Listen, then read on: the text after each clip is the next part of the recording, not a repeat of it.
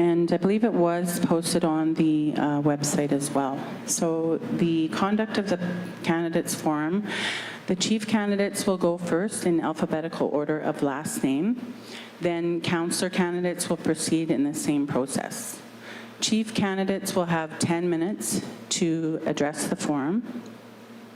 Councillor candidates will have 5 minutes to address the forum. If a candidate isn't present when called, we can proceed with the next candidate in order, and then we will come back to the candidate afterwards if they are here later. There will be no question period, but you may take your questions to the candidates after the end of the evening. Only electors 18 years of age are allowed to be present in the forum. And all candidates are reminded to be respectful of other candidates when they're presenting their platform. The forum is live streamed as well. And just to be mindful of the audience for no questions, or let the candidates address the forum with their speeches. If candidates have pamphlets or anything, you're welcome to hand those out as well this evening. So like I said, we're going to start with chief candidates in alphabetical order. And we do have a table to the right here of the podium. So I'd ask that the other 3 people that are in line, I guess, waiting, would come up front so we're ready. And there is a timer that will begin when you start speaking, and just be mindful of that timer that's in front of you. Would be greatly appreciated. Again, thank you for your patience this evening. We just had to get some technical stuff done so we can have the forum in order. So I'd like to call up the chief candidates are going to go first. So we have Larson Anderson, Dion Clark, Ronald Evans, and Samantha Folster. So if the other candidates in line alphabetically would take their seat on the right side.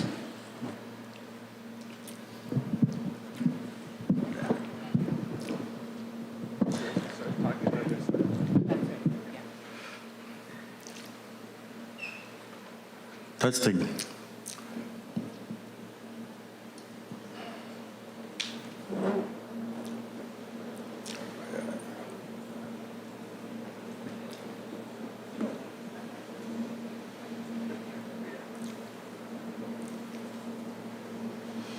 Ten minutes?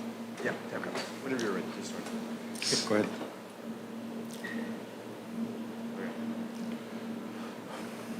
Good evening, elders, candidates, and members. Nats Commandanus, Tipiskak. Itay na miyek tanigani sa tagok for past 8 years. Minag, pom gitong tamat no, another 4 years. Kita, na sunyek, gumahano yan gapits, tagistano ho at tagimajistano he.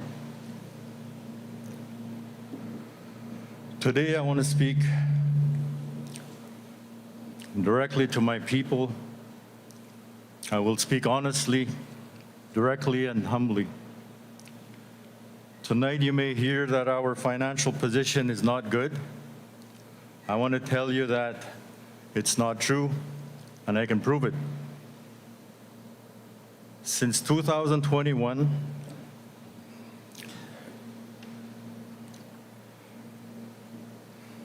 our audits have been on time and have received low risk rating by Indigenous Services Canada for the past 7 years, and are able to borrow funds at low interest rates.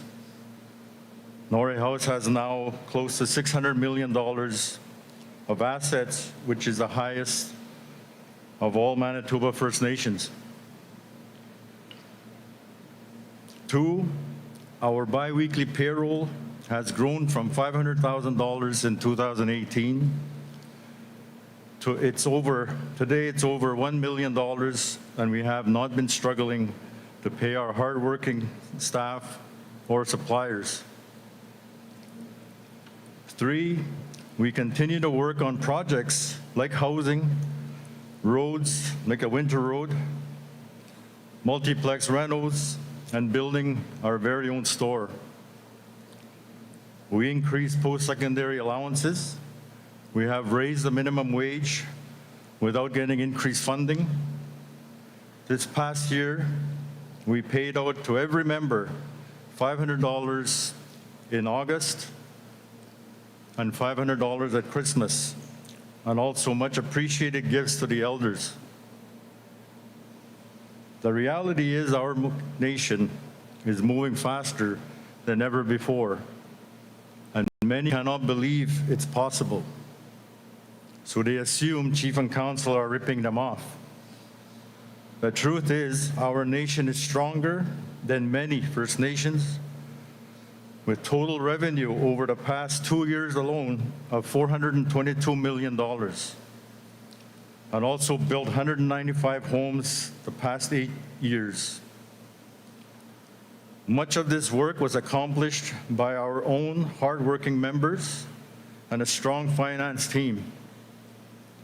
I stand here as a proud member of the Norway House Cree Nation from all the work accomplished so far. Here are a couple of examples. Completion of the health center, which was only budgeted for $100 million, but thanks to Mike Lee and his team, we were able to have the building completed by negotiating an additional $65 million from Canada. Having much needed major infrastructure like new airport, bridge design, and paved roads with joint funding by Manitoba. Continuing to take more ownership of facilities like 820 Taylor, Mainstay Suites, and soon the new Lodge Hotel for the exclusive use of Norway House patients. PDC equipment has been updated and more machinery added, like a second crusher. Extensions of the main line to Fort Island and down Papanegus Point Road, as well as new water and sewer trucks as needed. This kind of growth did not happen by accident. It takes hard work and stable leadership, competent money management, strong relationships with funders, and trust built from respect. When I became chief in 2018, our nation was in serious financial trouble. Money was owed to many companies like Northern for welfare vouchers, and people only allowed to use them at Northern stores. Manitoba hydro bills were high and lots of threats to cut people's power. Sigvidson, who built the track but were never paid. Billinkop Management for houses they built before election but were never paid, even though Norway House received funds from CMHC. And especially the debt owed to Frontier School. But there was also several high-interest loans. Norway House Finance were under co-management. The banks advised us to start laying off workers, and every check had to be pre-approved. I inherited a big mess. But despite inheriting a nation on the brink of bankruptcy, I found a way to stabilize our nation and to find solutions. We still face challenges today: youth programs, addictions, elder supports, health services, and shortage of homes. But through the desperation of our nation,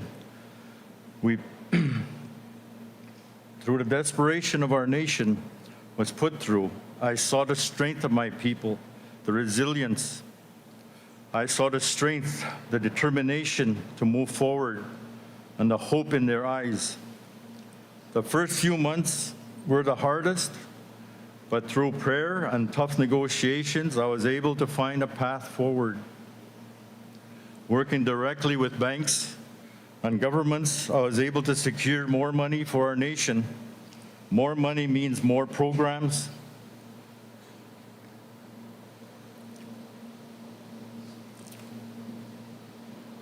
Sorry.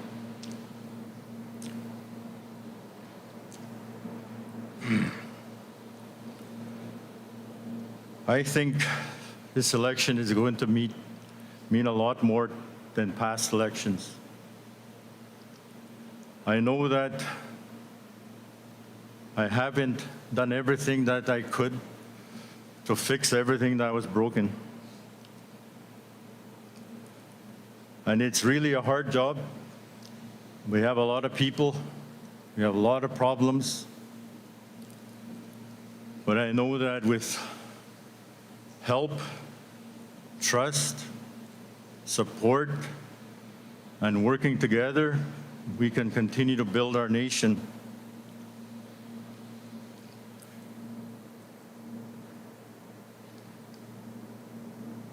Some people will say there is no transparency and accountability. I say to them to go drive around and you will see all the new and renovated houses, the new facilities for youth in Mission Island, a safe place to swim at a beach our people built, paved roads, 400 more people working. But you would only know and see these investments if you lived here and made Norway House your true home. I am glad to see so many new candidates running. I hope if you don't win this time around, I hope you stay in Norway House and help build our community better. My last 2 points I wanted to share was, one, the Muskego Mineral Project. I believe people elected me to be their chief to find solutions for homelessness, overcrowded homes, better jobs, more youth and elders facilities, help for addicts, and the list goes on. I believe the Muskego mine will generate millions of dollars of profits for our nation, and the funds will go to address all these needs. Secondly, the court case against Manitoba Hydro, Manitoba, and Canada. For years, our treaty rights have been ignored, and the MIA was a huge mistake.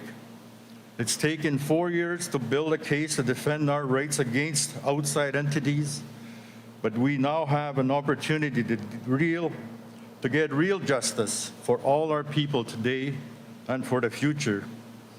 I am extremely proud to have seen so many successes in my 8 years, and I thank each and every one of you, and I ask you one more for your support and your vote and your forgiveness.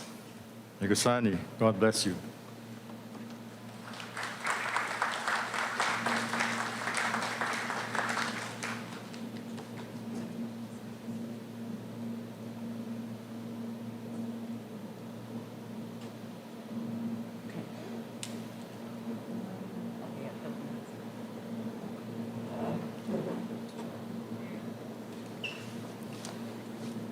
Yeah, whenever you're ready. Okay. Okay, go ahead, yep. Oh, sorry, you got the wrong timer?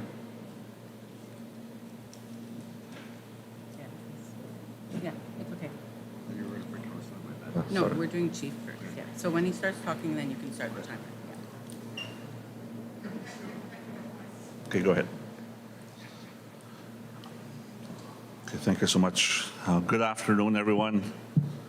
It's a pleasure to be here. I just want to acknowledge everyone that's here. You know, it's a very interesting day that we're here today, and it's a wonderful honor just to be here before every one of you today. You know, 8 years ago, I came here and I stood before you asking for your support. And 8 years was a long time, and we've seen a lot of different things that happen over the time of 8 years. We've seen a lot of good progress. We've seen a lot of good homes, good things that were gone up in the past several years. But I also want to acknowledge, you know, we've seen things even before that. I'm not naive to think that we've done everything this last 8 years. But I'm here today to acknowledge that, you know, we have a strong community. And that's something I'm proud to say. Norway House is blessed. We're strong. We're talented. Every one of us have the ability to step forward today, to put your name forward, and to be a leader in our community. And that's something I'm so glad that every one of us today, we have strong candidates, strong leaders that's stepping up to the plate one more time to serve our community, one more time to help Norway House become better. And that's something I feel at peace today, standing up here, knowing that no matter what happens 1 week from now, that you will have the opportunity to select leaders that will lead our community, that will stand for our community, that will fight for our community. You know, there's so many opportunities for us that is coming to our community. You know, I want to acknowledge our past leaders, Ron. I want to acknowledge our current chief, Larson. You know, I've seen them work. I've seen the former councilors work. I've seen Fred work. I've seen these men labor, lose sleep, tirelessly work for our community. And I want to acknowledge that. I also want to acknowledge all the former councilors that are here. Every one of you gave your life, gave your time, sacrificed many hours and travel to go and get things done and to come back and to bring it back for our people. And today, I can continue to talk about what we've done, but I want to acknowledge something, that we still have a lot of issues. We still have a lot of work. We need to address the issues that we face today. We are moving forward with many great projects, many great initiatives, and those have to keep on going regardless of who gets in. Because we have to be economically strong, and that's no doubt about that. We have to be strong. Finances have to be strong. Everything in that side of the way we operate has to be strong, but we have to build up capacity. We have to make sure our young people are ready to take over these jobs. I'm glad for all the outside people that come and help us out. I'm glad they're here to help us, to give us the ability to get us back on our feet. We were in a mess, and you know what? It's easy to blame Ron. It's easy to blame the old leadership. I'm not here to do that. We were under a dictatorship called the Government of Canada. They were the ones that only allowed us to survive with a little bit of money. So today, I'm not blaming the past councillors, the past chiefs, but I'm saying it's the government's fault, it's Hydro's fault, it's Manitoba's fault. They're the ones that put us in this situation. So that's why I'm here today, that we stand together as a nation, as leaders chosen by the people to serve the people. That's who we serve, is our people.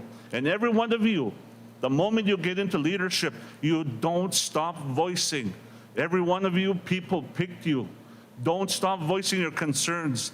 Many times I feel guilty for not speaking up enough, not challenging the chief enough, not challenging the councillors enough. I feel that we should have did better at that.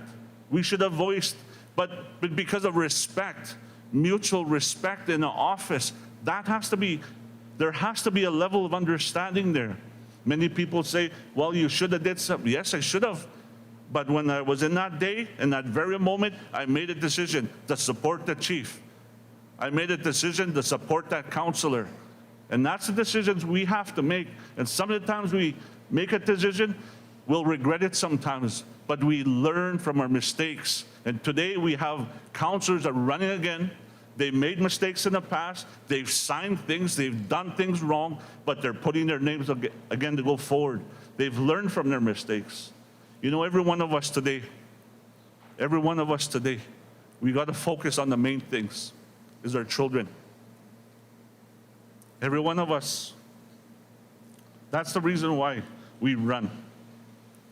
Not because of self-interest. Not because we want to get rich. This is so many things as leaders we face.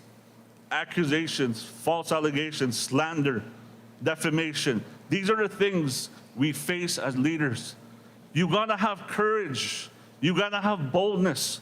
You gotta be brave to put your name forward, because you will be attacked. You will be challenged. You will be challenged in everything that you do. So I commend every one of you that put your name forward today. You're very brave. You're very strong. And that's why today I feel hopeful knowing that leaders are coming up. Leaders, doesn't matter if it's me or another chief stands up, you're gonna pick. They're gonna pick our councilors, and they're the ones that are gonna advocate. They're gonna get their portfolios, they're gonna run with those, and they're gonna try their best. And the thing I wanna say, I'm supposed to read something, but I wanna say this. Norway House is in a better situation. I wanna acknowledge former Councilor Langford. Of our first year, our first term, he said to me, he said to all of us, he says, when you first get into office, you see what the problems are. You work on those problems. You address them, and you leave it better than you found it. So every one of you, I charge every one of you, leave it better than you found it. And I could honestly walk away today knowing if it's my last time serving you, knowing that we left it better than we found it. Before I finish off here, I want to say, let's focus on our families. Our families are struggling. Every one of us in here, I know every one of us in here can stand up saying, I've been affected by alcohol. I've been affected by drugs. We've lost family. We've lost somebody. We need to address this issue. We need to invest in this. We need to support our people and helping one another. This is something that's destroying us. We have a huge opportunity. We have settlements coming. We have a mine that's at our doorsteps that we own. We can decide the future of it. We can let it sit there for 100 years and leave it for the next generation to worry about. We are leaving it for the future. It's up to every one of us today what we want to do going forward. I don't care too much about politics. I don't care about the gossip, the slandering. I don't care too much about that. But what I care for is that we help our family. We help our children. Our teachers are tired. Our EAs are tired. Our home care workers are tired. Our doctors are tired. Our teachers are tired. The people that go to work every day to provide, to make sure the essential services of Norway House go forward, they're tired. We got to stop fighting one another. We got to work together. We got to make sure, as a nation, we rise from where we're at today. We will overcome the drugs. We will overcome this crisis. Our families will get stronger. Our children will have a future. And they will be able to walk around and enjoy our community the same way we enjoyed it. They'll be able to ride down the road with their bike the same way we enjoyed it. So that's my future. I want to hope that every one of us can walk together, stand together, believing together for our children, for our family, for our neighbors. So thank you so much. God bless you.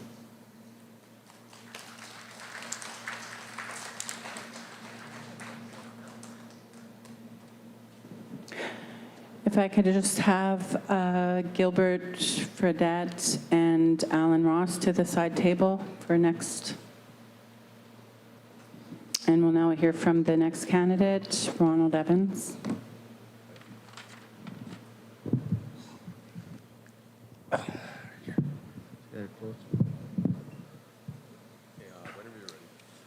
Okay, ready.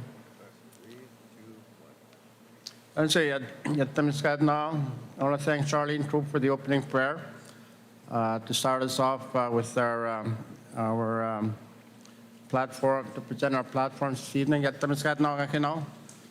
Greet everyone that's here, all the candidates, the electoral officer, everyone involved to bring us to this point.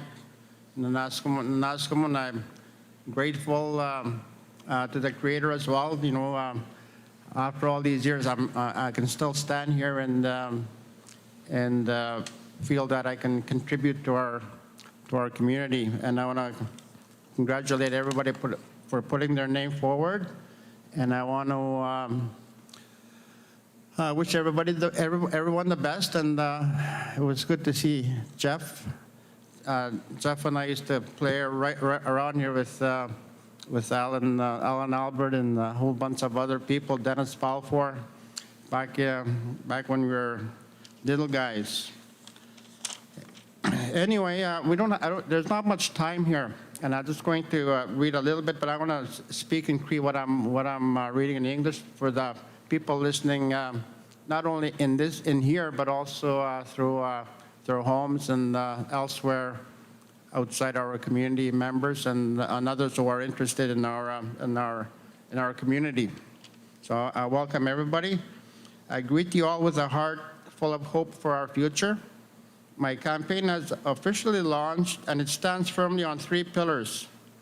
It's clean water, health, and healing, and sport and recreation. These are not just campaign promises, they are fundamental rights of every member of this First Nation. You can find the full details of these goals on my website on ronevans.ca. I mean, there's about 13 videos on there now, so you can actually go on them and on the Facebook page. So I'm not gonna dwell on those. I wanna present something that I think is more important for our community to be able to realize all the plans that we all bring here at this time. As I said, I've spent my time on the campaign trail visiting with families, listening to the stories in public places, and recording videos to address the issues that have been raised. We are discussing many serious challenges today, but today at this forum, I want to speak to you about the most crucial issue of all. That's the heart of governance. You know, we talk about the drugs and the epidemic that's happening here, but if I am fortunate enough to earn your support and become your next chief, my first priority is to change the way we lead. We must never forget that the community elects the leadership. The community elects the leadership. That's where the power is. So I'm saying when the people empower the chief and council, that means I'm here to say to you, I want to give you the power back. I want to give the power back to the people. The people. As our community grows, Norway House grows, our challenges grow with it. Our current governance and administrative structures were built for a different time. Today, they must be revisited. They must be adapted. The challenges we face are too heavy for a chief and council to carry alone. Real progress requires a collective effort, a partnership between the leadership and the people.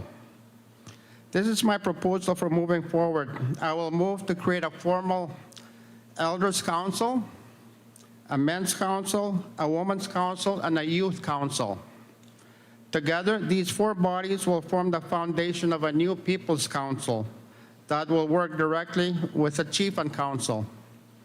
Currently, we lack this structure. While we have an elders council, they cannot carry the weight of the whole nation alone. While we have informal groups of men and women, they sit on the sidelines without a formal voice in our laws. I will change that. I will ensure these councils are formally written into our policies. They will be given the resources, the recognition, and the respect they need to function with authority. This isn't just about adding names to a list. It's about ensuring that every grandmother, every father, every mother, and every young person feels treated fairly and with equality. By bringing the people back into the circle of leadership, we instill confidence, we strengthen our nation to handle any storm that comes our way. This is how we move forward, not as a divided leadership, but as a united people. So, just listening to Diane and some of the concerns that have been raised, the way our structure was designed when our populations were smaller. Our population has grown. As Kim said, now we have lots of problems, and we have a limited number of people that are making decisions. So we have to share that power, and that's why it's been suggested, not coming from me, but coming from conversations I've had, is to create these councils where men can go to the men's, the women can deal with the women issues, and the youth can deal with the youth issues, then the elders deal with the elders issues, and then out of those 4 councils, we'd have the representatives from those councils will form the People's Council, meaning that everybody has a voice at the table, working with chief and council. That way, everybody has a voice. Nobody's left behind. If you have any issues, then there's lots of other entities that can help with your, whatever those issues are, or even to expand or build on ideas. It's giving power back to the people. That's what we have to do. That's the only way we're going to overcome these problems that we have, the problems of the epidemic that's plaguing many of our communities. Any plans that we have, that we talk about in our platform, we're not going to be able to do that by ourselves. We're going to need the support of the community, and it can't be just us telling people what we're going to do. It's going to have to be others telling the community and its members what we're all trying to do. That's how we have to move forward. To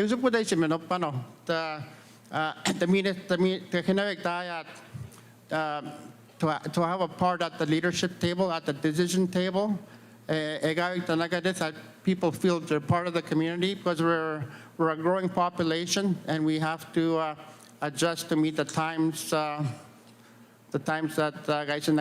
it's a changing time. The realities are changing, not just here, but what's happening on a global scale as well.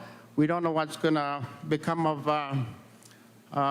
We need to stand strong with just the country itself as Indigenous people with our treaties, because of what's happening, what we see on our television screens, with the wars that are started and that are happening. So we have to make sure that we're as prepared as we possibly can be. And the only way we can do that is working together. And that's why I propose, that's why I'm proposing those councils, so that everybody has a voice at the table. It's not just the chief and council and an elders council, but we have to make that work. And it'll be structured in a way that it's there, that when somebody comes in, a new leader comes in, new leaders come in, they can't just take the people out. There has to be a process, so we have to design it that it's pretty, it has authority and it has the power as well to make sure that we keep an eye on each other. We make sure that we're all accountable for the decisions that we make, and which direction we're taking the community once we're given that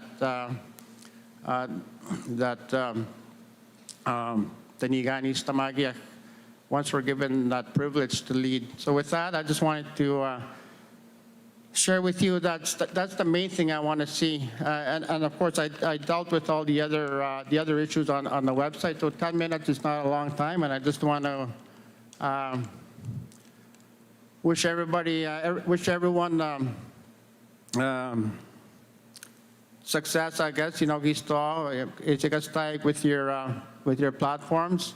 And I hope at the end of the, when the election's over, let's just live together, let's work together. I mean, we can still talk to each other. We don't have to hate each other. I've been gone 8 years. I haven't come up here to badmouth anybody. So whatever, if you're given an opportunity to lead, and if, you do what you can, and let's be thankful for that. So, thank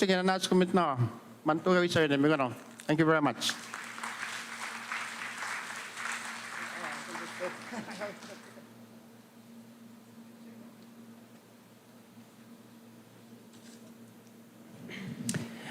Next candidate we'll hear from is Samantha Folster.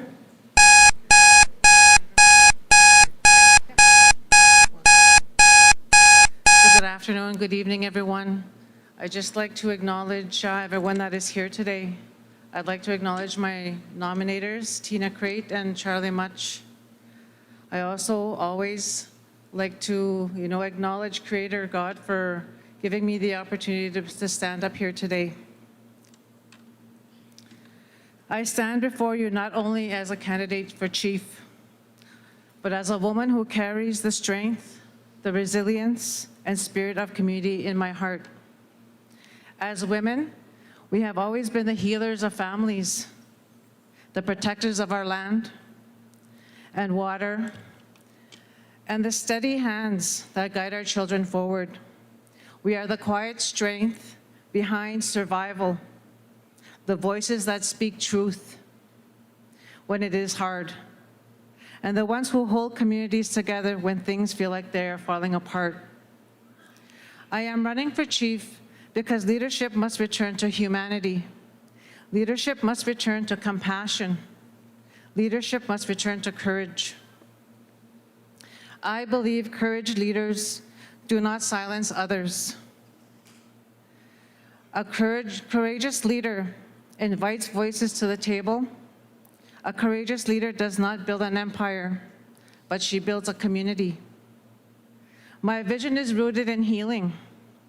Healing our healthcare system, healing our governance structure, healing the trust between leadership and the people.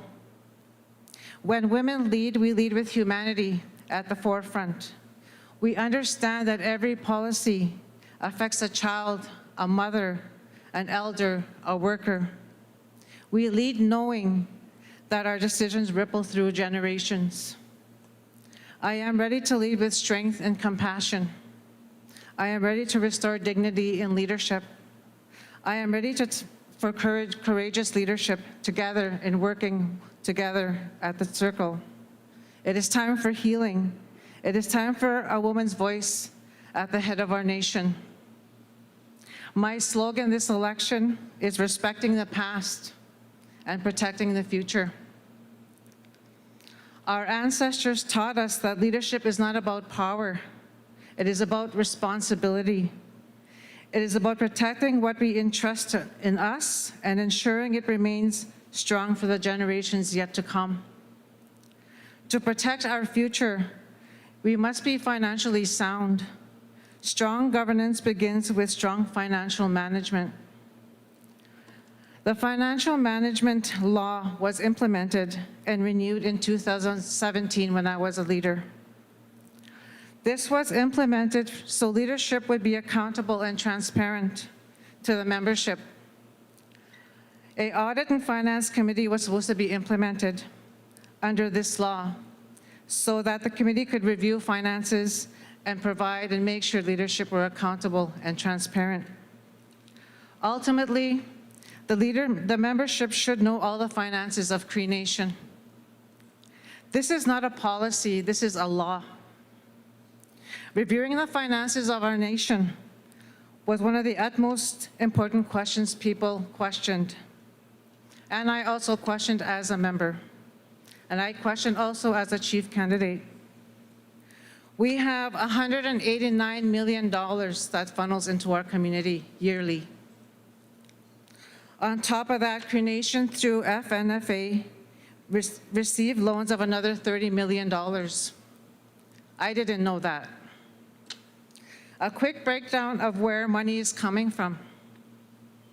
Funded revenue, $149,000 comes from Indigenous Services Canada. Our own source, another $39 million. Total revenue, $189 million. So the loans requested by Chief and Council. In 2022, a loan was requested for $24 million for economic development and social development. In January of 2024, another $7 million was requested by leadership to purchase a hotel. So is that mainstay? And from the chief's presentation, they're going to build a hotel. I got the answer, I guess, kinda. Addiction and mental health support.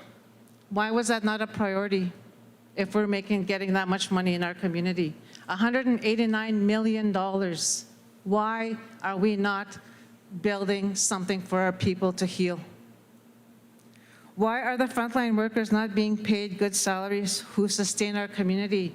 I'm talking about plumbers. I'm talking about carpenters. I'm talking about the people who work on the front lines and hours on end. Why is Parks and Recreation program as the lowest program being supported financially if we are getting $189,000 and 39 million, not thousand, million? Where is our TLE? Because according to the money is being allocated, as we had seen last year, a huge lump sum of that TLE money went to economic development again. So that's almost $30+ million that has gone to economic development. Yes, we have a lot of build, but the priority is not there. Our priority of supporting and helping our people first. We should have a treatment center if we have that much money. We should have programs, we should have a detox center, we should have all these things. We are a huge community. These questions I will definitely provide to you when elected, if I am elected as chief of this nation. I will provide you all the information that you need to know, because this is not my spending. I will tell you everything moving forward. Social justice needs to be at the forefront. This means ensuring all members have equal rights, opportunities, and access to resources, aiming to eliminate system oppression, discrimination, and economic disparities. We need to focus on fairness across this community, treating the people with dignity.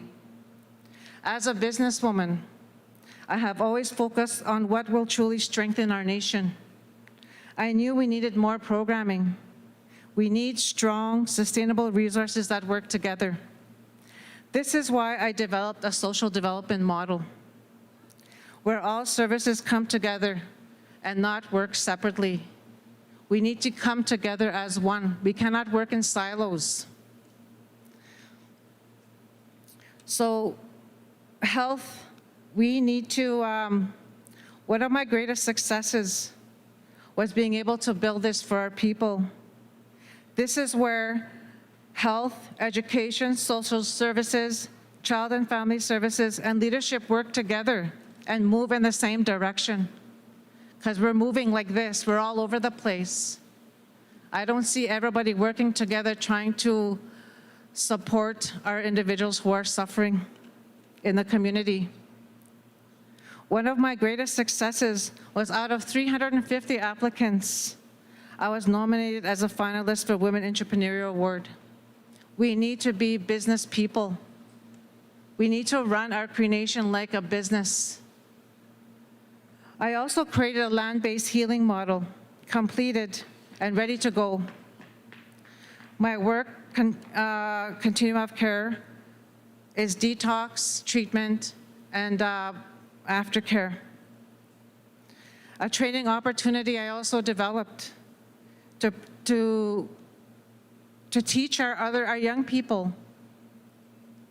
My intention is simple: to help our people rise again, to help them see themselves clearly, to help them step into their own healing in a safe, strong way, to bring all resources, Western Indigenous teachings together in a way that honors both. This work is my calling. This community is my medicine. I will be honored to share it with you. Together we step out of the dark. Together we walk into the light. Together we will heal. With love and respect, after 40 years, elect me as your next woman chief. I ask for your support and vote Samantha Folster for chief. Thank you.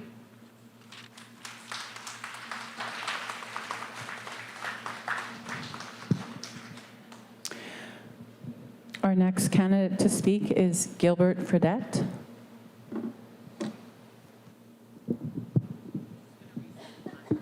Yeah, just give me a second here. I'm gonna get this a little higher here. Okay. There we go. Get ready, you're ready. I'm ready. 3, 2, 1, go. Thanks to Norway House, Gilbert Fredette Nina.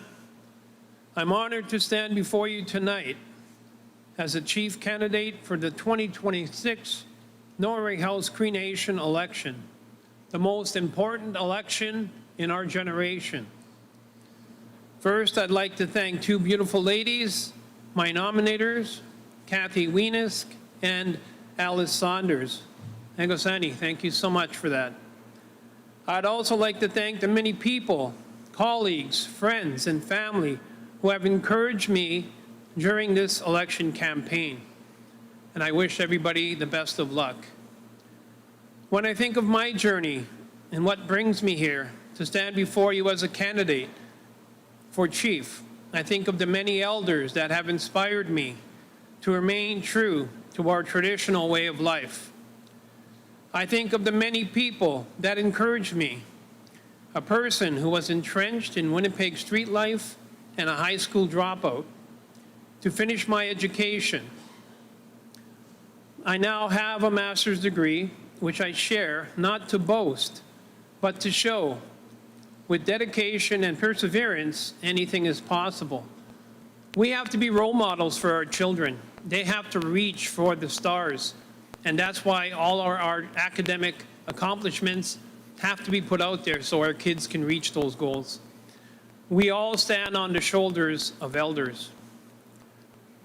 For nearly 2 decades, I have been a passionate advocate for Norway House and for Indigenous people across Turtle Island. I have become well known across the country for the work I have done for our people. A couple of examples is how I was able to bring international attention to the state of child welfare in Norway House. The CNN news story is on my website.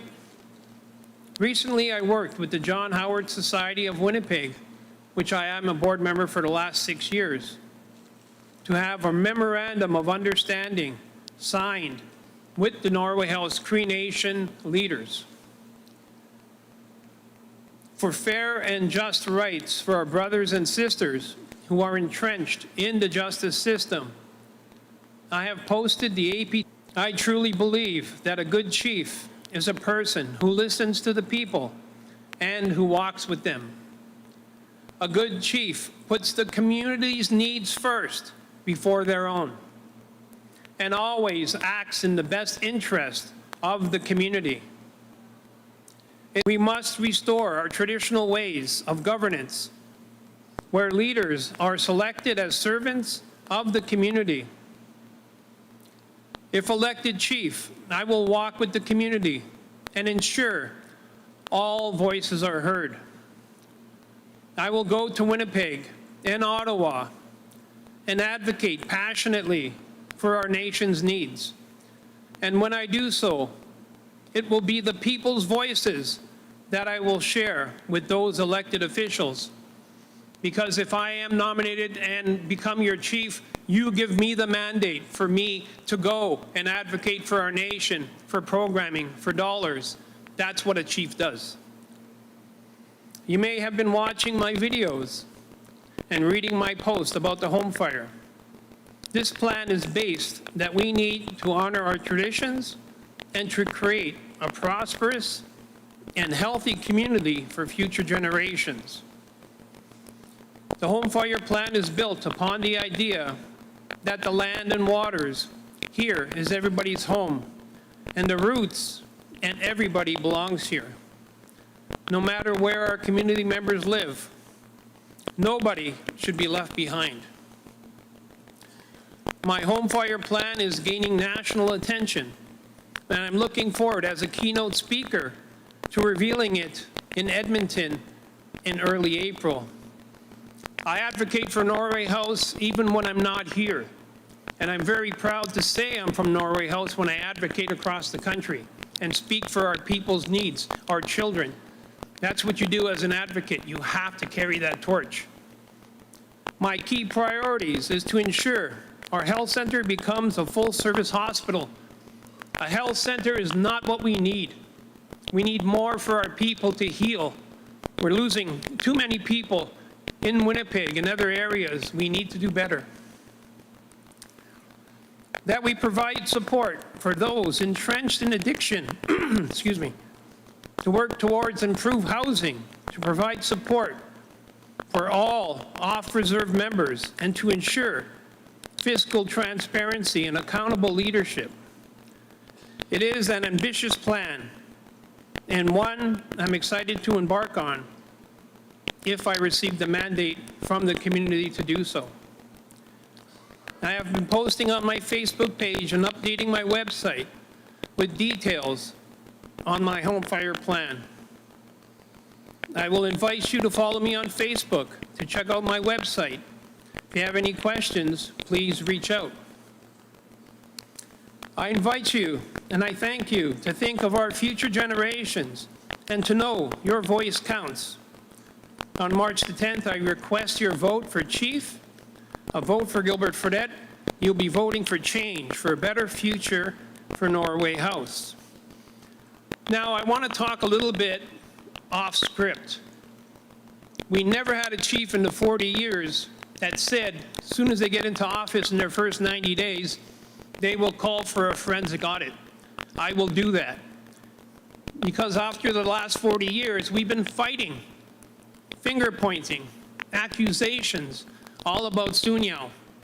Who has it? Who took it? Where did it go? That stops immediately as soon as I get into office. A forensic audit will put that record straight, because I always say, once the community knows, we can grow. There'll be no more of that. Secondly, I will be in Ottawa, and I'll be advocating for a health center to be a hospital. Like I said before, we have the population here. Why are we settling for a health center? We need a hospital, and we need that mandate done, and I will fight for that. I used to work for ISK for 2 years. I know how they operate, I know how they think, and I will advocate for that immediately. Let's talk a little bit about housing. Our elders and our children need housing, and they need retrofits. That's our priority. We will continue to do the housing. There's about 20 empty shelves out there right now that's been there for years. We have to fix those, and we have to move forward. The home fire plan that I'm talking about is going to help alleviate a lot of these problems that we have in our community. Drugs, violence, as the other candidate spoke to. We become a reactive community, reacting to these disasters that are happening.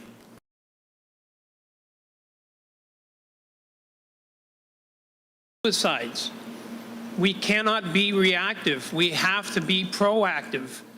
And we do that by working together and initiating a home fire plan, where we see a house that's in trouble, we surround that house and give it the programming it needs, so we're not dealing with it 10 years down the road when it's too late. We have to do better. And if I get that mandate to be your chief, I will do better. I'll be accountable. And like I said, no other chief has said, I want a forensic audit, and I'll call for that immediately. Because that fighting from Sunyao and all the money and the finger pointing has torn us apart for 40 years. Let's heal together. Let's walk together. And I ask you on March 10th, vote for Gilbert Fredette. Vote for immediate action. Let's do better for our community. Let's do better for our elders and for the next generation. Hegosani, God bless you. Thank you.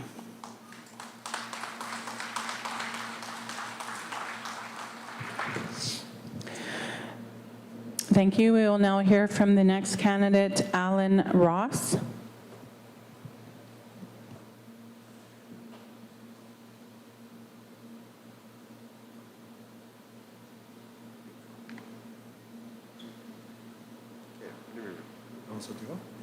Three, two, one, go. Tansi, hello. My name is Alan Jefferson Ross, and I'm running for chief of Norway House. Now, I've been away from our community for quite a while. The career I had was I was in the financial industry. I was an investment manager. I invested wealth for individuals, groups, and corporations. So I understand financial management and financial audits and how to assess them, review them, and analyze them. But before I go on, I want to begin my presentation by speaking to a couple of comments I've heard in this community since I've been here. First comment was this: I don't live here. Yes, that's right. I don't live here, I live in Winnipeg. But I remember living here, and I remember a lot of older individuals and elders telling me this: your home is where you were born. I was born in Norway House. I will always be Norway House Cree. It doesn't matter if I live in other province or other cities. This is where I was born. Secondly, I've been asked this, will I live in the community if I happen to be elected? And I've only got one answer for that: yes. Third, I don't speak fluent Cree. And that is true. Yes, that is true. But the industry I was involved in, the financial industry, there was only one language, and that was English. There was no other individuals in my industry that were Cree that I could associate with and talk. As a matter of fact, I was the first Indigenous investment manager in Manitoba. So, and over the years, everything I did in business was always English. So I just wanted to point those out before I go forward. One thing I got to say is, wow, community's changed when I was here. When I first drove in here, I got lost. I couldn't believe it. So I went to the York boat, and I said, where's the church? Where's the school? And I can't kind of remember how this, how Rossville looked. And he said, what do you remember? I said, well, if you tell me where Bradburn Hall was, where I used to go to movies, I'll have a good idea where I am in Rossville. And he said, yeah, it's just over there. It was just over there. I said, now I know where I am. I went to school over there. I lived over there. So, but change, when I left, there was no roads. We got around by boat, we walked, farmer to Skidoo. So I'm very impressed how Norway House has grown. What I'd like to speak to today is a few things. One of them is transparency. One of them is accountability. Those words I understand very well from the industry I was in. And when I talk about these, I'd like to include Norway House. Chief and council should not be the only ones discussing this at the table. You, the members, have a voice at that table. So you participate in those decisions. I've worked as a collective in the industry I was in. We had to be successful. Do you always get along? No. But you get along to be successful. And that's what I learned. I don't speak ill will of fellow candidates. As a matter of fact, I acknowledge them. We're all proud Cree.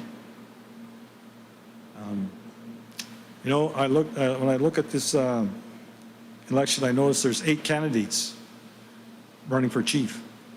That tells me one thing. Community wants change. They're looking for a new direction. And this is the reason I choose to run for chief. We can do better.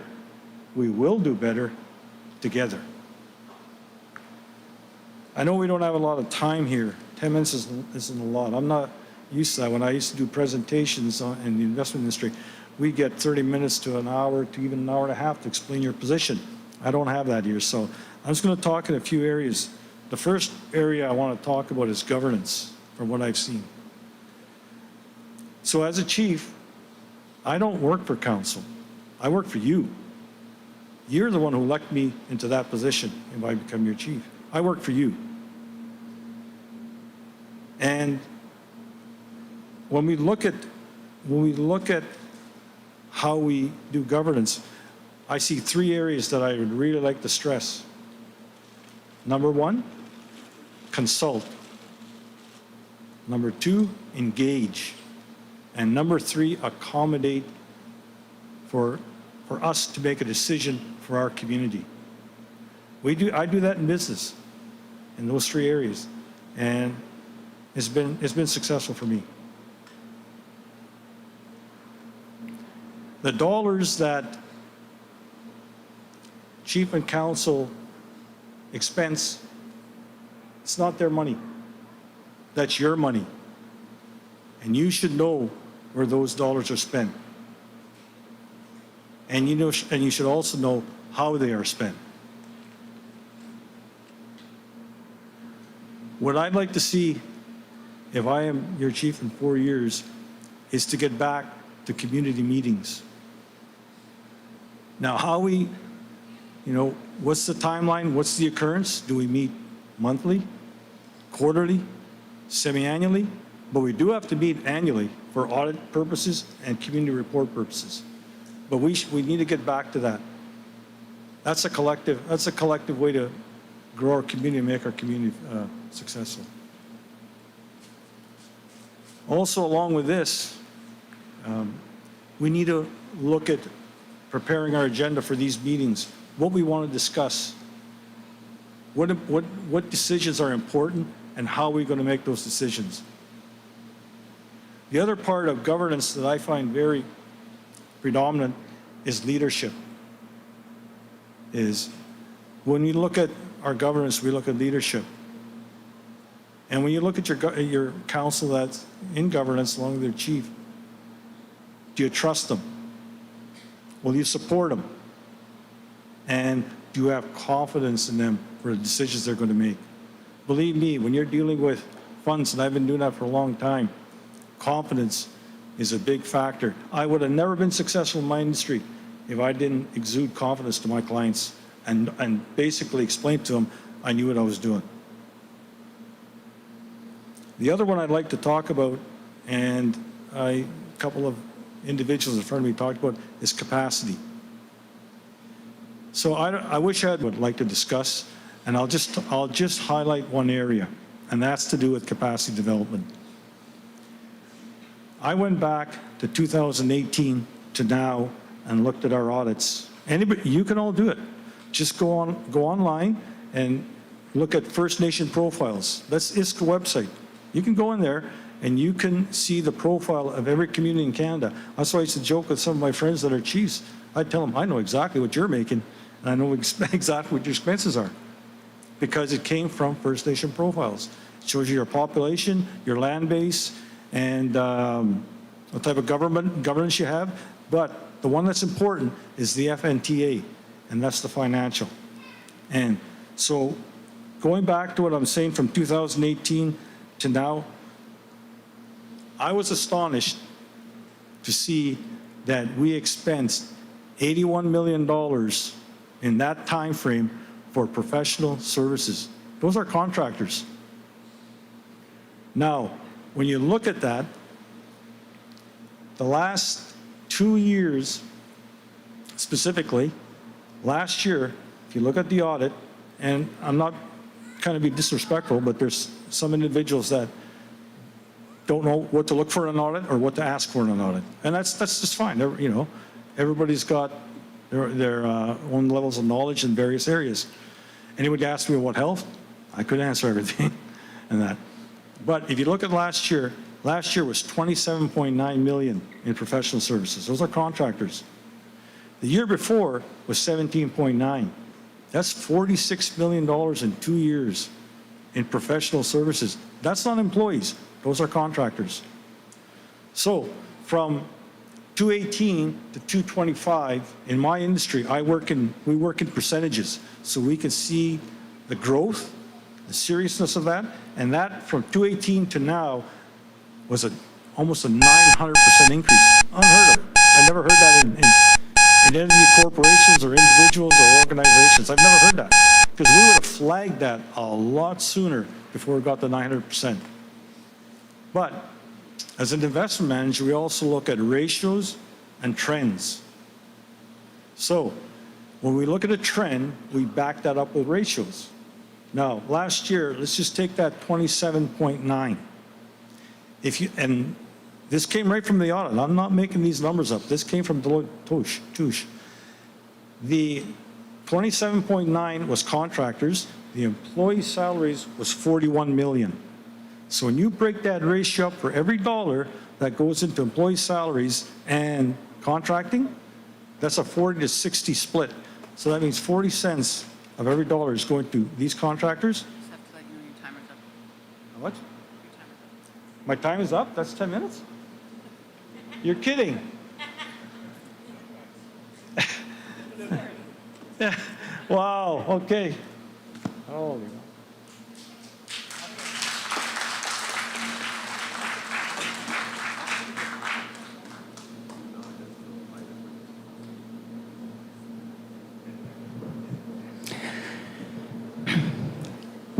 for the next candidate, Susan Roulette.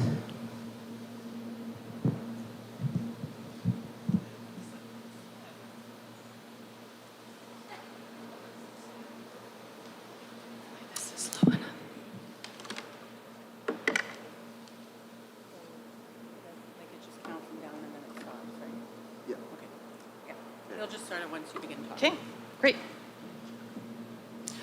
Good evening, everyone.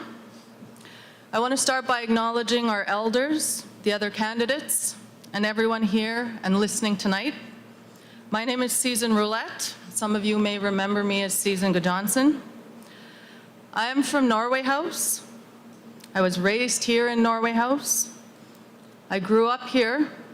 I went to school here, and my family is here. This is my home. It always has been, and it always will be. For almost 20 years now, I have worked as a lawyer. My work has been with First Nations across the province, on governance, on accountability, and on building laws, systems, and programming that actually makes a difference for people living in First Nation communities. I understand governance systems and how decisions are made. Being a lawyer at government tables has allowed me to see how those decisions work, and how to stand up for our people. And that experience matters now, because running our nation is serious work. And that work begins right here at home. It means housing and repairs managed fairly and consistently. It means water, sewer, and garbage systems that function the way they should. It means continuing to strengthen our addictions and health supports, including working towards detox treatment and land-based healing options for our people.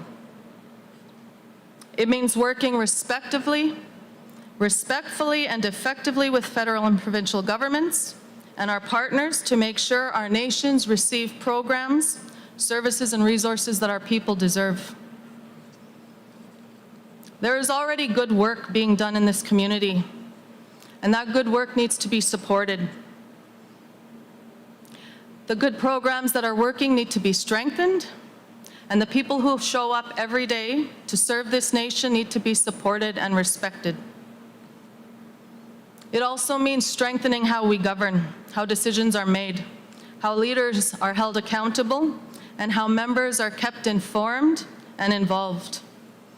It includes strong financial accountability, clear policies, and developing bylaws that protect our community. These are all real issues. They affect our children, our youth, and our families. There's also a great deal of legal work in front of us as a nation. We have passed our own Child and Family Services law under C-92. That work is not finished. Funding must match the jurisdictional responsibilities we are taking on as a nation. Negotiations and agreements must protect our children, youth, and families. I have done this work. The federal health transfer discussions are happening at the federal level. These talks are about shifting more control over health programs to First Nations. I am familiar with this work. We have EPA amendments to complete as directed by the community, along with matters like treaty land entitlement and our cows and plow settlements. Our nation has filed a statement of claim against hydro. That is serious and important litigation. This work I have done. Our people have felt ignored. Too often, consultation has been a box checked instead of real responsibility towards the people, and that cannot continue. Leadership must listen to the people before it decides. Major decisions, especially involving our lands, our resources, our waters, our future, including the mine and cows and plows, must be brought forward openly, explained clearly, and guided by the voices of our members. This is not optional. This is accountability. People have said they want change, and I hear that. I also understand that change can feel uncertain. When leadership shifts, people wonder, what will it mean for my family? What will it mean for our work and our everyday lives? Change, though, is not about disruption. It's about lifting our nation up. It's about strengthening what is already working. It's about bringing steadiness, fairness, and confidence back into leadership. It's about working for every member of our nation and moving forward together. It's time for leadership to turn towards the people. If I am chosen as your chief, you will have leadership that is steady, leadership that prepares before it speaks, leadership that listens before it decides, leadership that follows through. You will have a chief that reads the agreements, who understands the numbers, who asks the hard questions, and who is not afraid to sit at any table and protect our nation and our people. I will not promise what I cannot deliver, but I will promise you this: I will work hard for you. I will be present, and I will answer to you. We know the issues, we all know the issues, and we know there's important work ahead of us, and we will face it, and we will do that work together. This election matters because leadership decisions affect our children, our youth, and our families every single day.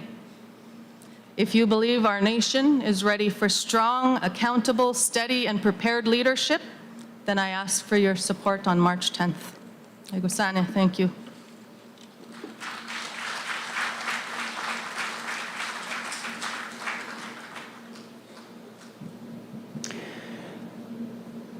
We will now hear from our last chief candidate, Robert Throop.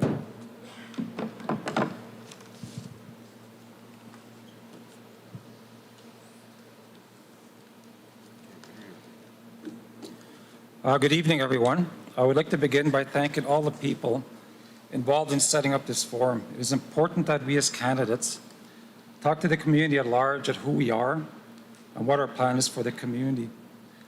I want to take the time to acknowledge my nominator, Robert Wilson, and my secondary Robin Chubb, for their faith in me. My name is Robert Throop. I am running for in the current election for the chieftainship of Norway House Cree Nation. I am a proud member of Norway House and was born and raised in this community. My parents are Al and Matilda Throop.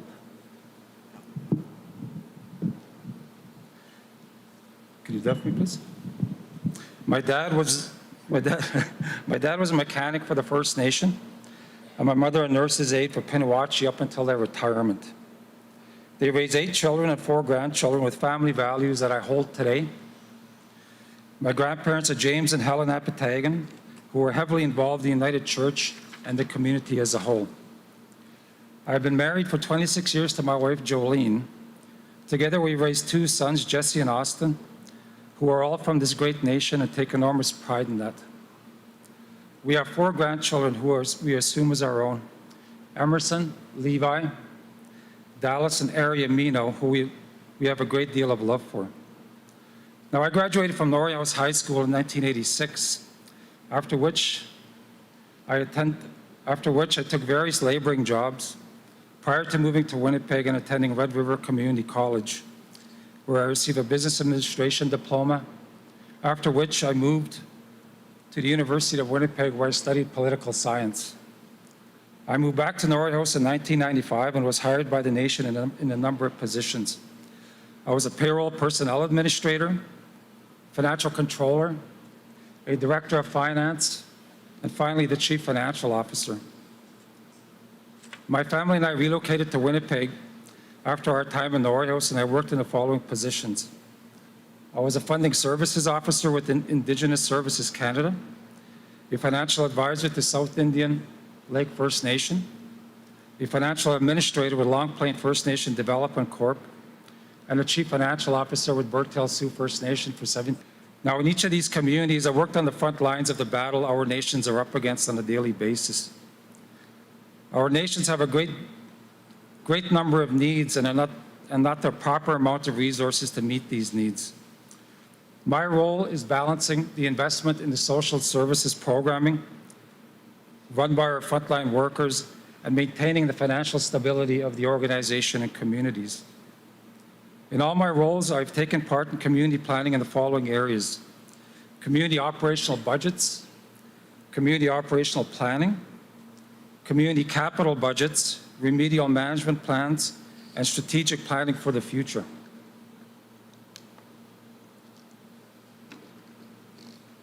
These processes are necessary if the organization is to deliver services to the membership at a standard that is acceptable, and if not, above what is called for. In order to be successful in these planning areas, you need to have program managers and frontline staff involved at the beginning of these processes. They are key to implementing programs to serve our membership and improve the quality of life for the community as a whole. I've also been involved in the following initiatives. I was a lead negotiator for a self-government file, a lead negotiator for a land claim file, a lead negotiator for a treaty claim file, a lead negotiator for various economic development initiatives in the South. In my time in these communities, I've always used one method of management. Once hired, I meet with leadership and program managers to see what the issues the membership is facing and what the priorities of the workers are. There is always one or two areas that need to be addressed, and I plan both fiscally and operationally to begin the process of tackling these issues. This past summer, I began the process of meeting with the frontline workers of our community to get a sense of what issues they face on a daily basis. It became evident right away that there is a big disconnect between the front line of almost every directorate and the leadership.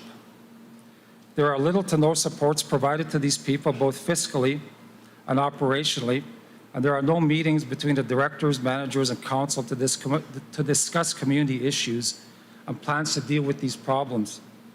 This disconnect will end if I am elected chief. I have provided my election campaign platforms to deal with the following areas of community operations: governance and support services, education services, health services, emergency services, housing services, community safety, youth services, and off-reserve membership.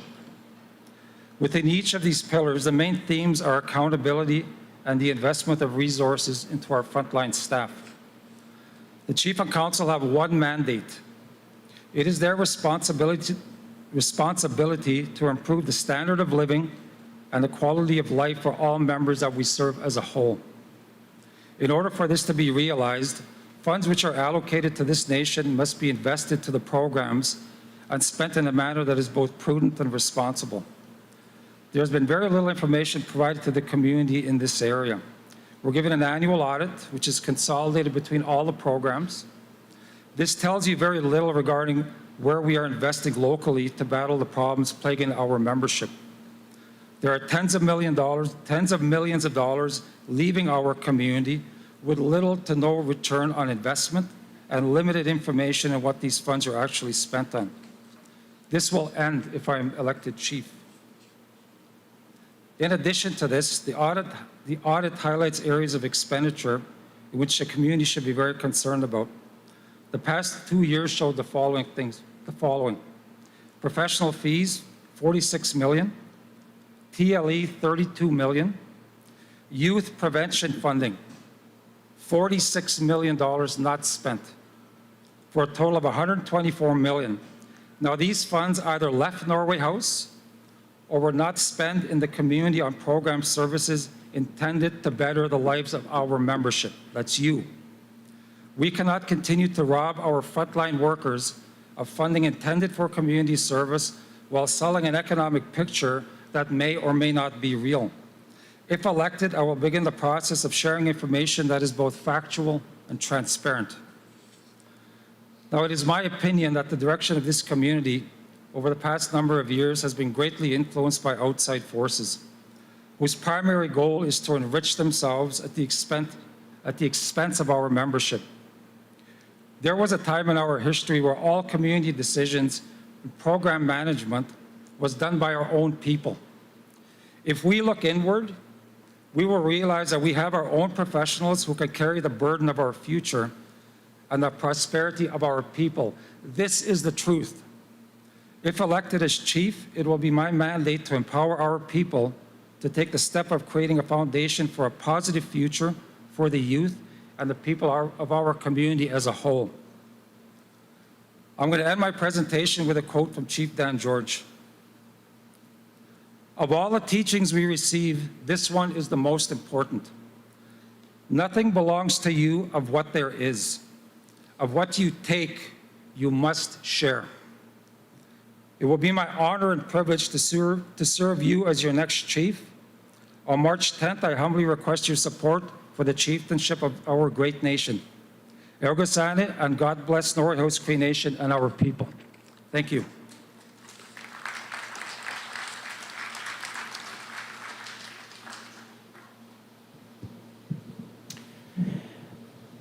And that concludes the chief candidates for their presentations.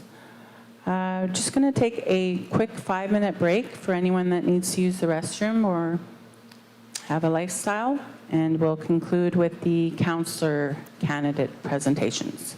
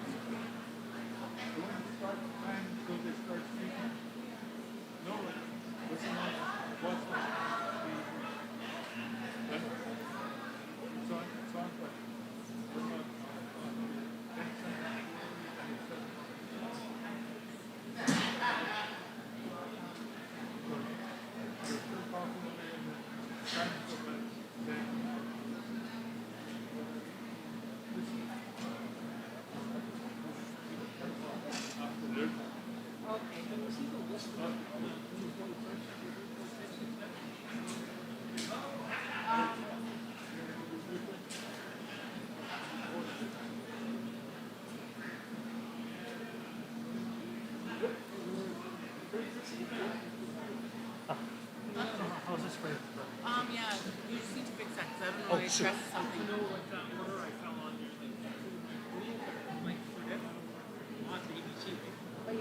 No, there's no my.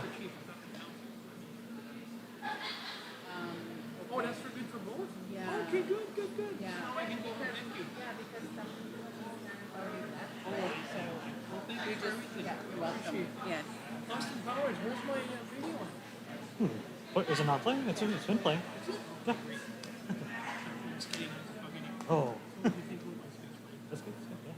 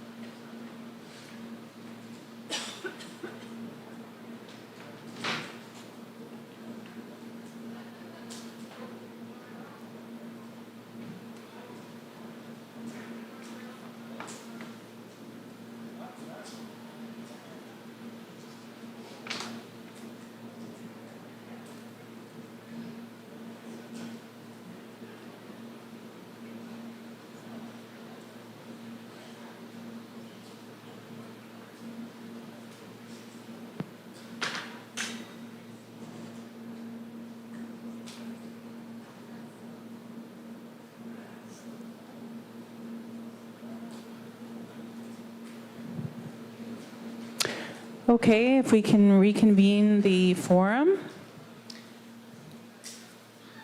I'll just call the candidates forward in alphabetical order. So we have Eddie Albert, Adam Anderson, Anthony Apatagen would be the first three.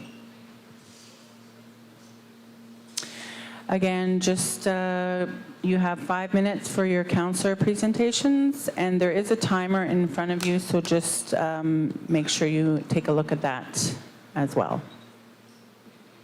And again, the time starts when you begin speaking.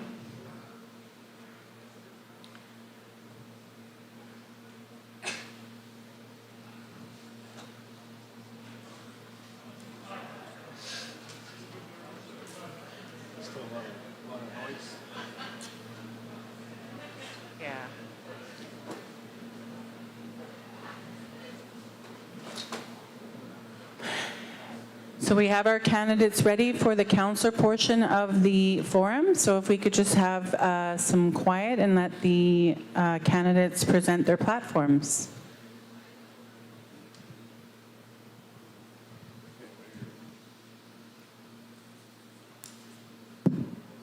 Check 1, 2.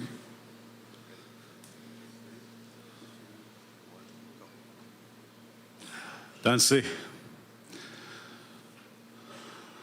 My name is Eddie Albert. Thank you for being here tonight and for taking the time to think about the future of our nation. I am proud to call Norway House home, a place where we live, work, raise our families together. Elections are an important time for our community. It is a time to reflect, to listen, to think about where we are going. Like our land and our seasons, change is natural. We are meant to grow. The question is, how do we grow together as a community? One change that I would like to see is a stronger culture of respect.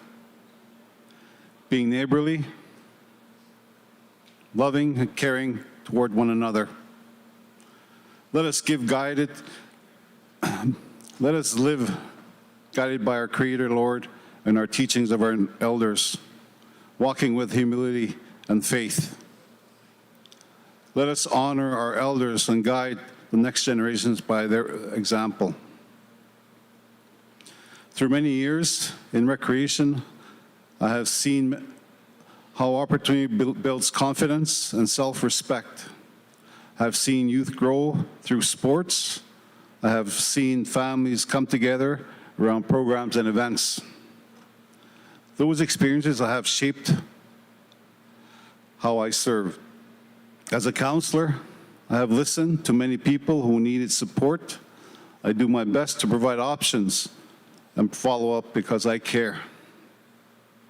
I believe in helping people help themselves by connecting them with the opportunities and standing up for the supports our community needs so everyone has access. When people are supported, they grow stronger. They gain confidence. They begin to believe in themselves. Recreation has always been close to my heart, but it is more than sports. It is where confidence begins. It is where leadership develops. It is where families and community connect. Recreation connects directly to the core areas of our nation. It supports preventive health, help reduce chronic disease, ease the load on our healthcare system. It supports economic development by attracting visitors, strengthening local businesses, creating local employment and youth opportunities. It supports land and stewardship by protecting our natural beauty and encouraging responsible tourism and renewable energy. It supports social well-being by building confidence, strengthening families, and creating safe spaces for youth. It supports leadership development by building teamwork, discipline, and resilience, preparing future leaders within our nation. We When we invest in recreation, we invest in people. And when we invest in people, we strengthen our nation. When I think about our future, I think about the York boat. The York boat only moves forward when everyone rows in unison. It takes effort from every person. It takes coordination, patience, and trust. If one person is struggling, we feel it all. We feel it. If one person stops rowing, it affects everyone. But when we move together with shared purpose and respect, we move forward. Leadership must row with the people, not ahead of them. And wherever we go, our community must come first. My commitment is simple. I will continue to care. I will continue to listen. I will communicate clearly. I will work with others to make informed decisions for our nation. Let us grow together, connect to our people, our land, and one another. When we stay grounded in faith, respect, we move forward together. On March 10th, I humbly ask for your support. Together, we can roll as one. Tuksani. Thank you. Our next candidate to speak is Adam Anderson. Can you lift this up, please? That's good right there.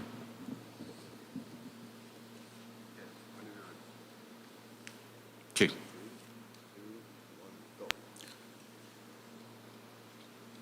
Tänsikin en näske mitään.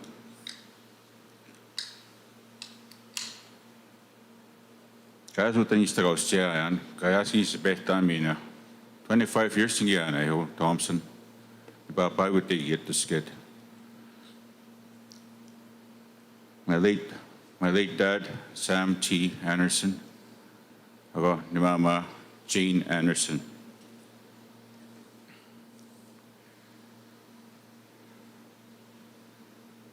I was born and raised here. No humana nista kaisi ganenimik. Agiwa siwian mana. Nigiagusin. Niskat niagusin kanes. Anigagites skuluian. Monangi wussi aihu. Kastaan tai mehtaan ja tu aihu hanin missigevin. Ja kun tämä näki pakamogoian. Avane tapuamane gisit saugoinan ni paapagi tegis gi hu attuget. Ja kun takagi matsi skuluian kun tanista.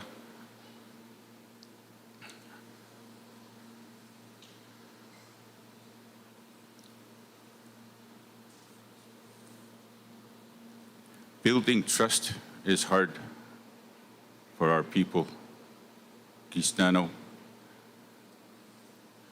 And that's what I want to do, is build trust.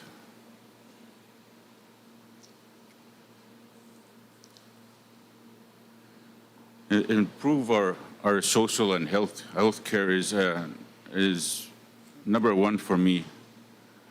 Kaiste who kaya ako tasipet saoya hugay ho wisto aga te school ututahigan ni meno CT scan kaya ya onege on kitaya on nema, but we got to send people to get educated for that. And my wife we steg ya o ne meno egiga kiet sahus agone kisit how my grandchildren to go to Winnipeg for an appointment. Egotagi miskas. Was it literally collapsed in emergency in Winnipeg. Ganski anyhow. I'm gonna make miskahiganimeno. Liver abscess. It's very rare. 6 inches of it. Egotamanigian for 7 weeks, fighting for my wife and praying for her to heal. And education is number one for me. Education and training. Training is just as important as education. Mit North Gian, Egutingi Beostan 12 or 13 years ago. The last 6 years I was training the students after they graduated. And to this day, it's still running. But I want to have a voice there for the Menago project. You know, we've got to train our people. There's lots of positions coming up there. We can educate our young people, start sooner on it, and improve our social life. Addictions is hard. We need a censor for that, so we can help our own people. Bring outside help if we need to. My children, everybody's affected. My grandchildren, I almost broke down. They're so skinny. What happened? What are you doing with the kids? You got to feed them. That's how hard it is to some people and their families. It's affecting everybody.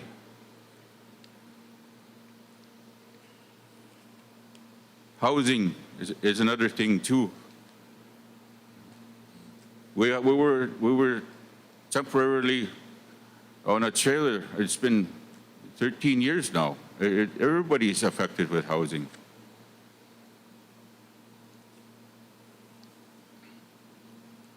We got to utilize our UCN for the training. We have it. Mid-North, all they do is send their people to go to UCN. We got to train someone. We need drill operating our drills so they can operate their own drills. I've been involved in playground development here for the last 12 years. I'm sorry, your time is up. And March 10th, vote for Allan Anderson. Thank you.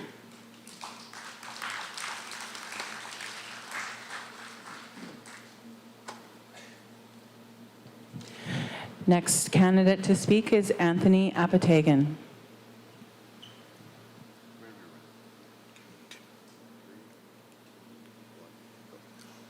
Tansen du demokragen vetamiskat no naskumuntan se penipoyan pe vitaman yitome batan on March 10th, 2026. Wanna you see date dem batan negos identaman da muratan man da tuskin agipis muratan 12 years ago na siya pian as your councilor agang pagusenemon Cabbage Tapian, another 4 years, Tavichitag, Tavichevitag, Tataskatag, Akino. You know, we say it's Tutamanda Tuscain. I really want to share a little bit about myself, just in case you don't know me. Everybody pretty much knows me, but I'm 64 years old and I'm going to be 65 in March. But I still feel healthy and clear-minded to be able to do my job. I'm married to Miriam I've been married to Miriam for 33 years. I have 6 children and 13 grandchildren, which is important, you know, when you carry the title of councilor, that you know family life.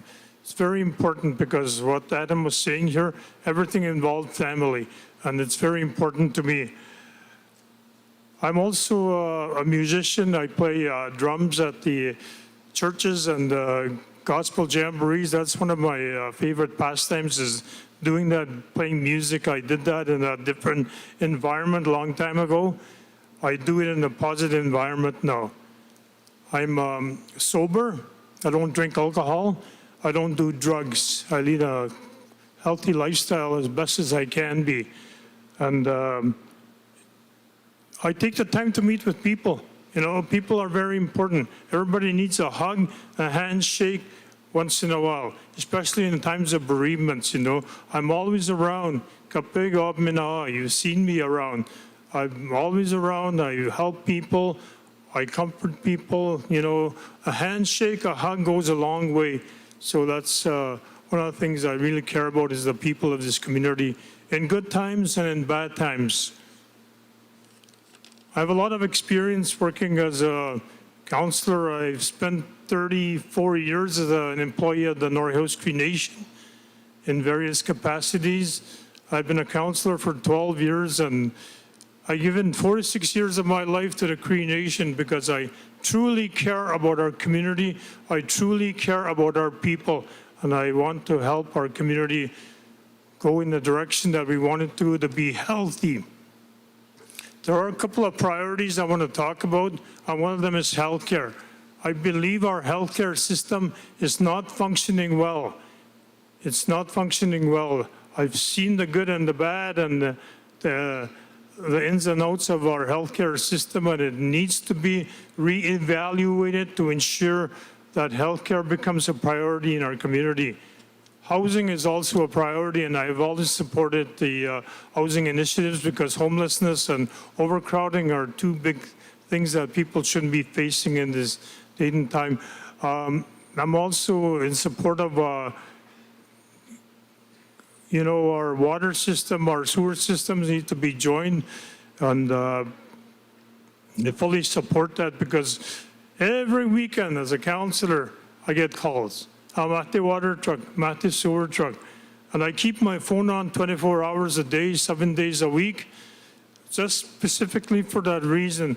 There's a reason why you're given a telephone or a cell phone for being a councilor, and that's not just to talk to anybody, but there are real emergencies that come through our phone, and I'm there at all emergencies that happen in our community. Because I do care, and Sagitan Disconigan, Sagita and Sagihagi Inuak, Sagihaga Kiraya, I've been given opportunities, and I want to return those favors to make sure our people are well taken care of. Like I said, I have a lot of experience, and one of the things I have is a wide range of resources that I can call upon. I don't do this myself. There's other people that I've come to rely on when the time comes. If you treat those people good, they will help you. If you treat them bad, they'll just say, they won't even answer your calls. So I have a wide range of network for friends and family members and community members that I call upon. So on March 10th of this year, I humbly ask and request that you vote me in as your councilor again for another 4 years. I do have the experience, I care about our community, and I'm committed. I spend a lot of time on my job, and it's good, but it's a good thing too. You feel good helping people and making sure that things happen. So with that being said, thank you. Egusani.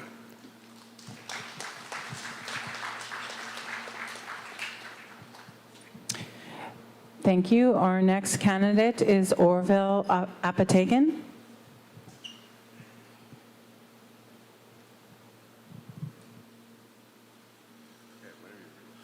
Okay.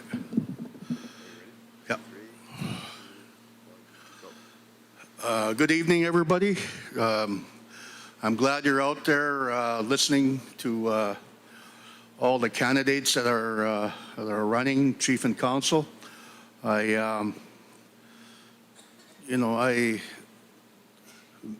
Being a sitting councilor for the last 4 years, I learned to,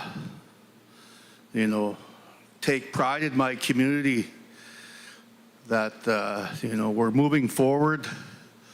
There's a lot of initiatives that we're working on.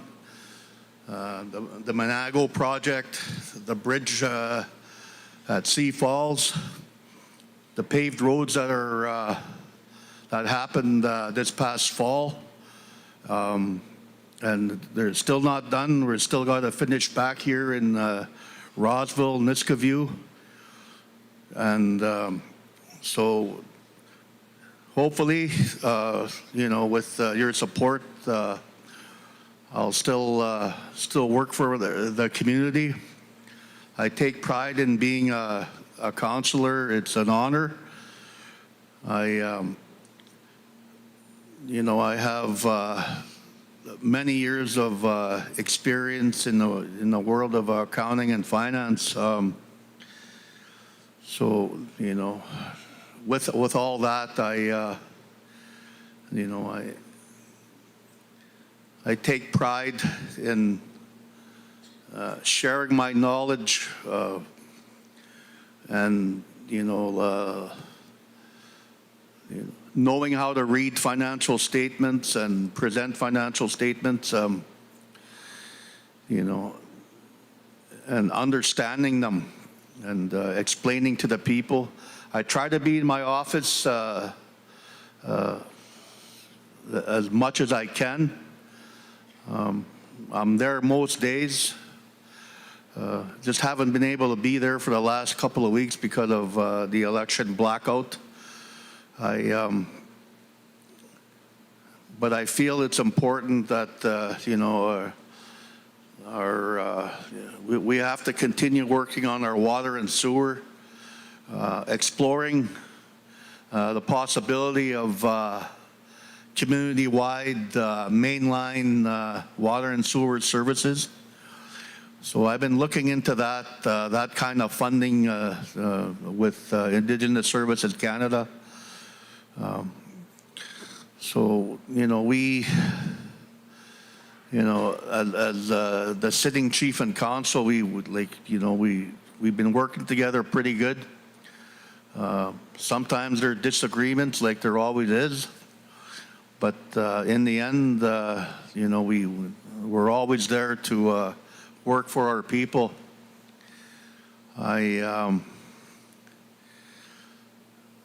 You know, my parents were the late Walter and Margaret Apatagen. I have two sisters, April Anderson, Jackie Folster. I have two kids, Kelsey and Caitlin, and I have 6 grandchildren, whom I love very dearly. Unfortunately, this past,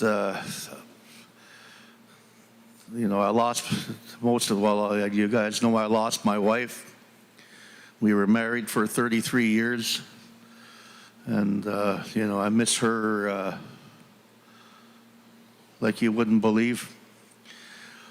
I don't got too much time left here, but you know, I just want to reach out to all our community members out there that are listening on YouTube, radio, that you know,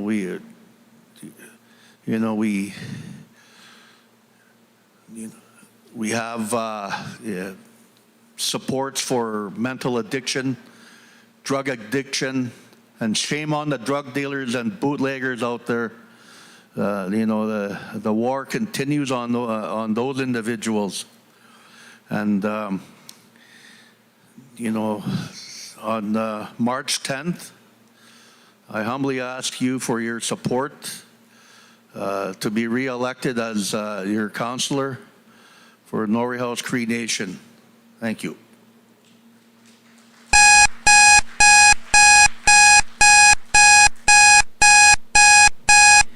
Thank you. Our next candidate to speak is Loretta Bear.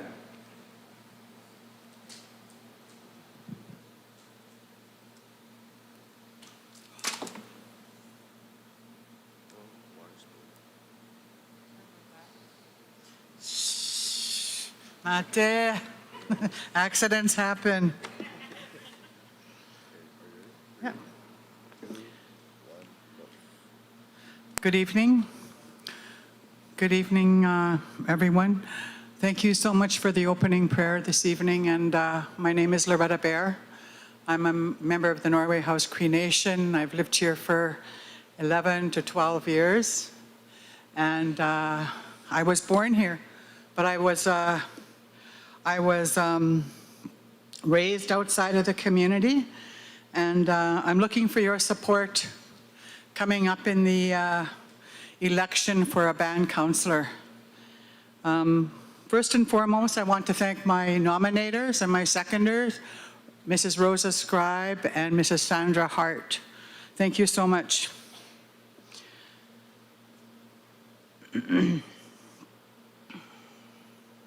I currently work at the Nanantawewegamic Health Center of Excellence as a senior policy analyst.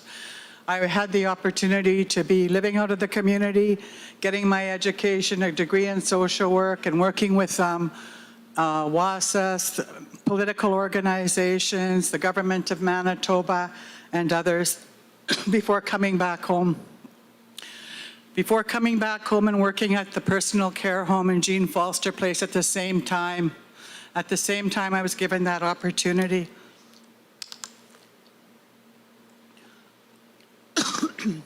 For a very short time. It was a little bit of a trick from the leadership of the day. But anyways, I ended up running for council and winning that. And I was a councillor for 5 years, and I really appreciate that.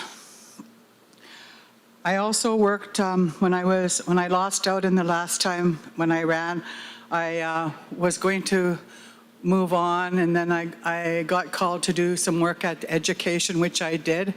After that, I remained in the community and worked in COVID. Somebody called me up to work in COVID, and I jumped at the opportunity to work for our community, to do the hard work. None of us knew what was going on or anything like that, but as a healthcare practitioner, I was willing to help out in a community. Okay. I also, then I went to work with the health division, which seems to be so under criticism at this time. But I'll tell you, the truth about healthcare is that it's in rough shape across this country. We are short of physicians and nurses everywhere, all across this country. Fortunately for Norway House Cree Nation, we have never had to shut the emergency room down. At the very last minute, the leadership was able to get the doctors to come in and provide the service, along with emergency services workers to make sure that that emergency room was open. Yes, we do need improvement. Yes, we need better care, because we are all entitled to have that standardized, dignified care. We need early intervention. And by doing that, by getting to that point, we need people who are willing to invest in themselves, their families, through education opportunities, to become those specialists. We're lucky we have some people in medical school. We've got some nurses that are graduating. We've got a DPN program here. We've got healthcare graduates. We've got union contracts that protect those individuals, that give them good, solid wages. In the Cree Nation, we're not able to do that because we don't have the funds to be able to do that, except for the nurses in their unionized environment. Okay.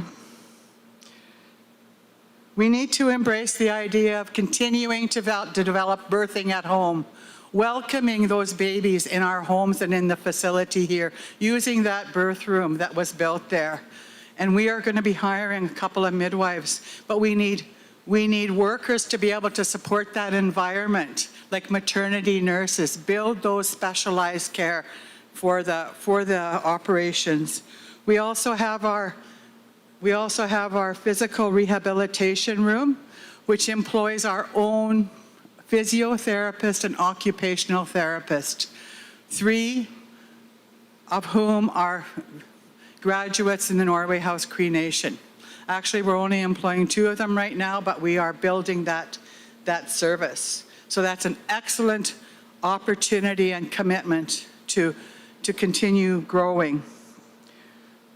We need to expand our technology in healthcare to provide services that can be done using the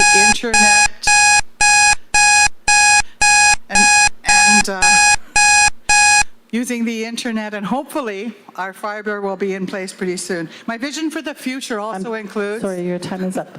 Okay. I apologize. In closing, I wish everyone all the best in this, and if you have the honor of sitting at Chief and Council table, it is vital that you work together as a team. Vital that you stay committed to working as a team. Egwese.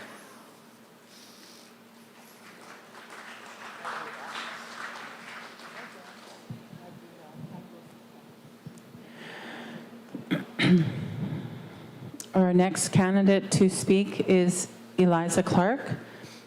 Eliza Clark has sent her regrets, so we'll move on to the next candidate, Lisa Clark.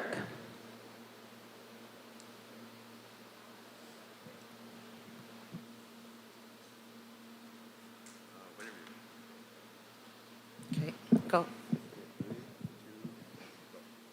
Dance. I am Lisa Clark, and I'd first like to acknowledge Creator for allowing us to be here today, and my nominator, Lucy Folster, and seconder, Gary Scribe, for having faith in me. For those who gave me life, my parents, the late William Bagoose Clark Jr. and Mona Clark, formerly Apatagen. I come from the Clark, Whiskey Jack, Swanson, Apatagen, and Walker families. I am a single mother of 16-year-old Gabriel and 11-year-old twins, Nipin and Sigwan. I left Guinness-L CP when I graduated when I was 16 years old and returned home to work throughout my post-secondary education, where I obtained my Bachelor of Science in Biology with a minor in Chemistry and my Bachelor of Arts in Psychology from the University of Winnipeg. I also have training in project management, change management, and health resource management. My passion is in mental health and education, saving our ecosystems and working with elders and youth, our children that so critically need us now more than ever. I seek to help make Norway House Cree Nation a safe and healthy place to live again, and to use my determination, experience, and education to do so. I think in holistic terms and have put my platform into a graphic that I will continue to populate as I move forward with engagement with our nation. I don't think any of these areas that I have mapped out are above any other. I feel that they intertwine and they are woven together, as all of our programs and services should be. Silos approach is programs operating independently of each other and failing to collaborate with others. Efforts are duplicated or are not even there and are being missed, resulting in inefficient communication, data with holes in it, and we need to stop this and figure out how to think outside the box and make all of Norway House Cree Nation programs and services work together before we continue to work further with anyone else. In the middle of the model, we have the 4 circles governing and guiding chief and council. These circles are the elders, the language keepers, the youth, and the water and land keepers. We all have a voice and will be represented by those 4 circles. The hunters and trappers are what bring us the most rich of resources, food harvested from the land to keep us strong and healthy. The water and land keepers protecting what we need as the most critical of resources. Water gives us life.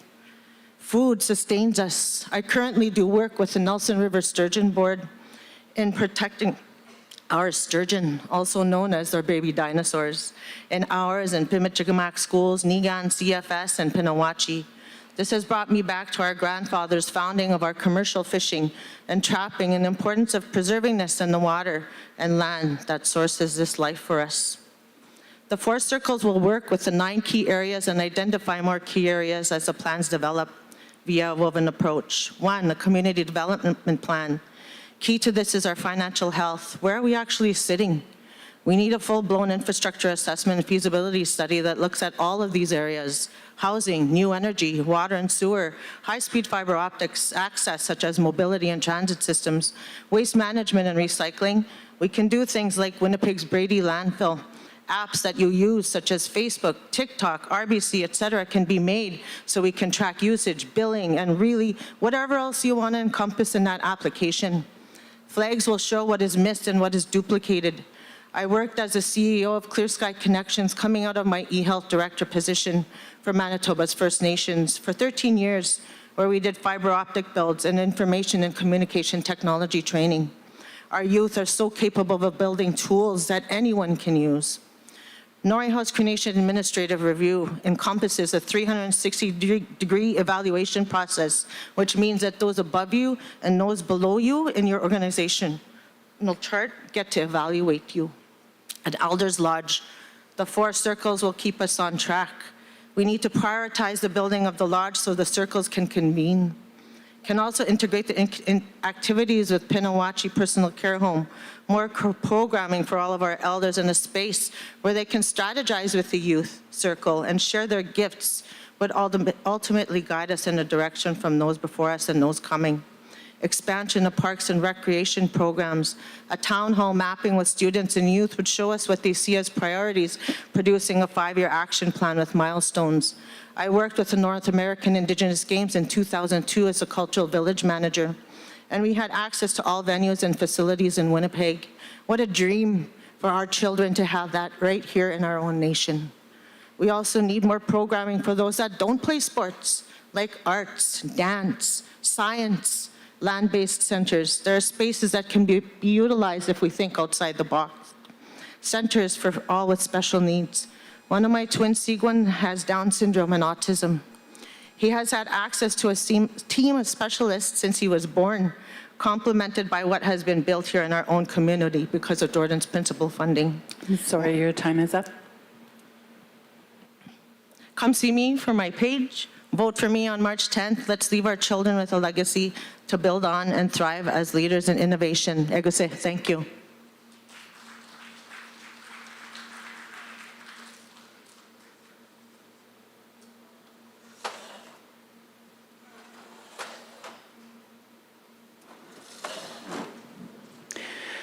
Our next candidate to speak is Sandra Clark.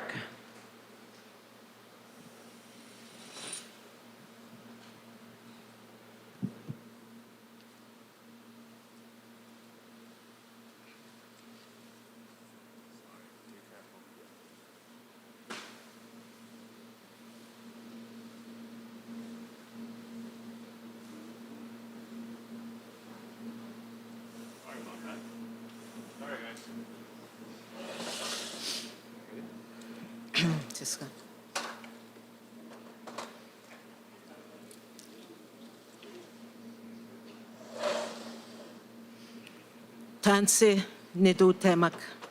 Greetings to all Norway House Cree Nation members. First of all, I'd like to thank God, our Creator, for giving us another day. I would also like to send my condolences to the bereaved families who laid their loved ones to rest today. My name is Sandra Clark, daughter of the late Frank and Eleanor Kiam. My parents raised me to be kind, considerate, and respectful with a strong work ethic. Many of the elders that are still alive knew my parents. My mother was a handicraft woman, seamstress, entrepreneur, and one of the 12 council members in a time where 12 were present. She did a lot for our community. My dad, Frank, was a fisherman and trapper. He knew the rivers and the lakes of Norway House because that's how he made his livelihood. My parents were my role models, and I continue to follow their teachings. I am currently employed with Kiniseo CP, Ministry Agency, as the Family Enhancement Coordinator. My career of over 25 years as an Aboriginal social worker within our community has had its shares of challenges, but also rewards. It's been with great honor and humility that I stand before you as councillor candidate for the 2026 elections. I thank my nominators, Olga Muswagon and Iris Apatagen, for believing in me. I take great honor in accepting this nomination. We need leaders to be present in the lives of our children, our youth, our adults, elders, and community. We need leaders to listen to the people and to go sit down with them in their homes. We need leaders to tell what their plans are for the community, and most importantly, follow through. We need to see where the money is going each month. We need leaders to be compassionate about the people and help them with their struggles. As a proud Norway House Cree Nation Band member, I strive to be the leader for you. If elected, I will work on improving the quality of life for Norway House Cree Nation Band members by advocating and ensuring your voices are heard and shared. I will advocate and work for the changes you seek, and I will ensure your voice is heard and shared. We all deserve to have a voice and to be heard.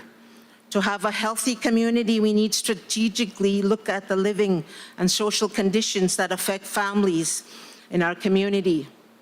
Ensure growing families are appropriately housed in spacious homes as possible.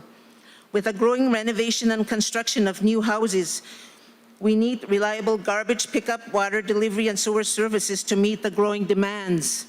Explore the development of water and sewer infrastructure. Develop a public transportation system for work, grocery shopping, and other business. Explore the implementation of a patient advocate in Norway House. Creation of a second nursing home for people who are incapacitated. Weekly elder activities and events, elder support and advocacy services, food services for elders. Create a youth crisis stabilization unit where youth in crisis can reach a state of minoyawin. Wraparound circle of care support for people struggling with addictions, prevention, intervention, treatment, programming, and aftercare holistic services. Continue to build homes to crucial homelessness. Keep our children, youth, adults active and healthy by providing them with opportunities to gather and be part of the community. We need other activities such as clubs, land-based activities, education opportunities and events for healthy creative expression, consistent updates, consultation, and explanation on the work that is being done by Chief and Council. Soup kitchen for people to gather, visit, and get a meal and feel connected to the community. Food sovereignty and food security, grow our own food, hunt and gather wild food for sustenance, create a storage place for incoming food from Manitoba Harvest and wild food harvesters, revisit having Mission Island Daycare Center brought up to code, better support systems for medical conditions such as mental health, dialysis, stroke, cancer, diabetic, and palliative care patients. Your time is up. I'm here today to ask for your vote on March 10th. Egosane, kinanas komitinao, kagido tawiek. Thank you.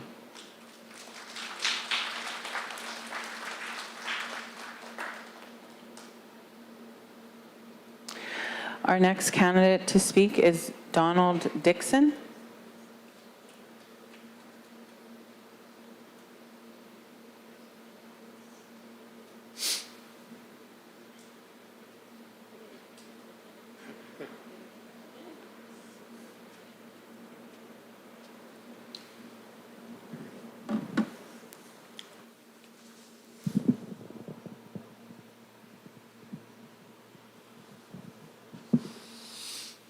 Yep. Thanks. My name is Donald Dixon, and I'm running for councillor, one of the candidates running for councillor. Before I start, I'd like to thank for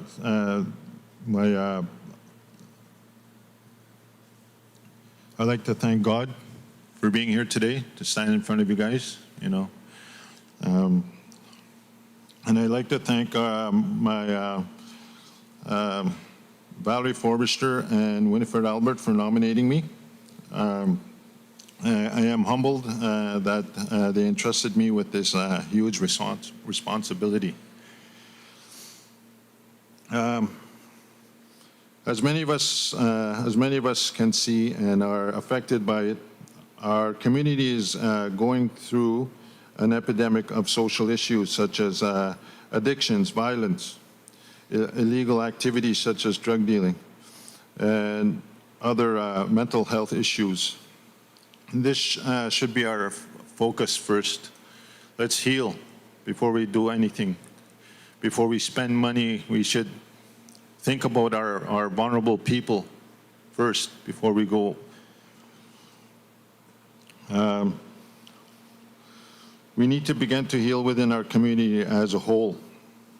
The reality is, oh, I forgot my glasses.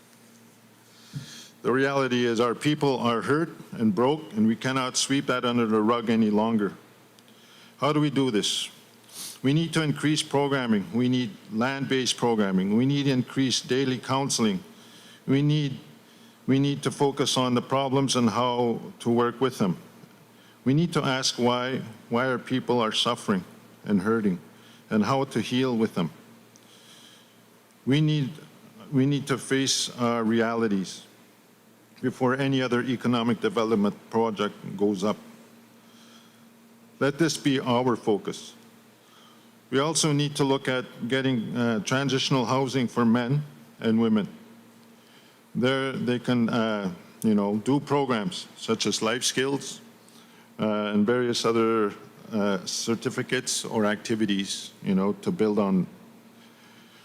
The next issue I would like to talk about is housing, because it relates to these, and we need homes.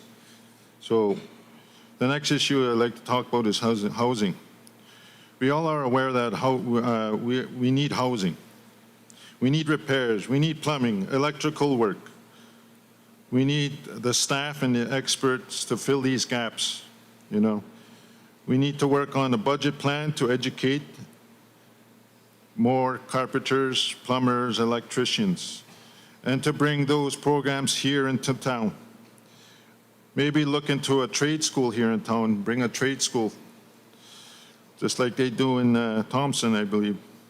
I will also look into a home ownership program, and we need to consider our teachers and off-reserve members who want to own their own homes in our community, because their vote counts and their vote gets you guys in. Remember that. Don't forget about them. Off-reserve votes matter too. They also need help with their homes and social issues as well. We need to get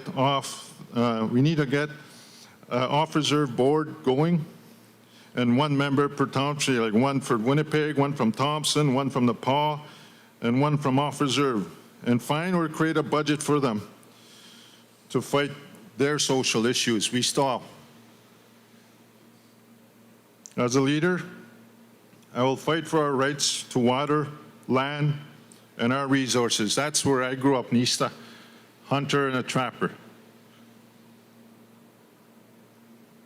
As a leader, I want there to be transparency in all matters, especially finances. I will also work hard to empower you, the people of Norway House, and you have the right to know what is going on every day if you want to know. And I'll end out with a note an elder gave me.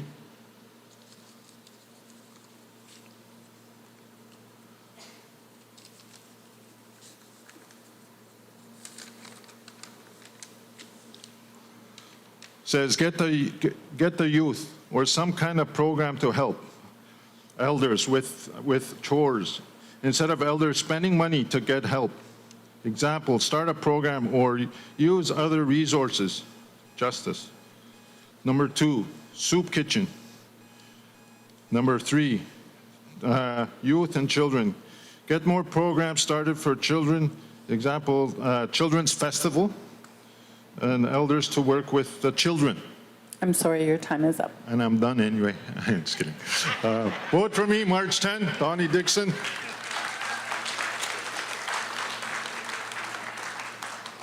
Thank you. Our next candidate to speak is Tyler Duncan. It was suggested that maybe I could just pipe in a warning, if 30-second warning. I'll stay within time. Okay.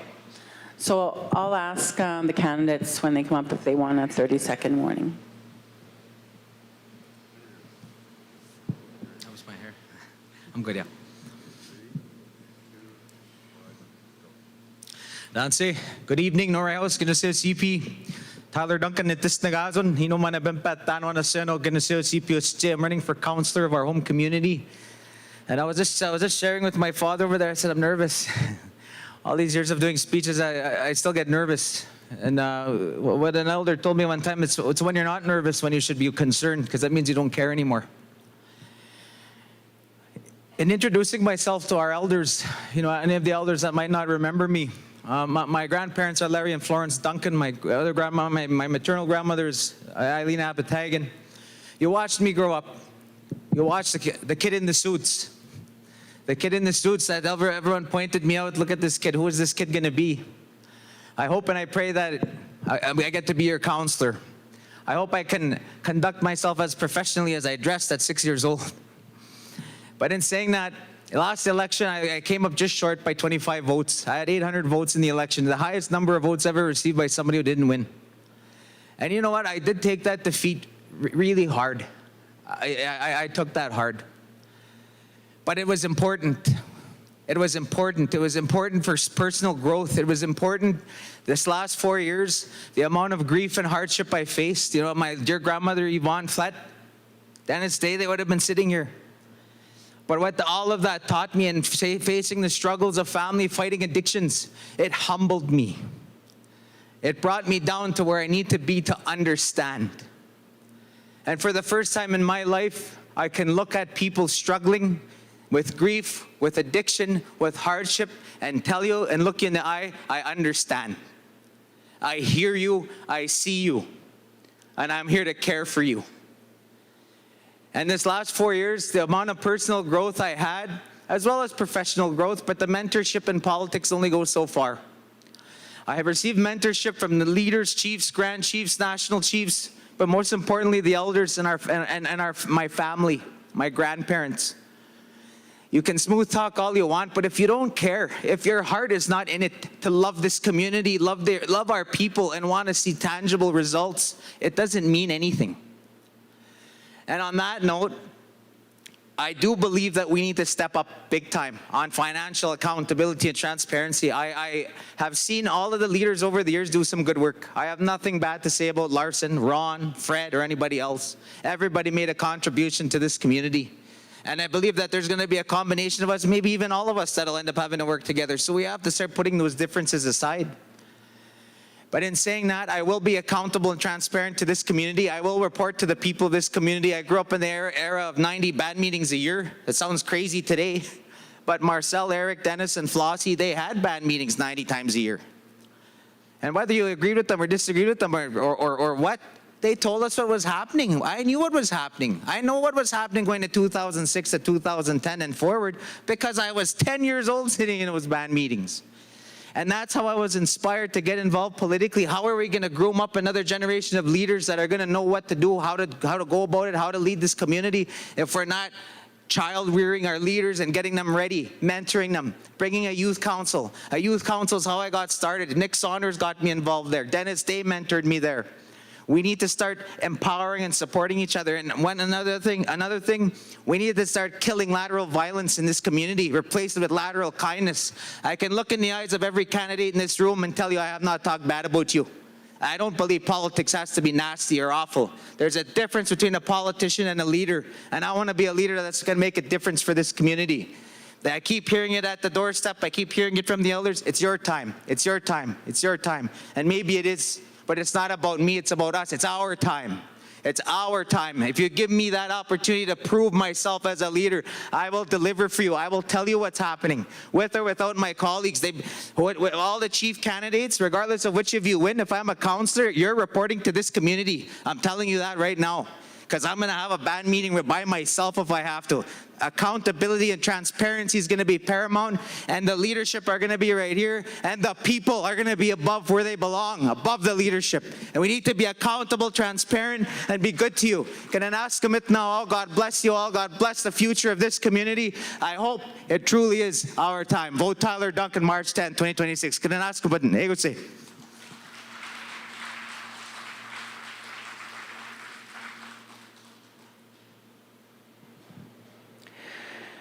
Thank you. Our next candidate to speak is Kathleen Edwacapo.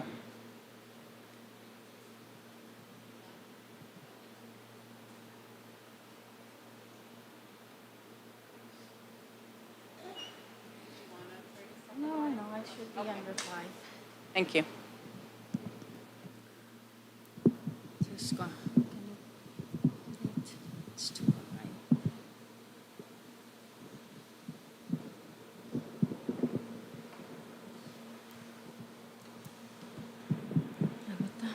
Is that good? Can you hear me?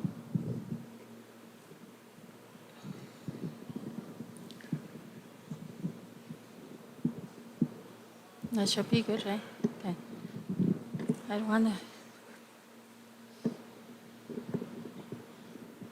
That's good. Yeah. 3, 2, 1. First of all, I'd like to thank my nominator, Elder Marianne Folster, and my seconder, Alfred Laugher. Tansi, good evening to our elders, our youth, our families, and every member of our community. I greet you with respect and gratitude. Kathleen Edwacapo, I am a fluent Cree speaker. I was born and raised in Norway House, Cree Nation, where I have lived most of my life. My husband Charlie and I have been married for 39 years. We are blessed with 2 sons and 8 grandchildren. Family and community are the heart of everything I do. I am a proud graduate of Norway House High School. I went on to earn a Bachelor of Arts degree from Brandon University in 1997, also a Bachelor of Social Work degree from University of Manitoba in 2006.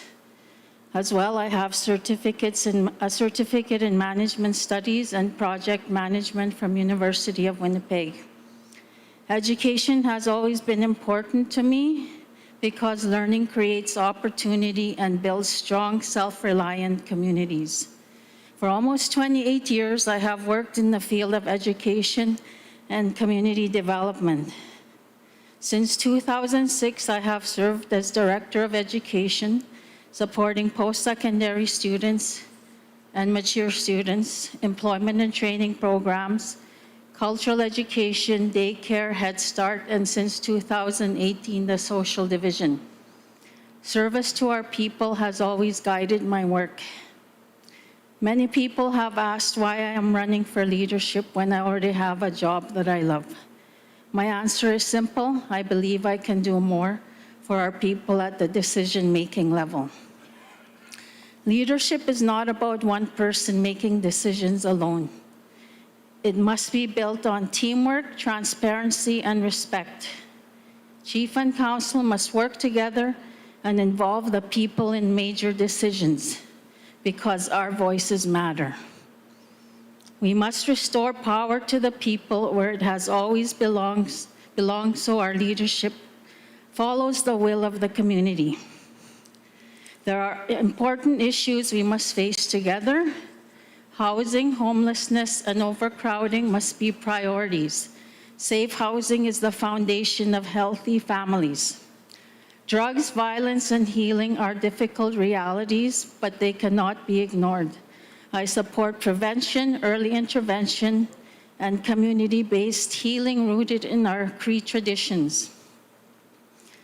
Violence against women has gone on for far too long. Education and awareness, especially teaching our young people about healthy relationships, can help break that cycle.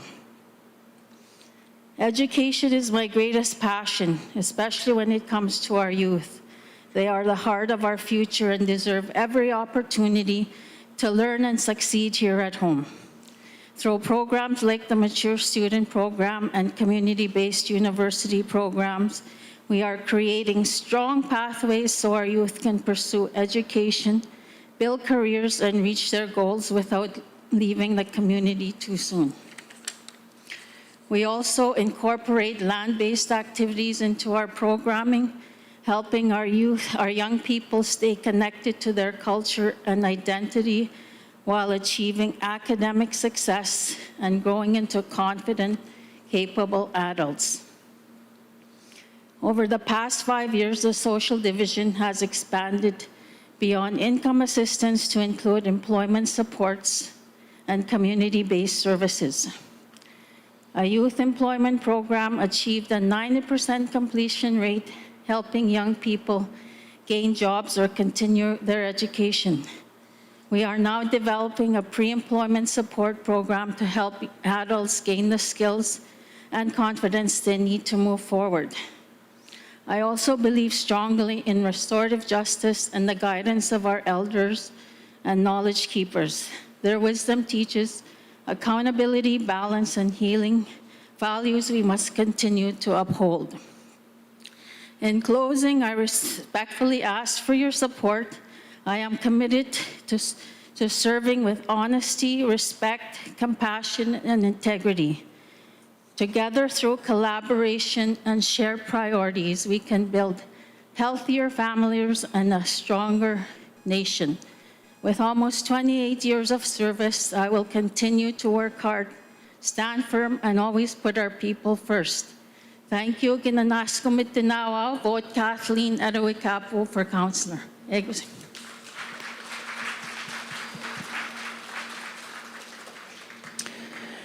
Thank you. Our next candidate, Warren Edwacapo, sends his regrets. We'll move on to Tim Folster.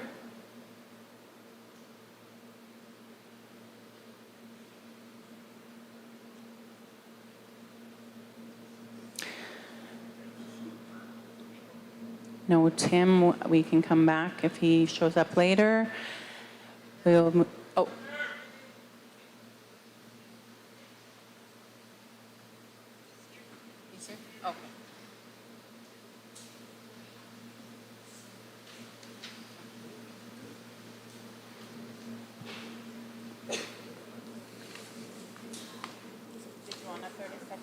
That's okay. Everybody ready? 3, 2, 1, go. Good evening, elders, community members, and my relatives. My name is Tim Folster. I stand before you as someone who deeply loves Norway House. I remember this past May when the wildfire was threatening our neighbors in Pimicikamak. They came here because it was our community, our people on the ground, who opened up their homes to help one another. It was devastating to see our neighbors in so much distress. Here in the multiplex, most of them with just a backpack, there is no doubt that we can agree that that was a crisis. I was there on the ground with just a small team of 3 young people where we worked day in and day out to make sure our neighbors got to safety. In that 1 week, we helped move 2,000 people with no training or heads up or nothing. But we did it because Norway House stepped up and made sure that our own were taken care of. That is the kind of commitment you will get from me. If I am elected, I will bring that same work ethic, that same heart, and that same determination to fight for our people. I mention this because today, our people in Norway House are living in a crisis as well.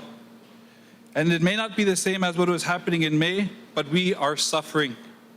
Our leadership and the systems that operate within Norway House are not helping our people in the way that they should. Every single day, somebody is struggling with their mental health, with their addictions, or with their overall general health. We ask questions and we're told that we are ungrateful. We push for consultation on this mining project and we're told that it's here to stay. Our land and our water and our animals are more important than any cent that comes from any corporation. We have doctors quitting because this very system I describe only benefits the elite few. We have talented, gifted, and educated Norway House band members who are turned away because they don't align with certain beliefs. The reality is, this isn't working anymore. This has to change. We have to learn to work together even when we don't see eye to eye. And you want to know why? Because our children, our grandchildren are watching us. We are setting the example for what they will see when they grow up. But it is all of our people, every single one of us, that deserves leadership that listens. Leadership that's on the ground, every day connecting with our people and hearing you. Genuinely hearing you. Leadership you can see doing the hard work that keeps our nation running. Leadership that is transparent. And that's what this election is all about. Right now, the needs of right now and the needs of today, this very second. What do you see out there? For me, I see that our young people are living real battles today. They need safety, they need community, and they need love. You know, a lot of people tell me I am too young. How are you going to do that, Tim? You're too inexperienced. And you know what? I am young, but I am a young leader. But I am doing the work every single day to help heal our nation. I understand the realities of our people are facing because I live them as well. And I stand here today because I carry something powerful in my heart. I carry a dream. I have a dream that our children will not grow up in survival mode, but in love and in safety. I have a dream that our families can gather without the shadow of drugs and addictions tearing us apart. I have a dream that the foundation of who we are as Niniwak will be built on respect, just like the old ways. I have a dream of a community where our young people are mentored and prepared to step into all of these roles that keep our community going. I have a dream that we can rise together as one community, not divided by politics or fear, united even when we don't agree. I have a dream that every voice matters, that every concern is heard, that no one feels invisible or punished for speaking their own mind. I have a dream that our community moves forward, walking proudly towards prosperity, prosperity in health, in opportunity, and in love and happiness. I am a voice for the youth because we need them to be listened to. We will have a youth council, we will have a voice, and we will be heard. And I believe with everything in me and inside my heart that we can build that future together, that we can unite even in our difference of beliefs, and that we can move forward, but we have to do it together as one, and especially as a nation. Ego sa taban na kumit now, vote Tim Folster, March 10, 2026.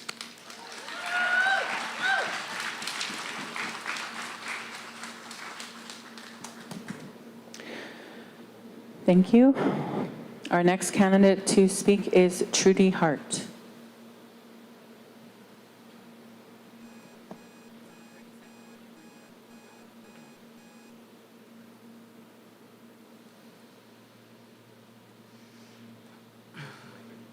I think it's good. Yeah.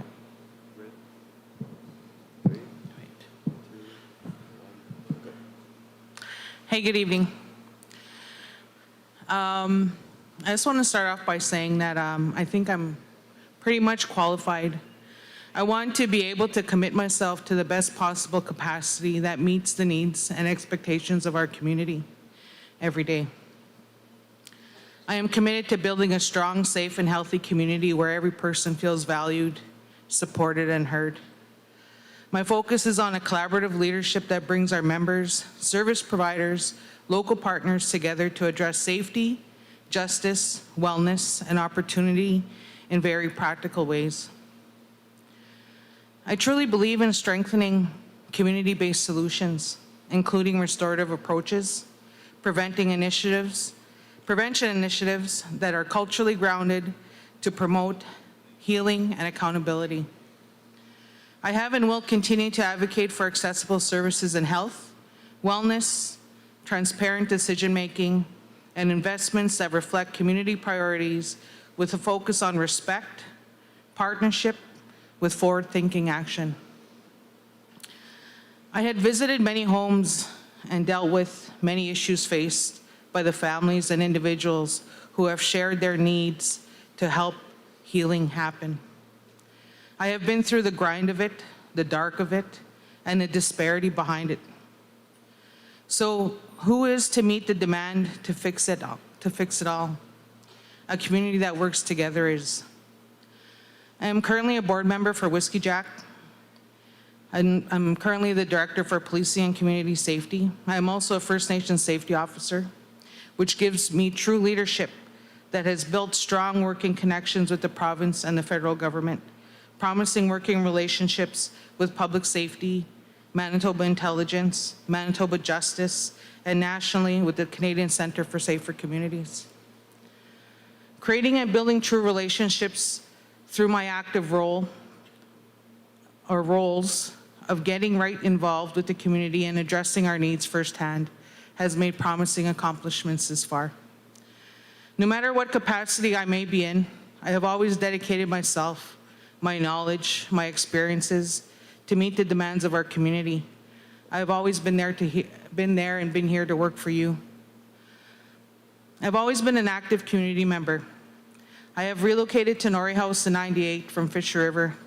My mother is late Alice Hart, who's the daughter of Moses and Selina Apatagen. My education includes a master's certificate in project management, recreational leadership, First Nations Community Wellness, Life Skills, and Level 1 First Nations Safety Officer, and a Level 3 in Safety Officer Administration. I have much proven success in sourcing and securing funding through submission of grants and proposals, creating necessary assistance for programming and recruitment for staffing to meet the demands of our community progress and development. Community growth happens through relationships. Positive change happens through positive relationships. You see children play in laughter, positively building their friendships with no regard to any negativity. And that's exactly what we should be doing as adults and as employees and as service providers. Across this country, we are gathering to explore our rights. Students, legislative employees, and chief and councils are challenging ways on how we can positively evolve in our own way. Nationally, we are deepening our commitments to empathy, cultural understanding, and each of these efforts are building connections, building relationships together. We contribute to systems that are more informed, more inclusive, and more responsive to our community, our realities. And we always ask, what is sovereignty? What is self-governance? It's exactly how well we are succeeding and the direction we are heading. This is our success. Progress begins with success to our position. Through reports, through data collection, through meetings and gatherings, through hosting to these discussions of our positions, builds access to relationship that builds trust. And the trust builds partnership. And partnership that creates a steady, stable, collaborative effort to building outcomes to our community.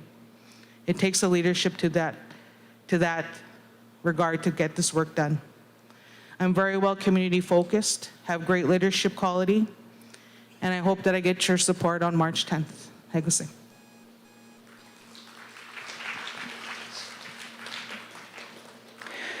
Thank you. Our next candidate to speak is John L. Henry.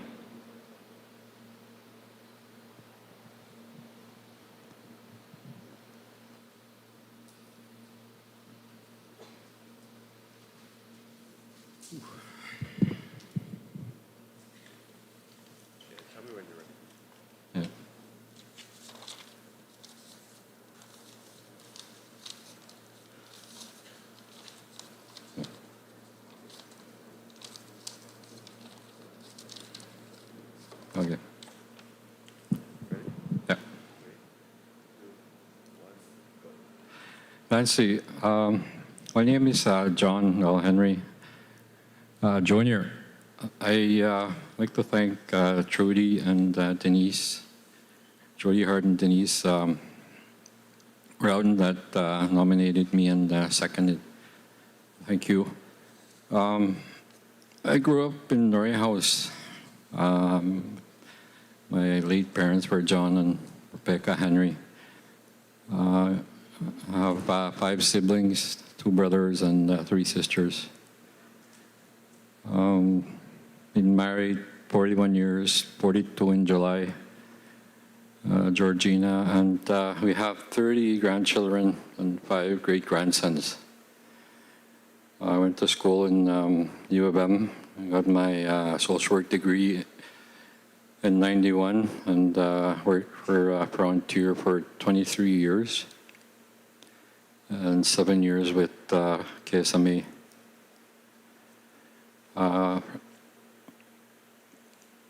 Also, I've been volunteer in minor hockey and the league baseball since 1991 to 2018 at Tige.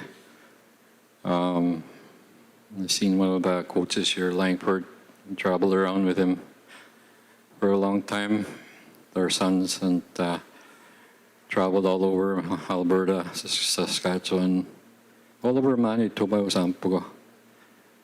And you get to know these the kids, you sleep with them in their room, watch over them every trip. A little bit of your job, to watch the children, make sure, bring them back home safe. And I really enjoyed the times that we traveled with the youth, LSP. I think those were the most joyful that time. Nisotinye, watching them grow into adulthoods and, you know, having their own children we saw. My portfolio in housing, it's really hard when the government only gives you funding for 12 homes per year for a new house, and the waiting list for new houses is 700, Bahamas is 700 something. And then the renovations, repairs, same thing, you're only given up to 12, 13 homes per year. And renovation, the waiting list is 500 homes. So you do the math, and it really, we have to start making our own money. One of them is the new store. I think that's only 12 modulars put together. No, 6 right now. And we're waiting for 16 Baham to come in. That's going to be our own store. All the proceeds, it's going to stay in our community. It's not going to go out. It's going to stay. And then it's going to go towards the youth programming. So I'm really happy for that. We also have a new housing authority board of directors. And they are Johnny Gore, Sandra Clark, Karen Ross, Constant, Gerald Keeper, Ida Muskego, Corianne Folster, have a elder Kathy Wienusk. Our building is almost done. That's the late Myrtle Muskego's church. So I think just the plumbing and I think the electrical is all done already. There's going to be six offices and a big boardroom. And we have the funding already for a social worker, admin, and 3 office staff. All the applications will be reviewed by this staff, I guess. Sorry. But it's been really hard. I have a list here of 46 homes that we shut down from drug dealers. Like I said, I worked with Trudy and her team. The last home we went to, I think there was 19 young people that came out of that home, right, Trudy? And, you know, it was the parents, the grandparents that asked us to shut this home down. But realistically, you know, the 4 of them, I believe, came to help. And I had a couple of phone calls. You know, out of these 46, I think 6 families were homeless because of addictions. We give them a Sorry, your chance. time is up. Okay, sorry. But like I said, there's other points that I wanted to bring forward. But on March 10th, please vote for John. And I'd like to thank all the candidates that came up here. It's not easy.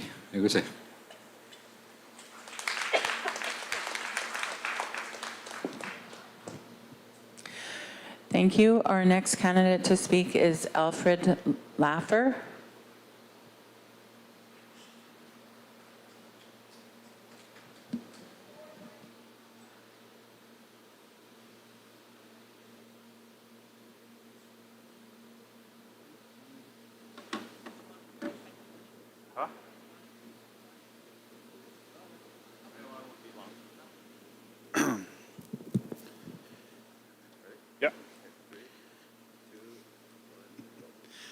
Good evening, everyone. My name is Alfred Laugher, and I stand here today requesting for your support in this upcoming election. For those that don't know me, my mom is Iona Laugher, and my father is Norman Apatagen Jr. My late grandparents were Roxy and Charlie Laugher, and on my dad's side was the late Norman and Betsy Apatagen. You know, I had a whole format here, and there's only 5 minutes to share. I just wanted to come here and humbly and to tell you that, you know, we've been working so hard for Norway House. You know, we've been working in the shadows. We've been working late at night. And we know the community needs need to improve. We need to deliver more services. I had an opportunity to be hired with Norway House Cree Nation just over 3 years ago. And I was asked to come and observe and to learn and to be mentored under our housing program. And it was obvious that the community was in despair, need of help. You know, there's a lot of hidden homelessness in Norway House. There's broken homes, broken families. And I do commend everyone for coming up here and for sharing and their visions. And, you know, and I pray that you will carry those through. And whoever has that leadership role is to work with your team, to be humble, to be open-minded. One thing that I would like to see, you know, if elected, is to focus on the ones that are carrying out these services, and that's our staff. We have a lot of staff burnout.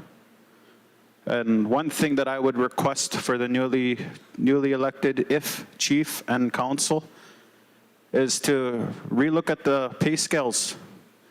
Our people are working hard, but they're not being paid enough. And I'm sorry to say that, but we need to take care of our people. We need to build our people. And I just ask that, you know, graciously, is please look at the pay scales, because they're the ones that are driving those water sewer trucks, spending 10, 12 hours away from their families.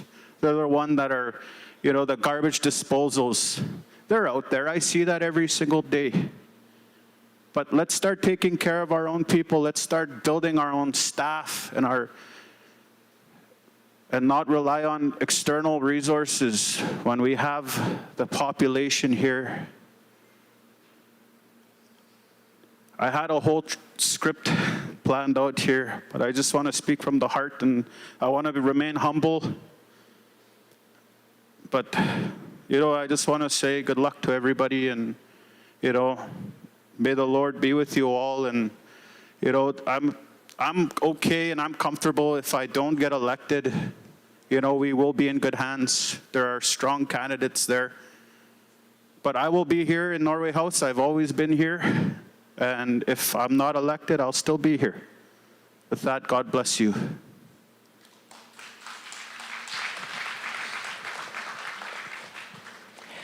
Thank you. Our next candidate to speak is Christina Mitchell.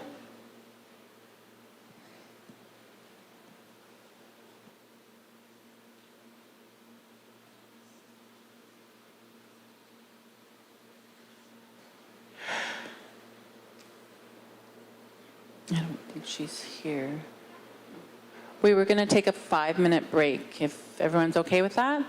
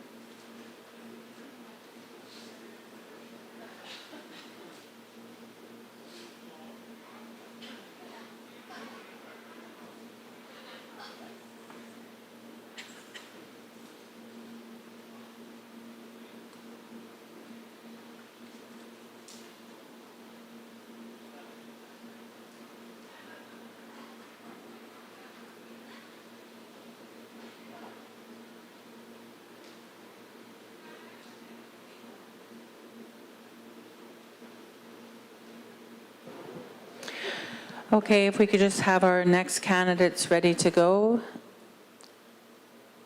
In order, it will be Christina Mitchell, Henry Moore, and Fred Muskego for the first three.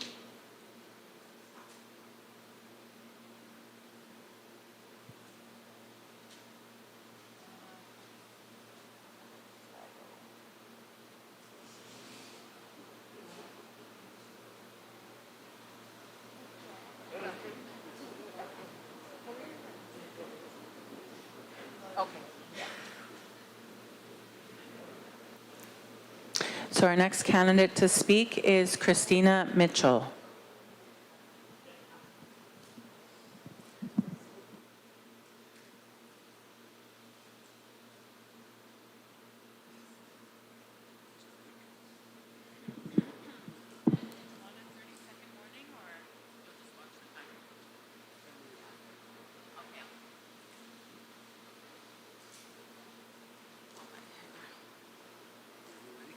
Wait, not yet.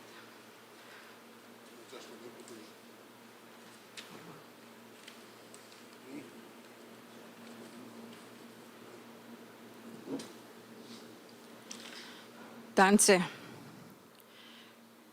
Kita tamiskad na wow. Ninas kumaw gaseman tu. Tagipe ayamitagok. Christina Mitchell Poker nitis nagason. I am honored to be one of your councilor candidates. I thank my nominators, Dorothy Johnston and Virginia Muswagon, for entrusting me to be one of your councilor candidates. Education and leadership is very important to have when you want to be a leader of a community. I am educated and experienced in the area of leadership. Being educated in leadership will help guide me to follow a standard code of ethics, grounded in strong foundational principles, moral standards, and respectful behavior for members, to ensure that I act with integrity, accountability, which includes transparency, honesty, and to act and make informed decisions for the best interest for our people.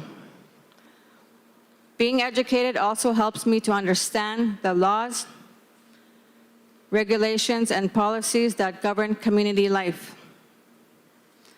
This is important for ensuring that decisions are legally sound and align with the best interests of the members of Norway Cree Nation. Leadership is something that I do not take lightly. I am fully aware that it is a great responsibility, and I am confident and prepared to serve you, along with the elected chief and council members. I am willing to work in unity to serve the needs of our community. I have also been working with and supporting children and youth since I was 16 years old. My first job was with Parks and Recreation. Today, I am 48 years old, and I am still dedicating my time and service to our children and youth as a certified school resource teacher. And I am a board member for KSMA, and I'm in my third term. I will also advocate for the needs of our special needs children and youth and their families. So when I say that I will support the youth in our community, I truly mean it. My commitment to serve our youth will remain strong for the 4-year term. Today, we are faced with an epidemic of alcohol and drug abuse. It's an epidemic because it's increasing so fast that we cannot keep up with providing the services that they need in a timely manner. And I know what it feels like to try your best to support loved ones with their addictions. I've walked with them, talked with them, cried with them, and prayed for them. And I've taken some into my home when they needed a place to stay. I've taken in more people than my 3-bedroom household can hold. It takes love to bring healing for those that are broken. Men, women, elders, and youth are all capable to bring healing. We all need to work together to create healing for our nation. If elected, I will advocate for treatment and detox program services that offers hope and support to those struggling. I will advocate for the inclusion and support of faith-based healing programs, including faith counseling services and Bible camp and land-based programs as part of our broader approach to wellness and community healing. As a leader, I will speak for the people. Everyone has rights, and that's what I will stand for. I will speak for what is right. I will also speak for you at government levels to speak for your needs. Needs for healing, needs of our youth, elders, men, women, education, housing, transportation, emergency services, essential services, medical and health, physical and spiritual well-being, wellness, social and employment services, and more. I would like to help review the current status of our large community programs and work on key areas that need improvement. I would also like to see different program teams in our community to come together to sit at the table so that we will all be informed and all be on the same page. Communication is key in making strong relationships and effective decisions to support the people of our nation. Egose, Nanaskuman, Kadustaweg. On March 10, vote Christina Mitchell Poker for Councilor. God bless you all. Listen to more of my ideas and my vision on my radio ad and also on my brochures. God bless you all.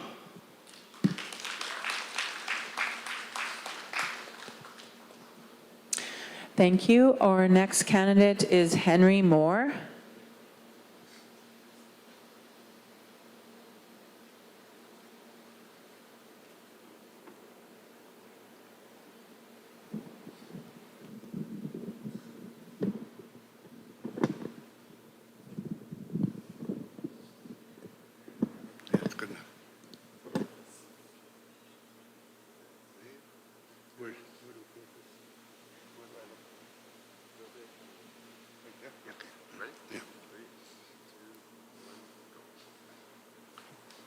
That's it. My name is Henry Moore.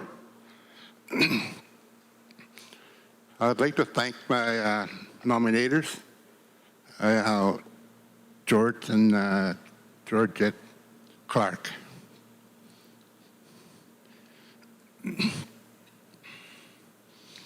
Nistagi on itian, nanaskumun, kinanaskumit na.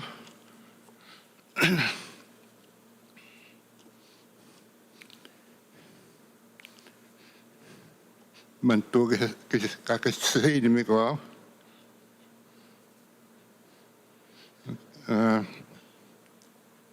I've been married to. I just celebrated my 50th anniversary, my 50th wedding anniversary, just this December. So I've been married for 50 years. And I've worked for the Norway Cree Nation for 38 years.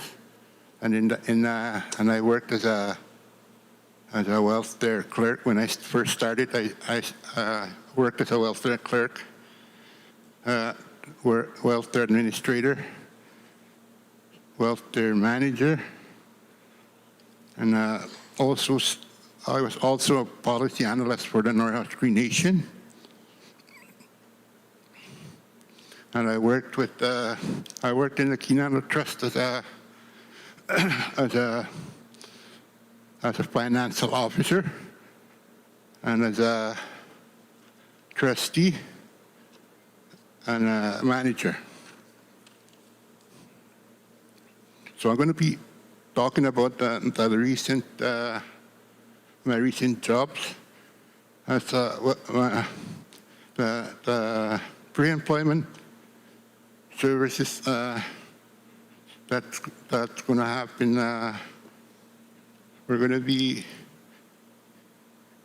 employing 150 clients starting pretty soon, and what we're going to do is these clients will be drug-free. They're going to be drug tested, and they'll be working in different businesses within our house, the stores, and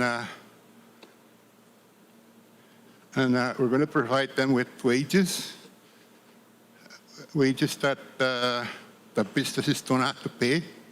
It's going to be, and it will provide them with babysitting and with rights to their place of employment where they work.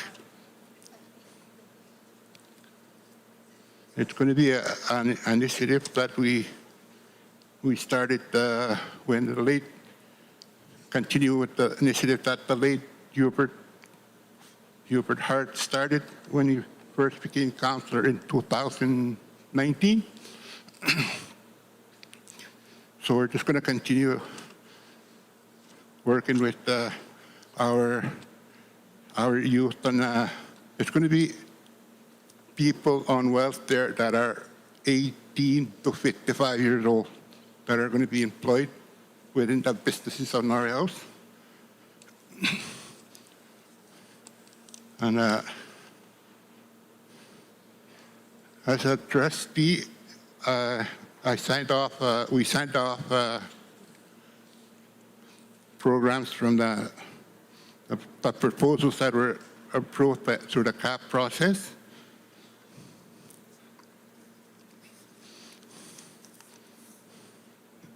Okay.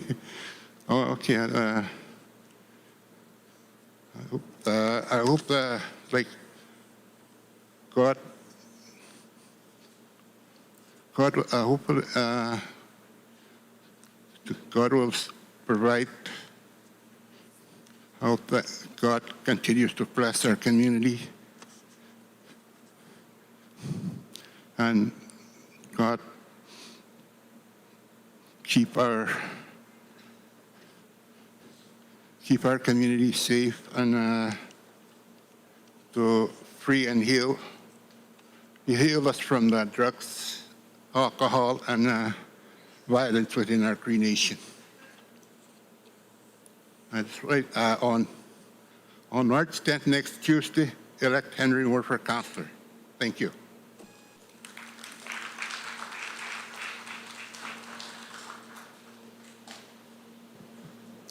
Thank you. Our next candidate to speak is Fred.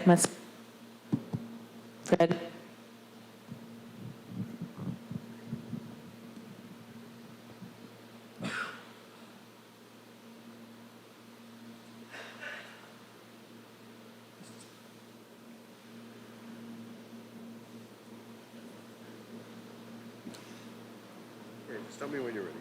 All right, whenever. Okay, just keep it 10, pay attention to your timer. Where's the timer? It'll pop up here. Oh, Okay, you ready? I say. Okay, 3, 2, 1, go. Tanse, Duttemak, Fred Muskego and Disneazen. Greetings to every Norway House member listening here and outside the forum. And I welcome every chief and council candidates. Accountability and transparency. When I ask questions on finances to what was bought, which is accountability, and where did he get the money to start and finish these projects, which is transparency. That's my right and yours as a member. As stated tonight, it is the law to provide these financial information. So when I ask these tough questions, I'm not fighting for recognition. I'm fighting for our rights. I've been posting finances and our debt for the past few weeks. I'm not an accountant, but I ask questions and research about our finances until I understand and I'm comfortable with the numbers. The oath of office says you work for the best interest of Norway House Cree Nation membership, and whoever gets in should honor and respect that commitment. You are committing yourself to do what's best for Norway House with accountability and transparency. If any of the young leaders get into council, ask questions until you are totally satisfied with answers. If anyone tells you to trust them or their financial numbers, red flags should pop up. Remember, trust is not a given. It is earned. When I asked and researched the numbers and notes for 24, 25 audit, the numbers that jump out is the 2 years professional fees, 46 million. These fee expenses are part of the reason we are in a hole. With that kind of money spent on these fees, we should have spent on the following. 1, upgrading water, sewer, garbage services with new equipment. and better wages for local service workers, drivers, plumbers, electricians, PDC and staff, and so on. And also the smell of that lagoon, we should be able to fix that with that money that we just spend on professional fees. 3, finish housing and build new ones. And also health delivery should have no political interference. And we've seen that on Facebook. I totally agree and support detox and healing center. I also totally support a forensic audit so that we all know the truth. My commitment, and I know that most candidates have the same concerns about local issues. If elected along with the Quorum of Council, we will concentrate on fixing the major problems on reserve instead of making outsiders rich and taking our jobs. So, ginanas commit na on March 10th. Nawasuni hekta batan as Ataskata was a councillor. It was Annie.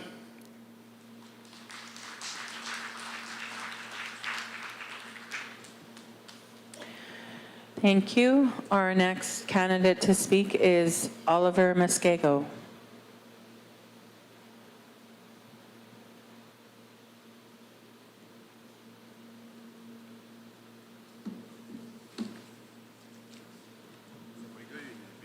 Lower.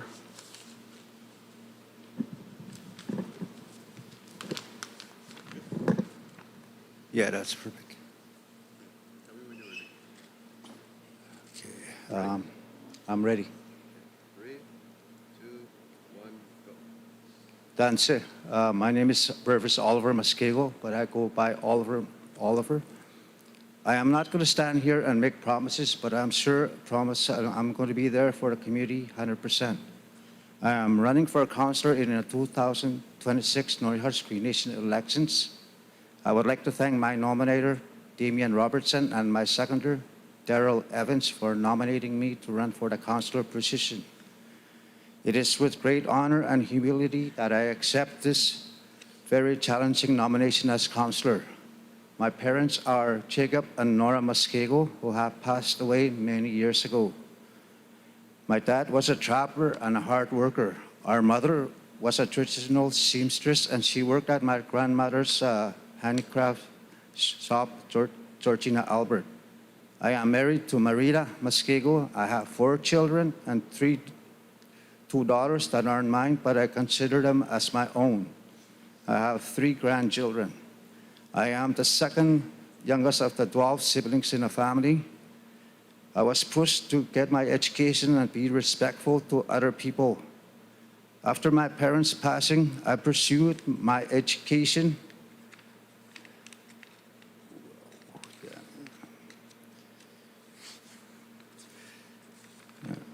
I got my high school diploma. I furthered my education and obtained my certificate in Aboriginal Financial Management, certificate in Entrepreneurial Program Training, Indigenous Human Resources Management Essential Skills, Master's Certificate in Project Management, Igniting the Fire Within, Career and Employment Coaching, and Life Skills Training. I am currently employed as UCN Coordinator at the UCN Norway House Education Regional Center since October 2023. I have worked as administrator, finance personnel, employment and training counselor, supervisor, and manager for Norway Cree Nation. I have worked alongside with excellent team members that have shared their knowledge with me. I was a member in the Youth Council that implemented a court injunction to temporarily stop Chief and Council in the distribution of NFA monies. The injunction completed the vision of the community to construct a multiplex for the youth, adults, and elders to gather and enjoy activities and events. I believe the people of Norway Cree Nation deserve a leadership that is accountable, communicating with honesty, being resourceful, and to inspire their people and workers. Leadership must follow their governance policies and procedures for all band members. All band members should be entitled for band housing. It does not matter if they are working for Frontier School Division or other government agencies. We must help the people whose names that got buried up and that urgently need help with addictions, because the return of their homes is not happening fast enough. We need more funding for better water and sewer services. We need to keep offering educational opportunities and increase student allowances for our students to stay in the community.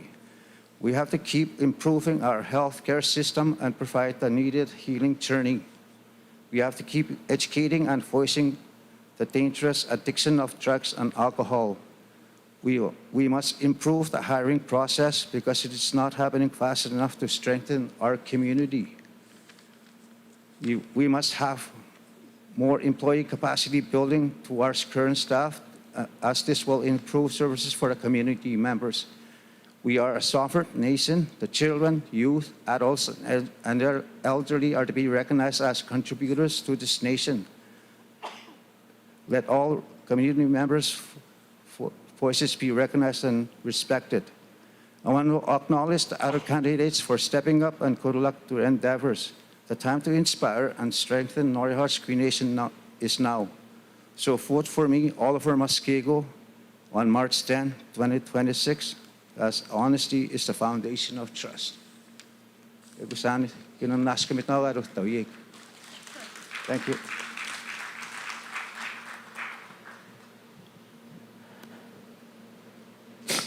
Thank you. Our next candidate, Joan Muswagon, Lisa Muswagon of Send Regrets, is Lucy Muswagon would be our next candidate to speak.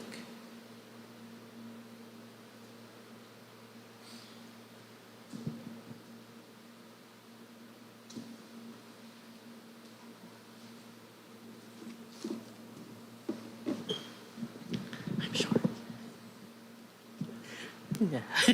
Yeah.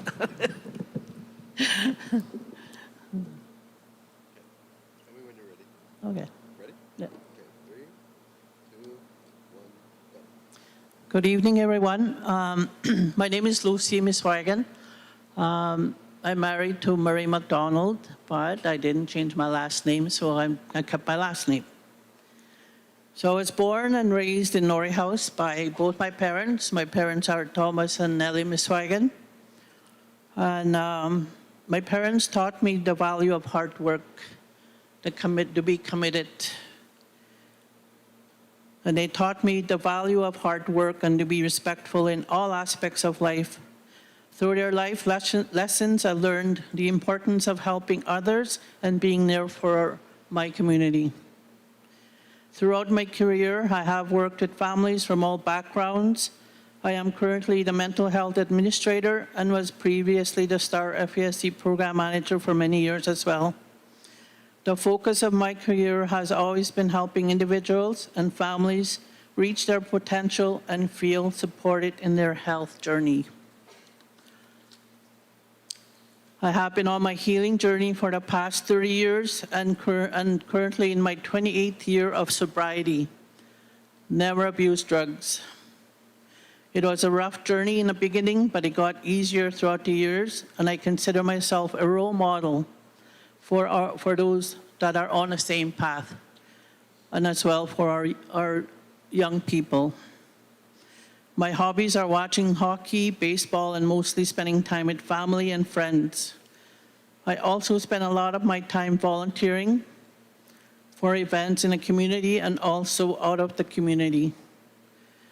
I love watching and taking part in community events and also hosting and coordinating community events. I am very caring and understanding. I am very proud to say that I am a humble, strong First Nations Cree woman. My mission is to bring our community together, improve respectful communication, and with transparency with you, the community. Norway House Cree Nation is a growing community, and we need to work together for our growing population.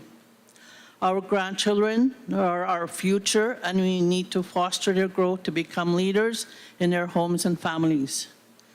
We need to support our adults by providing opportunities for them to live their healthiest lives possible.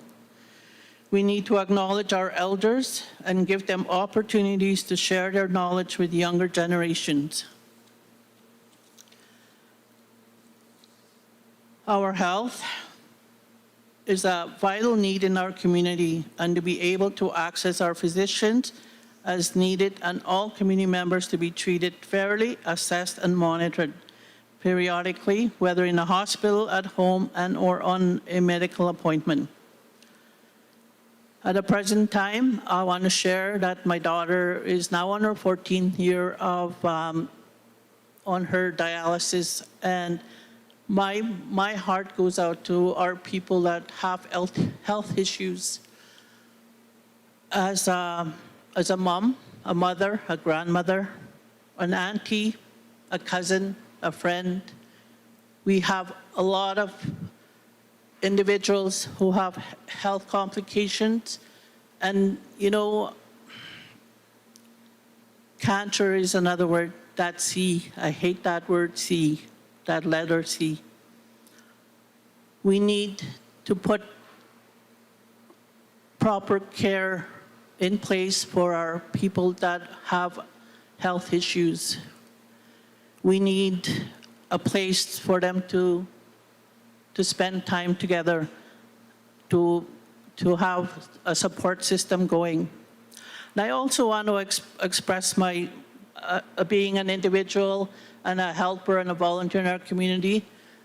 I help out in a lot of,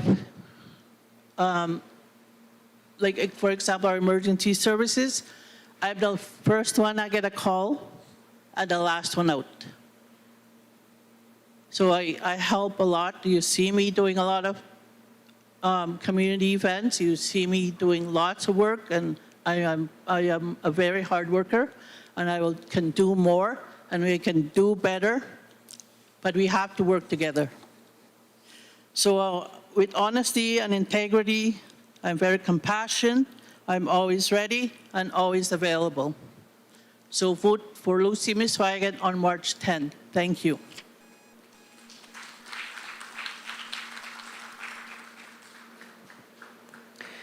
Thank you. Our next candidate to speak is Mike Muswagon.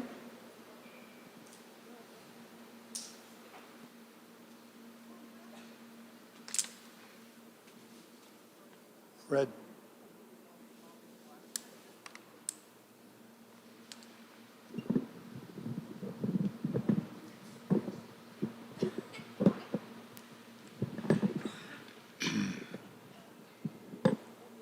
Ooh, that's good. That's good. That's good. Yeah. Where's the minute taker? Okay. Good evening. Sabi Scott na ako kinainwag. Nista ni nas ko mag-semen to tayo. I say pagitin ni sa taano tagabit sa gisigak. I'm a stage 4 cancer survivor, and I always thank the good Lord for giving me the days and for giving me the ability to be here still on God's green earth. I'm a survivor of many things I don't want to get into, but one of the things I want to give thanks to Elder Bob Turner and Chris Crate for nominating me. I've been a council member for our community for better part of 16 years. I know what it takes to be a leader. I have been away for this time. Having been away and looking in terms of what's going on today, I believe that I can have I can contribute to our community more in terms of if people talk about open and transparency, well, then let's all be like that with everything that we do in our lives, in our community, especially in our finances. Nista, I will not stand for anybody who's saying I want us to have the ability to have a say, and I had so many things that but then I think I want to talk to you from what I have and what I can give to my community. I've been a leader, like I said, for many years. One of the things that I see, and I didn't hear one candidate speak about this, is our kids that are going to school, our young ones that are going to school and universities and colleges out there. Because I see this firsthand, is that they're not getting enough. We need to improve on that for them. I see I hear some of our students out there are going to food banks. We should be ashamed of ourselves if our kids are doing that. We're investing on them, and we need to be doing better for them. Kinano, if there's anything that we should do is improve on that, because there are investments for our future going forward. You know, we need to get better in terms of our healthcare services. You know, our mental health. I sit on the board of directors. I sit on the board of trustees for Frontier School. We can't even find a mental health worker to come into our community. So one of the things I said at our board of trustees level, in our area level, is, well, let's start producing these beautiful minds that we're working with. Let's produce them and guide them in a way that they can go get the education to be mental health workers and come back and work with us and help us, you know? We need to be doing more to push our young people. If we don't, well, then we're going to lose ourselves in the long run. One of the things I like to see as well, too, is people talk about land-based training. We got Molson Lake Lodge sitting there. We should do something better about that for land-based training for our communities, for family healing. We need to be seen to do better. Another thing I like to see is the inland communities are talking about trying to build an east side, west side route. We should be front and center on that. But then we should also build that route from Norway House to Popper River. Why can't we not do that? You know, we have to be out there being aggressive in terms of what we want to do as people. Because those roads are going to be built with or without us, but they're going to come through here. So let's be prepared. Let's do something. So we can prepare. Like we talk about economic development. What kind of businesses do you think we can create out of that? And if we can build that road all the way down the east side of Lake Winnipeg, well, let's open up that east side of Lake Winnipeg. You talked about it for many years. I think it's time we do something about it for ourselves. I just drove on that winter route to the emergency trip to Winnipeg. 6 hours it took me from here to Winnipeg. If we did it from Norway House to Fall River that way, I see us going to Winnipeg in 5 hours. Why not? Right? Why not? Why not us? So anyway, on March 10th, there's so many things that we can do better and we should improve more for our lives. So on March 10th, kita na Mike Muswagon. I thank you for your time. To all the candidates, I wish you nothing but the best. You know, the chiefs and the council members. Ask them it now.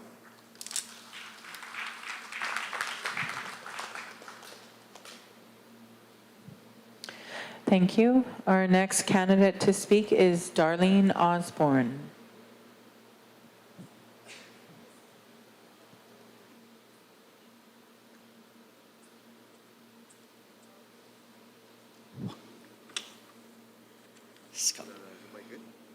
What's that?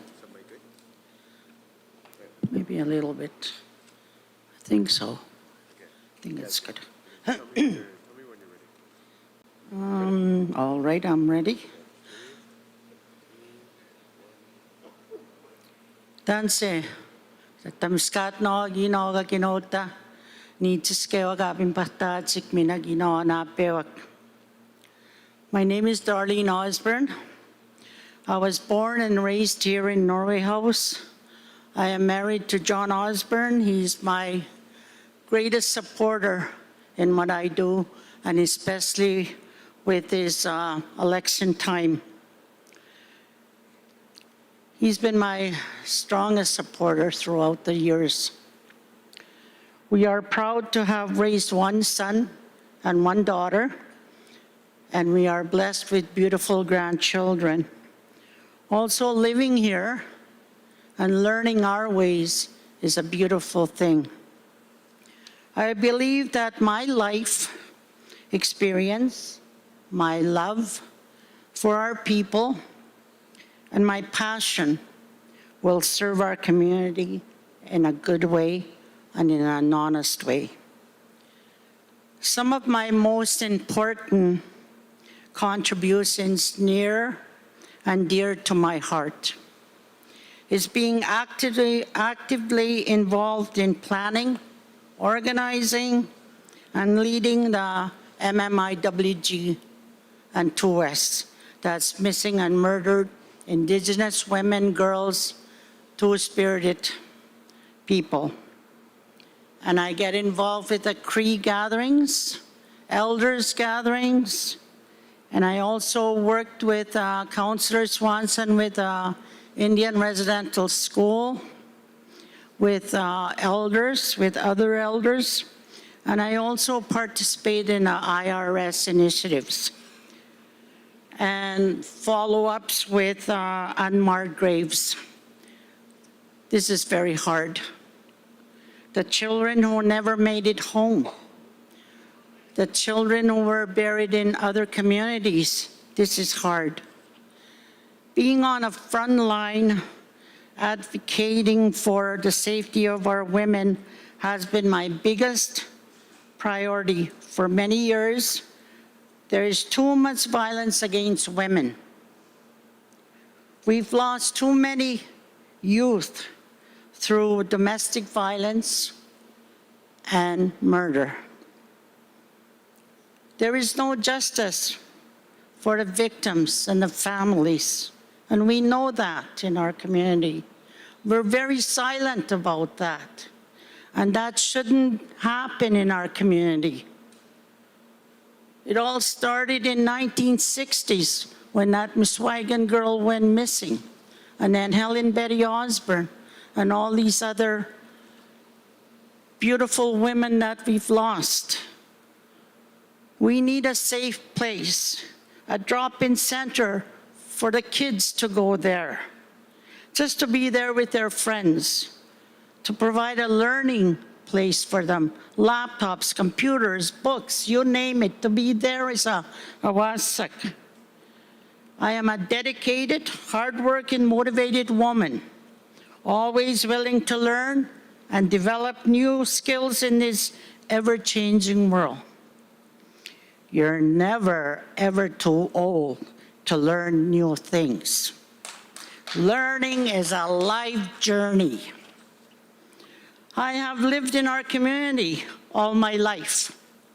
I am aware of the issues and hardships. I see the struggles we still face, and I want to be part of that leadership in order to better our community and enhance our strengths collectively through partnership, through collaboration, through action, and community needs.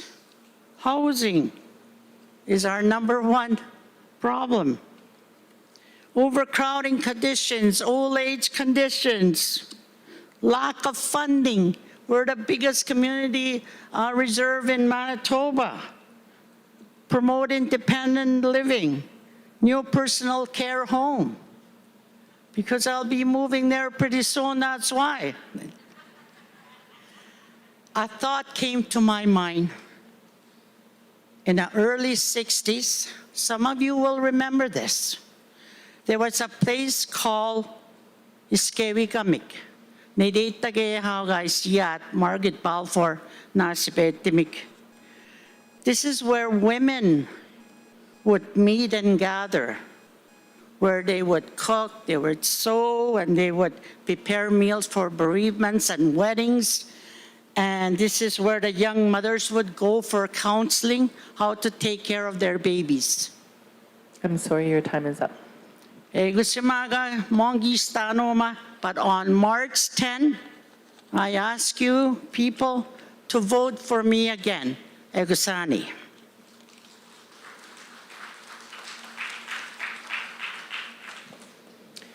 Thank you. Our next candidate is James Queski Capo.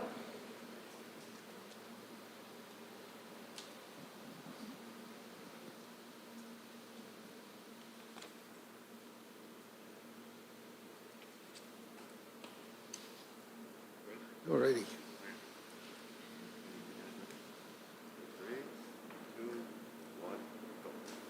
Thank you. Good evening. Nanas ko Diane. James Queski Disneyhazen. Wotandustin, I'm from here, and I grew up here, and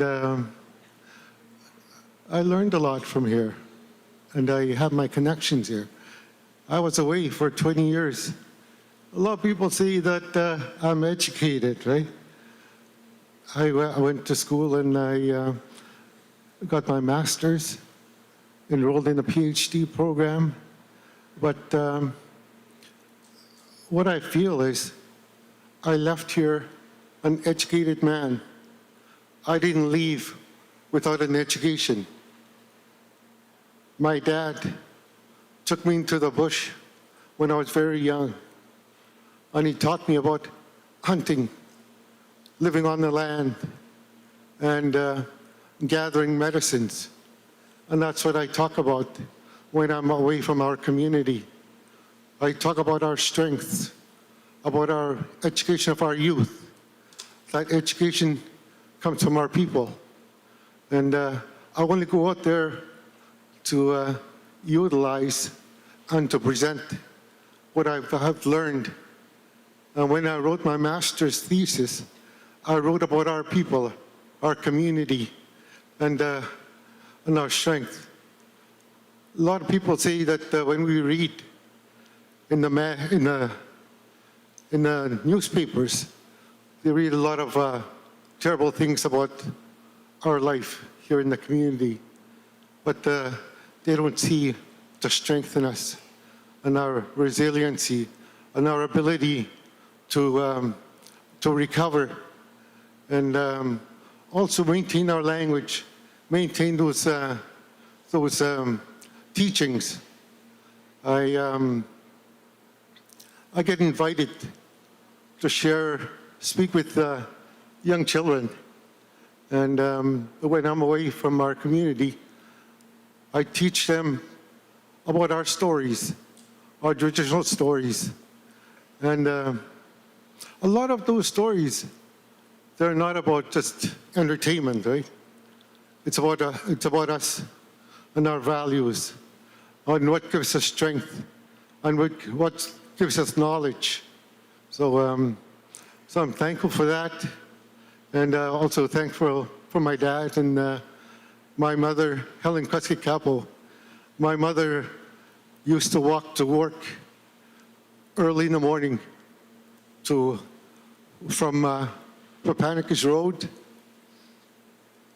to Rossville. I remember her getting up in the morning, and I could hear her getting ready and calling for rides. And sometimes I could hear her say, "Please answer your phone." And it didn't always happen. So, and I always wished when I grew up I could do that for her. And she's always been my strength, my source of inspiration. She was an excellent role model. And like we heard, there's a lot of violence against our women. And that shouldn't be. But that doesn't mean that we can't find hope and a way for the healing. Because that sort of events traumatizes people, and their ability to function as a healthy and very inspiring people affects them. And so with those lessons and also what I've learned, and that's what I bring back. And I hope on March 10th, you'll vote for me, and thank you. But before I close, I'd like to say I work with the Chief and Council here. I work well with them, and I'm really grateful. Acknowledge the chief that was here and former chiefs, councilors. Thank Dave Swanson. Also, some of the work I do, it's actually dependent on the chief and council and their ability to support my work. What I've done is that I've returned in 2023, and I realized I can bring in funding, and so I figured if I can do that outside the community, come back here and do the same. And I've created work for our young people. I'm sorry, your time is up. Okay, thank you. So vote for me. Thank you.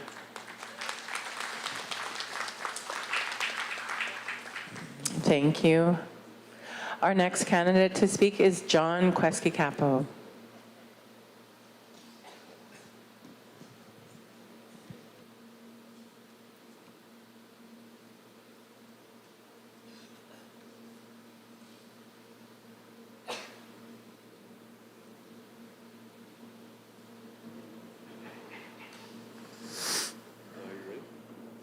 Yeah, so you'll want me in.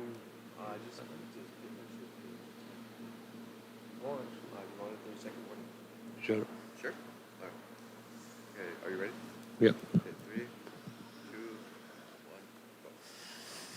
1, go. Danse.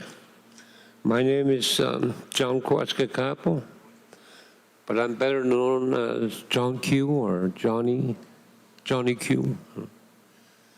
However, my condolences to my friends in Balfour, my good friends in Crates. And the hardest question I had to face when I used to be interviewed, why are you interested in our company? Why am I here? My father was here. He used to be councilor a long time ago.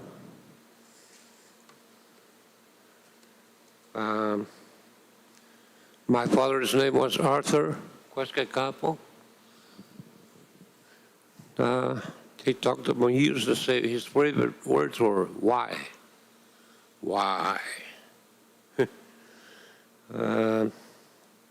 When I go visit my friend there, he knows about my father. And as soon as he sees me coming, he'll say, why? Why? But yeah, drugs are a problem with our community. We all know the high cost of groceries, our mental health and everything else.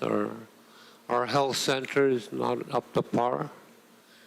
It's more treated as a school, I think, rather than a municipal hospital. I got so much the mind I will definitely look at more deeply. I've been working as an engineer for 40 plus years. I steered away, but I always go back to the field. I really enjoy working there. But I'd like to look at the mine more deeply, how much we're going to be contaminating and how much will it cost to clean up. Stuff like that I would like to look at more.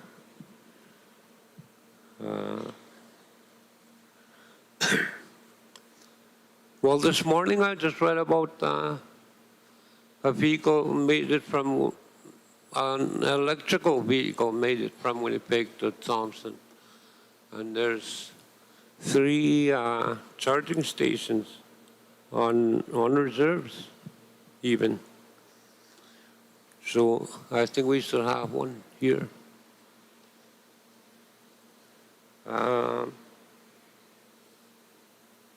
Well, at this time, I'd like to say hi to my sons in Winnipeg.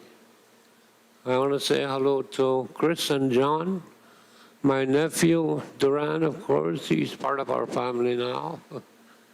Thank you. Thank you for having me. My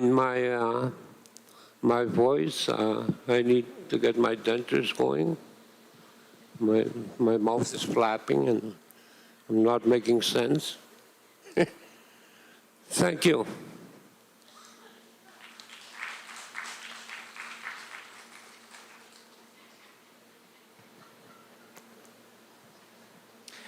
Thank you.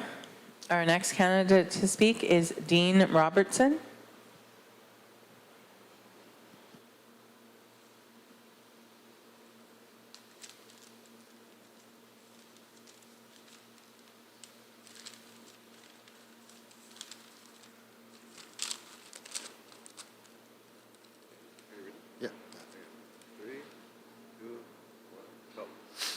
Good evening, everybody.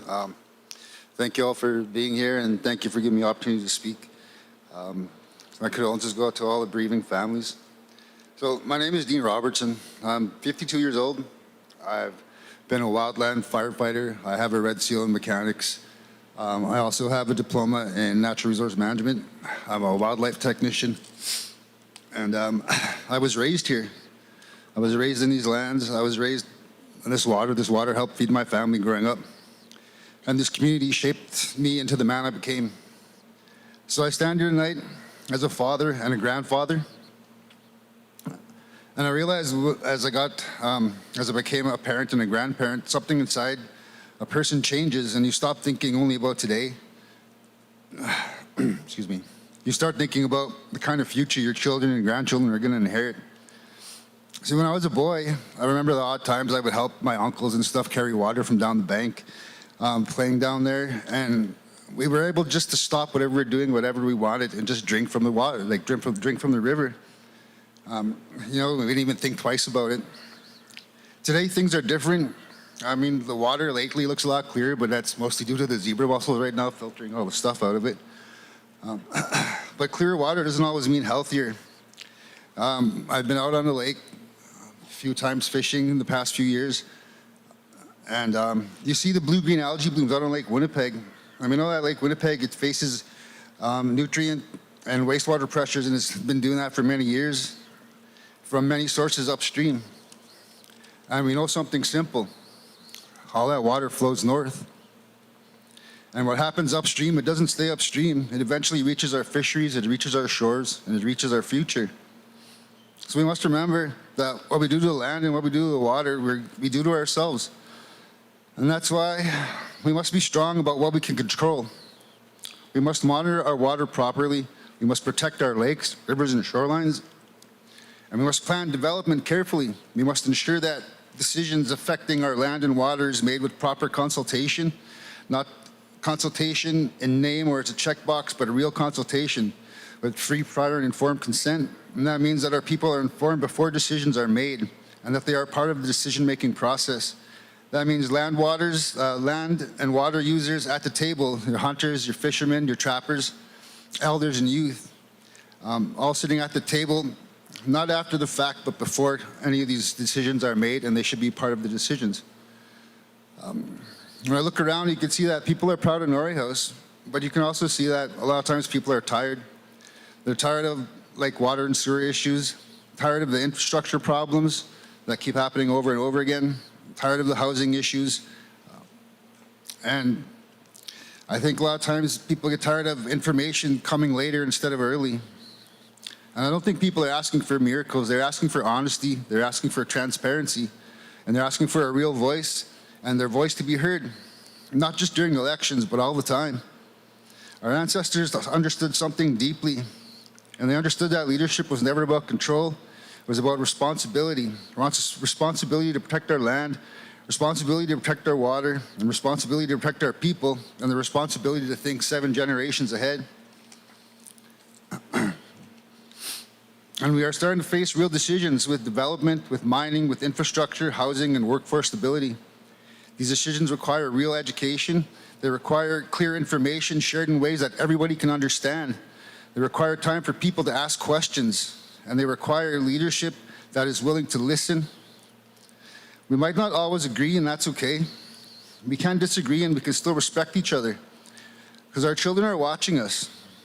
We may have future doctors, lawyers, land protectors, leaders, and they're watching how we handle disagreements and how we conduct ourselves. And if we show division and disrespect, that's what they're going to learn. So we have to show strength, patience, and respect so that these are things that they will carry forward with them. I also stand here as a land protector and a water protector. I'm not against progress, but if development happens, it should happen properly. If the land is used, it must be planned properly, and infrastructure should be built in stable ground with long-term capacity. And if decisions are made, the people must be informed and involved. We also need to grow our workforce, support experienced tradespeople in becoming formally certified, get more registered apprentices, and tie wages to certification and progress, and help keep skilled wages circulating in our community. That strengthens families and that strengthens Norway House. Trust is built when leadership stands beside the people. Trust is built when information is shared openly, and trust is built when people know their voice matters. I'm not standing here because I believe I'm better than anybody, because I'm not. I'm sorry, your time is up. Just remember that when we do the land, to choose responsibly, and remember that our children are watching, and on March 10th, you don't have to vote for me, just vote wisely.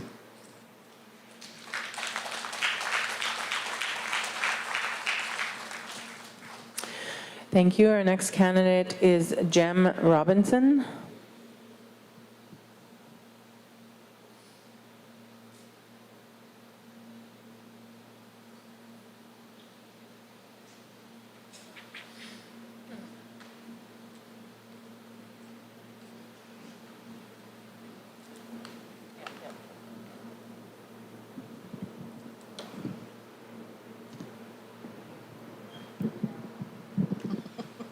One of the short ones again.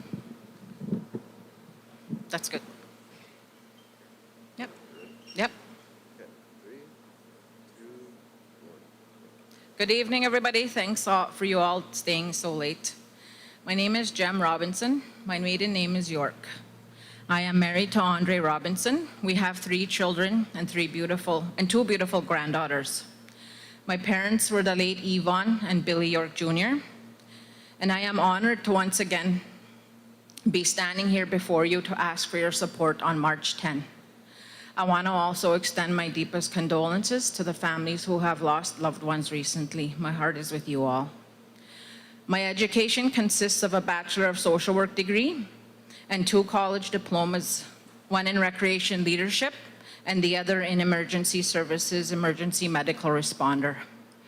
I have been a social worker for 21 years now, but my work in social work and social issues started way before that. I have worked in various helping positions all my life.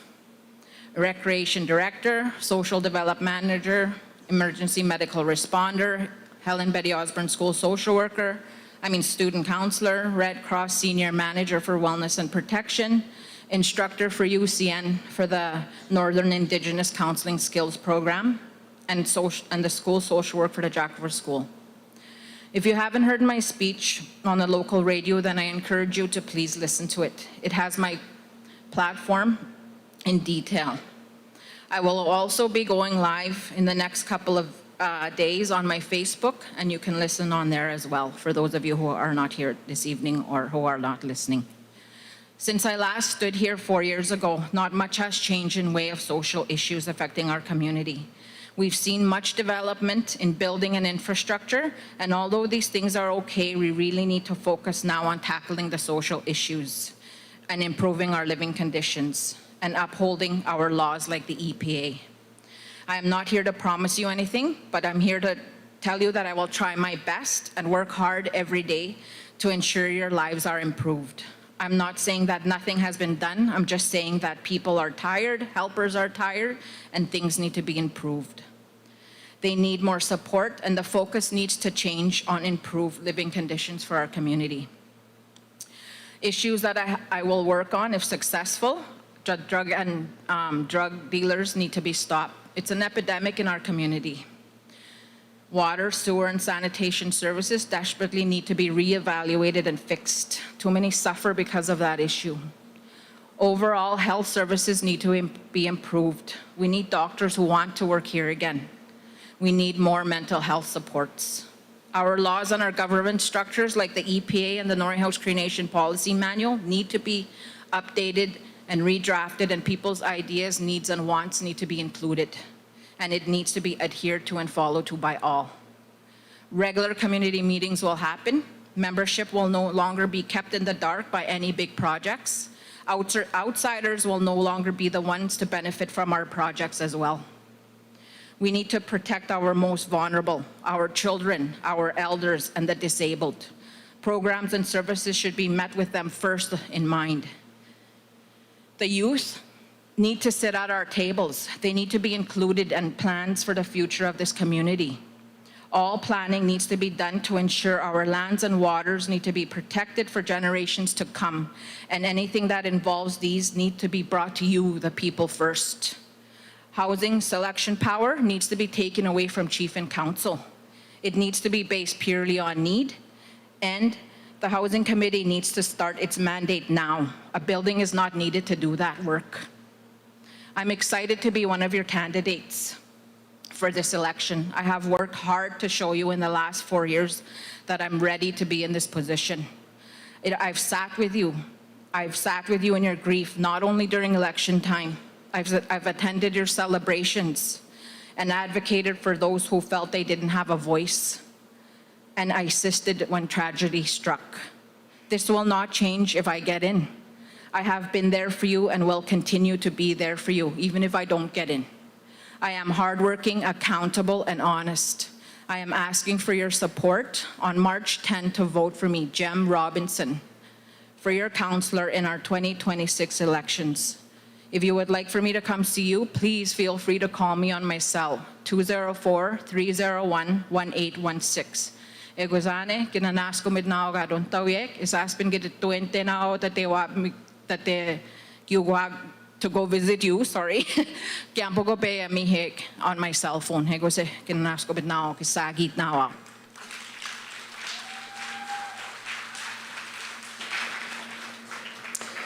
Thank you. Next candidate, Denise Rowden, has sent her regrets. So the next candidate to speak would be Allison Saunders.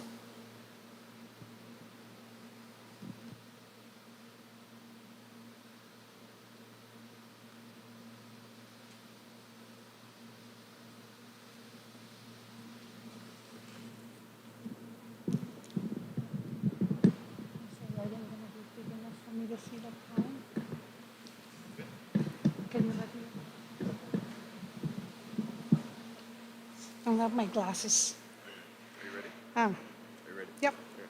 3, 2, 1, go. Hello everyone, Tanse, kinanas ko bitnoga kinuta ginoga kayaik e pehuyek tandohta viaga kinaninan umagawi kawi tibem pahtana ga pigis kriaga sa giwan ga kewan kawi tutamat for you all. And please na ininimunan simina after, if I have time. I'll try and speak quickly. I'm thankful to be here today to listen to all the candidates' platforms. I'd like to say good luck to you all. For those of you that don't know me, my name is Allison Saunders. My husband is Delbert. My parents were the late Charlie and Winnie Balfour. I want to thank my husband, Delbert. You know, he's been my campaign manager. He's been my 100% support in this campaign. Thank you, Delbert. I appreciate you. I'm running in this election as a councillor candidate. I'm running because our Norway House Cree Nation needs leaders that care for our people. I'm not running for power or popularity. I'm running because I know that I can help make good change for our people in our community. Kapengi baby tiwanista esko gastayan misweitize. Kape ngipigawinan nisnan. Kayesta rutamak tawitiyaga esko gastayag nisnan. Ninanas ko my mom and dad egonusse. I hear your concerns and I know we all need to help each other regardless of our titles. The first thing that I'd like to talk about is our healthcare system. We know there's a big issue with our doctors. There's things going around where, you know, it's concerning. It's very concerning for me and for our community if we don't have doctors. We have to support the doctors that come here. I was a former clinic manager. I worked with Northern Medical Unit. It used to be called Ongo Mijwin, I think it's called today. It's always worked. We need to continue providing that respect and that support, because respect goes both ways, not just one way. Our children with special needs, they need that added support. We heard Jordan's principal stop there for a while, but thankfully it's going to continue again because our children need that. Especially in the schools, I often hear parents say that there's no EAs to help their children that have the disability, that need that added one-on-one support, so that has to continue. It has to continue for our children. There's lots of stuff that was brought up for healthcare already, so I'll just briefly go through them. The mental health support is important. We need that. Water and sewer services. It's a huge problem. We shouldn't have to be begging for water every day. You know, that's not right. Water is a basic human right, and we need to make sure that the water continues to be, you know, brought to our households. Our buildings, our community buildings, and they shouldn't look like that. You know, we should be proud of our community, our buildings, and we should make sure that they're taken care of and that we respect them. Our programs and services, they need to be reviewed, and we need to make sure that we're providing the support to our band members. And it has to be fair, it has to be respectful. Everybody has to get the same support. Housing has always been an ongoing issue. There's a lot of our people that live off reserve on the community side, off the reserve. Our local teachers, they pay rent, you know, where they live. So everybody has to be considered for a new home. You know, there's so many that can receive that help if they're just considered too. Our youth, there's a lot of elite athletes. Different sports. You know, we have to continue supporting them because, you know, they put Norway House on a map, and we should be really proud of these young people that go and, you know, pursue these opportunities, and we need to encourage our kids and grandkids to continue doing that. Emergency management, it has to be, we have to prepare. Thank you to those that have done that. I know Frida played a big part in that, so, you know, I appreciate what you guys do. Plumbers and electricians, they need their own building. They need to have a place to store their supplies. I know that they're kind of crowded and all over the place, so they have to be considered. We still have to have their own space to make sure that they can have all their supplies in that area. Mr. Higyon again, nasa mga 17 seconds ito still mo ta. Nababateri natin na. But gisasping iya mi hinawag yan pagpe phone hik my cell number 204-301-7115. Pag speak piamik, kagite you got now. Thank you to all those that took the time to speak with me. March tennis panigi. I hope I can get your support. Hey, gusto kinanas kumit now.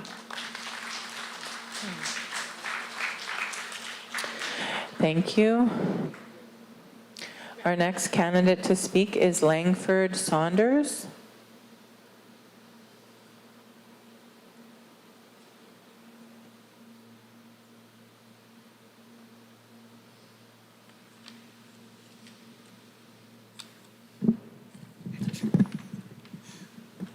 Right there, I guess. Yeah. Ready? Where's the timer? Are you ready? Ready? Yeah. 3, 2, 1, go. Langford Saunders, destinasa nina, sa mina Hispano. Iginawa sa nigayan, igigit sa migayan, tabing batangi tom. 4 years mon sige on student, but actually I was doing more when I was out there. I got to Councilor and I was still busy. I was still doing stuff. I was still representing our community as the fishermen. At the Skook, I was I'm still a good chair for the Fishermen's Co-op Association, and also I'm a good chair at this time with the fishers, with indigenous fishers of Lake Winnipeg. That's looking after or working with both 9 communities around Lake Winnipeg. And then also right now, currently, I'm working with Fisher River, and we have a consortium going around and having meetings. We're going after, they are successful in obtaining freshwater marketing boards. So there again, we're working with 5,000 fishers from Fisher River in Manitoba, Saskatchewan and Manitoba, sorry.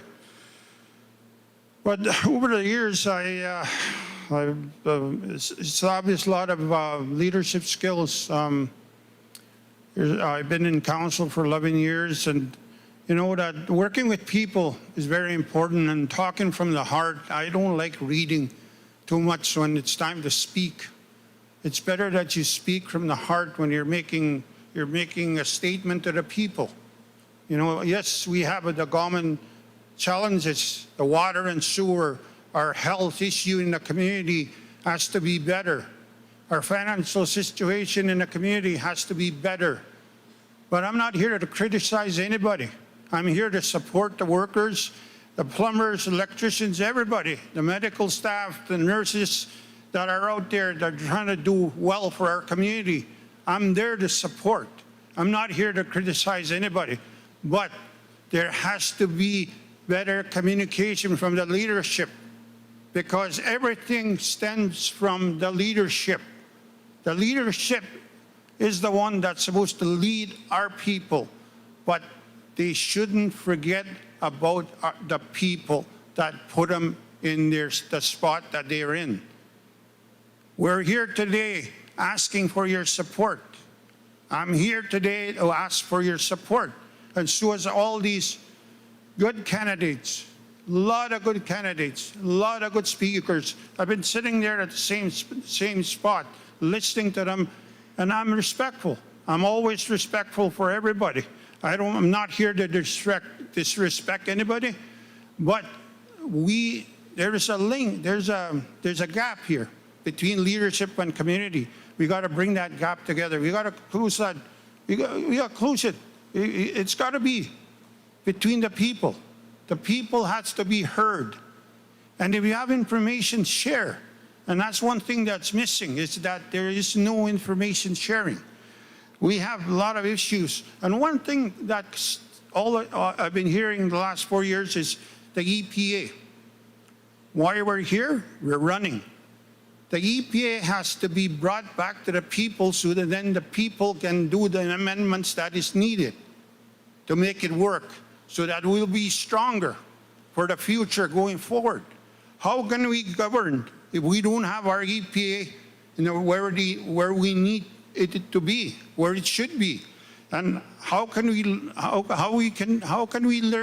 lead if our finances are not shared with the people? How can we lead? How can we move forward? Water and sewer is a big problem. We need to establish a better system. What's going on? What's happening? All it is questions being asked. Doctors, why is there no doctors? There should be doctors in this beautiful hospital that we have. Okay, there's a lot of success that's been happening, but we need to speak together. We need to sit down and work together to move forward, to have a better community. I've been in a community, I'm a grassroots person. I love Norway House. Never left Norway House. I'm going to stay here. I'm 62 years old. I've been married for 42 years already. But March 10th, I ask for your support for as a councilor. Thank you.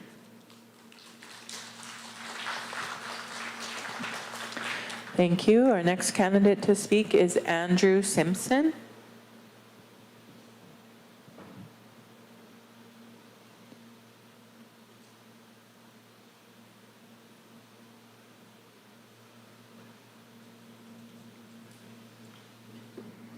Good? Ready? Very good.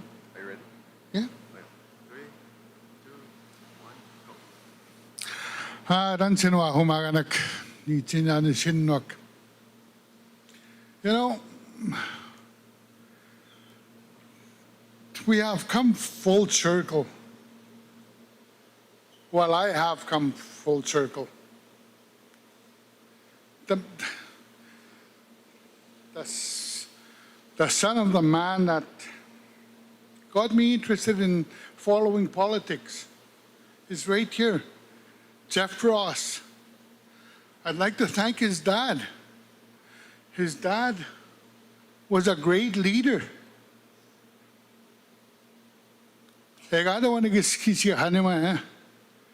He brought the people together and moved the whole town forward. I'm going to do that. He got treated like his life didn't matter. While his wife was on her deathbed. That's what got me interested in politics. How can people do this to their own people? So in moving forward, I started acting. Nigan, I filed appeals. And the people of North House won because of corrupt practice. That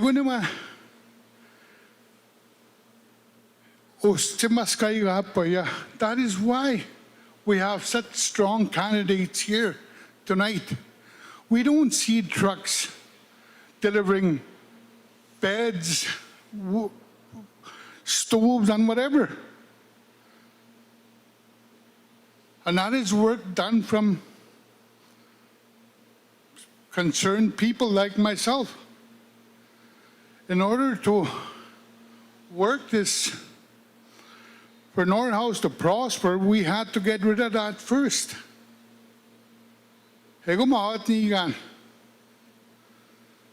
So that's what we've done, and we're here now. And now I've heard when you get elected to chief and council, you're being elected to go beg for money to from the government. And now we have a chief that we don't need to do that because we've gone a different route. We've gone to be economically viable. That's where we're headed. And I haven't heard one candidate discredit that. That we've seen the progress of Norway House, the stability of Norway House. And we got to see that. We got to run with it. As for me, I've been working, for Norway House for 30 years as a water and sewer contractor. I've seen what's happened. There's been 2 or 3 guys that have come up to me and said, I'll work for Norway House Cree Nation. I'll do the job.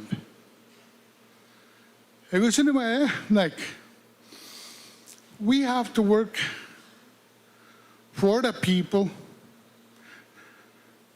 And in order to get results, we have to be united. And to be united, we have to build trust. And then trust comes with progress, which is where we're at now. Let's continue with that, going forward. I've been working for North House Browns, like I create teamwork, which is what's needed here. And that's what I promote. Teamwork is progress. And that's what I bring to the table. I'll work with any chief and council with any chief here to promote Norway House I'm as sorry, I your have time is done up. with the hockey team. Ayun sa ginanaas ko now.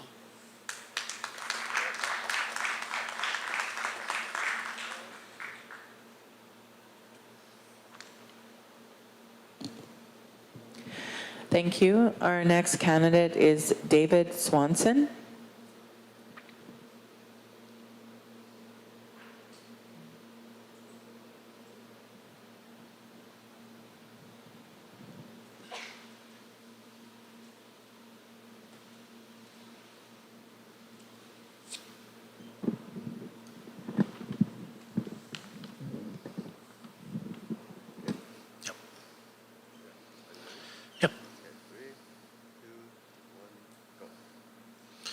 Danse, kita tamiskat na David Swanson in disnegason. Danas komag kane gagina shon sickness tamaya elders Ida McKay aga elder Bob Turner aga nanas kumay kita gwista kita kagi pepi kisketche kaskeno mistet menastago siek isa nugan yo existent tamek ko isa magitus kenegan na utagawiyak and twenta me gisto tati meno panigegon aga ne menosteni sa misteni sten dos tamano ta kaya gegon aga ne mutamegi sa gawit niga na tatayak. It was a privilege that I stand here and an honor that the past 4 years that as a councilor. Certainly I wanted to start off by saying is that one of the reasons why the work that I did, I was standing at the Tim's lineup for tea one morning. And as I was standing there, there was an elder I was standing with. And, before the Northern store was open, there was a lineup of employable youth that are 18 to 35, that the line went from the entranceway of the Northern all the way down the mall to where the pharmacy is, and it circled back a little ways. And the elder looked at the youth and said, "Tabe kitemaga so uskatsak, kino ni aniu piak. Pagod taganoabas tamegumba, tadut tamegegon, tawanastayek, tatikaskis tamasut. And ever since that time, for those of you that didn't understand English, the elder said, you as a leaders have to do something so that they're able to do something for themselves. So in everything that I've done in the last 4 years, those words echoed in my mind. It started off by doing an education review of our education department, because I worked for Frontier School Division for over 30 years as a teacher, as a principal, and as a superintendent, and I saw the needs of this community. I saw the issues that were there, that what the kids brought to school or what the kids didn't have. So we dealt with that every single day. And, so what we did was that in order for us to provide some leadership in the school system, is we developed capacity. All our local administrators became local, our resource teachers. We built that in our system here. And since I left, I don't know what's happening, but I see a lot of our local people in there now. But education is the key. We have issues in health, we have issues in education, in family services, in water and sewer, in housing. The issue is education and training. We've started looking at what's the best way to build that capacity within our community. And we started looking at having training opportunities, providing those, creating partnerships with outside resources, meaning post-secondary institutions. And I see that for us to be able to have our own training institution locally here and somewhere out in the urban centers. So I think that's one way to do it. The other thing is, we look at, recently I listened to a presentation from the school administrators, the issues that they're facing on a regular basis. I think we need an early childhood development center in here. So I think that's one of the things that I'd like to see. And the other thing, the last thing, I guess, I mean, there's a lot more to do, but the last thing I want to say is I'd like to encourage you all, especially young people, let's keep our language alive, our heritage and our history. I think that's important. I think our young people need to really know who they are. They need to understand where they came from. And I think the more that they can speak our language, and because I hear a lot saying, why do I need to learn our language? Because it's who we are. It describes who we are. So with that, I ask for your support for another 4 years. Vote David Swanson. Thank you.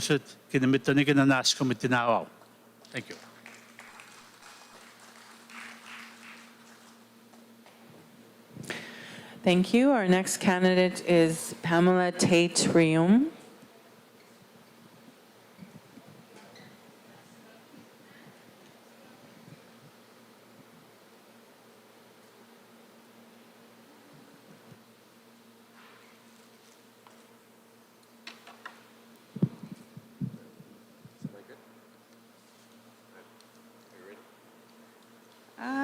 Sure.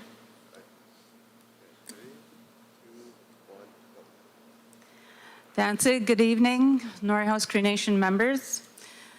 My name is Pamela Joy Tate-Riom. My maiden name is Forbister. I'm a proud Cree, Squaw, and language speaker, and Norway House has been my home for most of my life. My roots and my work run deep here. This community has raised me, it shaped me, and it taught me the values that I carry right to this moment. I'm a mother of 5 and a grandmother of 7. My family is my foundation.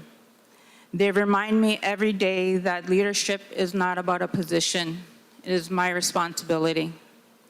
It is about an example that we set for the next generation. For more than 25 years, I have worked in administration and management. I understand governance, I understand budgets, I understand accountability. I understand how systems are meant to function, and I understand how they're supposed to be. I understand what happens when they do not function. I am accustomed to working in fast-paced environments. Over the past few weeks, I've listened carefully to many of you. One message has come through clearly. People want transparency. People want better communication. People want to know what is happening and why decisions are being made and how it affects them. That is not too much to ask. If entrusted with this role, I will lead with professionalism, accountability, and openness. Our members deserve consistent communication, not silence. We will hold regular band meetings where updates are shared clearly and questions are answered honestly. Information should be accessible, timely, and easy to understand. Financial transparency is essential. We will ensure clear reporting and annual meetings where members can review our finances and speak openly. Leadership must be visible, responsive, and accountable. Transparency will not be occasional. It'll be a standard practice. And I want to speak plainly about something that affects every single one of us, our band businesses. Right now, many feel disconnected from them. We see buildings, operations, contracts, but we do not always see how it directly improves our lives, our families, our nation. I believe it's time to strengthen that connection. I am proposing that we begin transitioning our band businesses toward a more cooperative approach, where the people are not just the observers, but the stakeholders. Imagine this: each year, profits are divided responsibly and transparently. A portion reinvested in growth and job creation, a portion dedicated to community priorities, such as youth programs, elder supports, recreation, and culture. and a portion paid out as dividends to members. Because when the business succeeds, the people should succeed, not just leadership, not just a few, all of us. When people have ownership, they support the business more, they protect it, they promote it, they hold it accountable. And that builds something greater than revenue. It builds trust. This is not about tearing down what we have, it's about strengthening it. It's about governments that is transparent, a board structure that includes community voices and our own professional experts, consultation before major changes, fairness and opportunity, stability for the long term, and employing our own people. Economic development should not create division, it should create unity. If we build businesses that belong to the people will build the businesses. That is my vision for all. At the same time, we must strengthen education, health administration, housing, mental health supports, social services, emergency infrastructure, recreation facilities, and essential services. We must raise employment and service standards. We must address addiction with courage and action. We must ensure our elders age with dignity and respect. We must create opportunity for our youth so they can see a future here at home. I am not promising miracles, I am promising transparency. I'm offering professionalism, consultation, and steady leadership that serves the whole community. Strong businesses, strong families, strong nation. If you are ready for accountable, principled leadership rooted in integrity and unity, I'm ready to serve. Our children and grandchildren are watching. Let's build Norway's Cree Nation together. Kasi tinanaas kamit na kisasing ito ay naman mustatan kaya pagupiyamihin. Anaritin.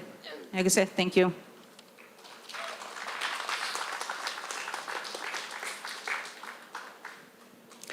Thank you. Our next candidate to speak is Allan Wilson.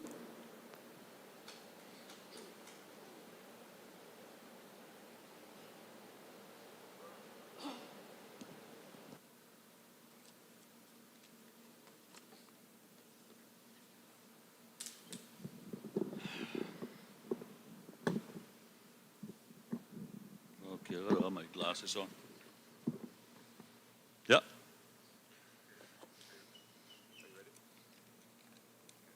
Do you see that? How much time left? 5 minutes. Where? Oh, you see. Okay. Yeah. Tansi, my name is Allan Wilson.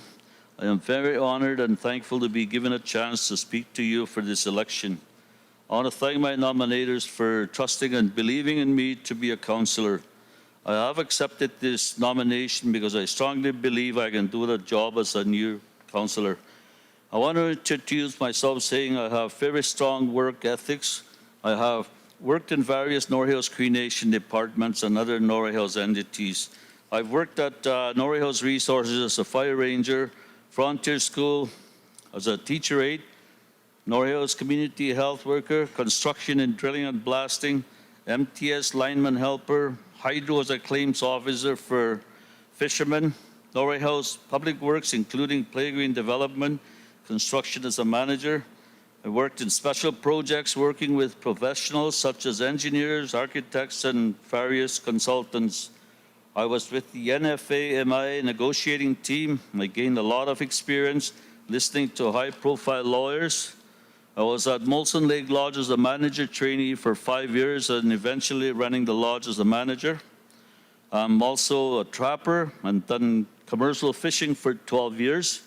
Worked in Thompson as a survey helper on the Muswagon power line. In 2008, I was back at Playgreen Development, only to be terminated by Norway Hills Cree Nation Chief and Council, standing up to our rights not to build the lagoon in the backyards. We were told we would never smell the lagoon. Now in the summer, with south and east winds, we smell this very unpleasant odor. I worked in Lynn Lake for the environmental mine remediation, supervising 30 employees with equipment. And again, back to Norway Hills Cree Nation. I'm thankful they provided me training for my master's certificate in project management. In 2018, I was transferred to Kinana Trust and have been working there since. I speak very fluent Cree, which I consider very important in order to communicate with our elders. Today, I am 67 years old, very thankful for that. I have gained a lot of work experience that will help me, help you, and help our nation. I've lived my entire life in Norway House. If elected on March 10th, I promise to work hard for you, our community. I will be here in Norway House. I can help in any department. I will continue to advocate for Playgreen Development Corporation for more work and pay equity. I am very familiar with our water and sewer problems. I was the one that started water and sewer contracting, and for whatever reason, after 2018, they started dissolving contracts. And today, we're back where we were when we started 30 years ago. I will work hard to help with this problem. I've always been a supporter of our youth, and I will continue doing that. As I mentioned, I am also a trapper, and I was a commercial fisherman for 12 years, and domestic fishing all my life. I will stand with the fishermen and trappers to include them in any new agreements. Finally, I've been listening to some other candidate forums, and I want to hear some answers too. We will find out where we stand financially. We want to know what the projects are costing, who the owners are. If elected, I will support whomever is going to search for answers. This is accountability and transparency. I cannot promise you anything because we don't know where we stand financially. Once we find out, we will show you, and then we can move forward. I agree we need to find out where our TLE money went. Besides that was dispersed for Christmas and Yorkville days of maybe 8 million, and 32 million was advanced. Where did the rest go? We will find out where Cows and Plows money is. Why are some First Nations getting their money? This money is intended for the people, and that is what I'm going to support. We will let people decide. I want to thank everyone that has taken the time to listen to me. I'm not here to condemn anybody. We want to help and find answers to our concerns. I want to wish every candidate a pleasant campaign. I want to remind people to make the right choice. I am thankful we still have that right to vote for the leaders who can trust.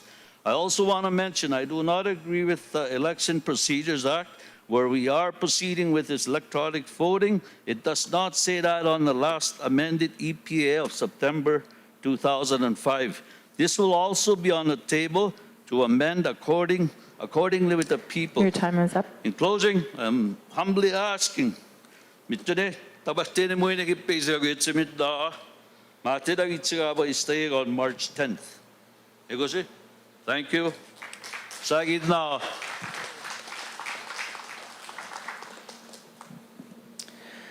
Thank you. And our last candidate to close out the evening is Diane Wilson.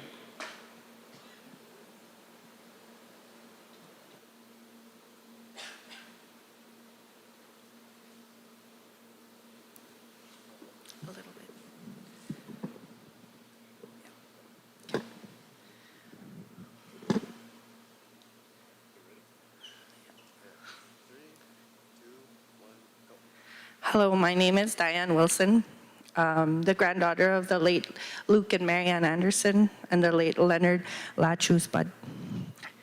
I'm the daughter of Alex and Jane Anderson. I'm the wife of 9 years to Pierre Wilson, and we are blessed to be raising 5 children. I would like to thank my nominators, Mildred Sinclair and Richard Wilson. I'm running for council because I believe strong leadership begins with listening.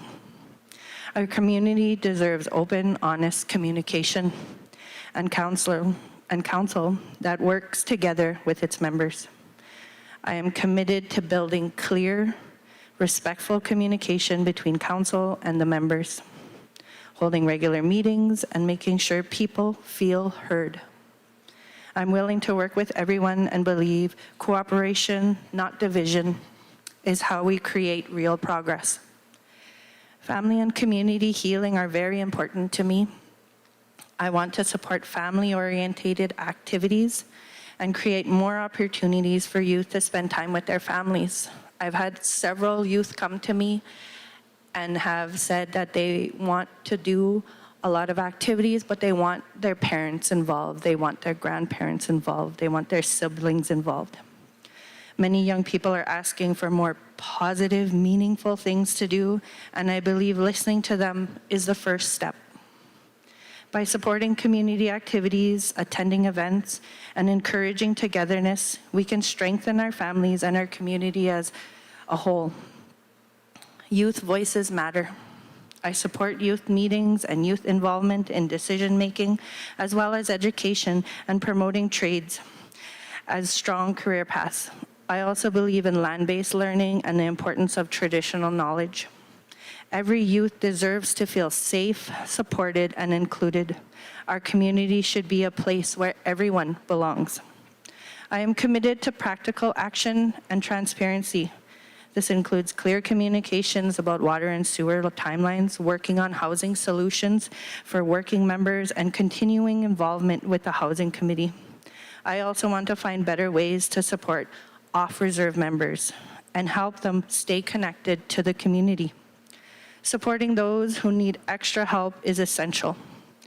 I want to see a resource center or facility that will assist members with forms, applications, referrals, and access to counseling and support services. I am especially passionate about helping individuals with special needs, adults who require additional support, and families navigating complex systems.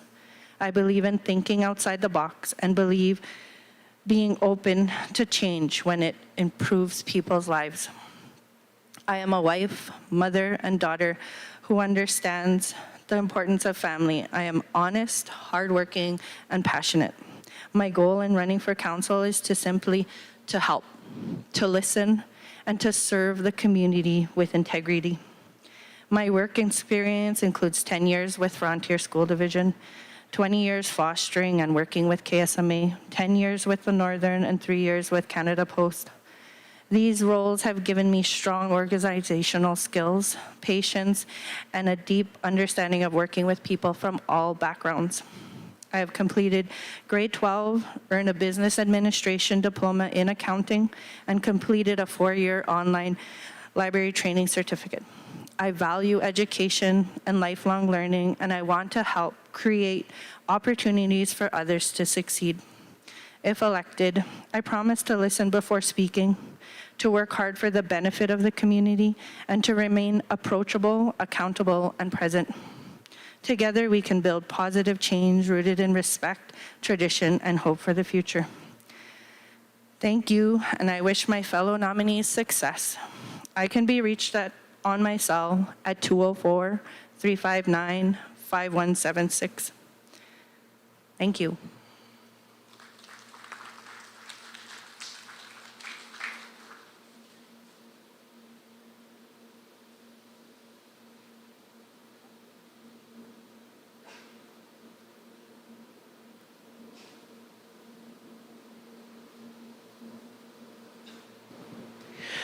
We opened the meeting with the opening prayer, so we'd like to close the meeting with a closing prayer. I'd like to thank all the candidates who came out this evening to present their platform to the membership, and we will see everyone here next Tuesday. Is there someone that can do a closing prayer for us to end the evening? Okay. Thank you, Darlene.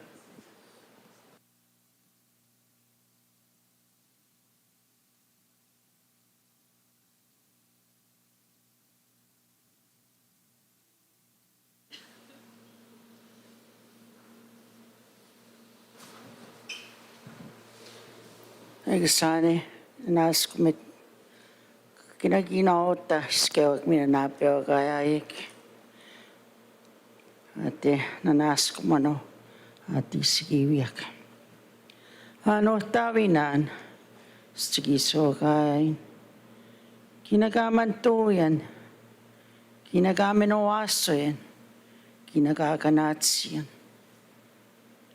Ata Diyos sinanagat siya, tati sa minagiwiak, tati sinagiskawayawak, nityo akan nanak mina, nusa minanak nsawasa misnanak, nisagihagan nanak.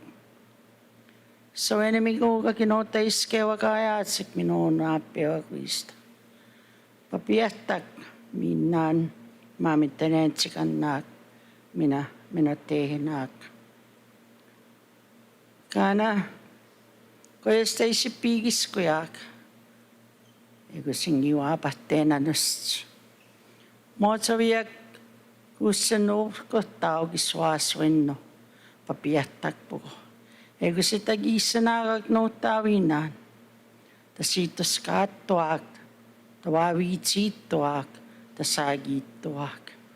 Ego smano tawinan. Ginanas commitnan.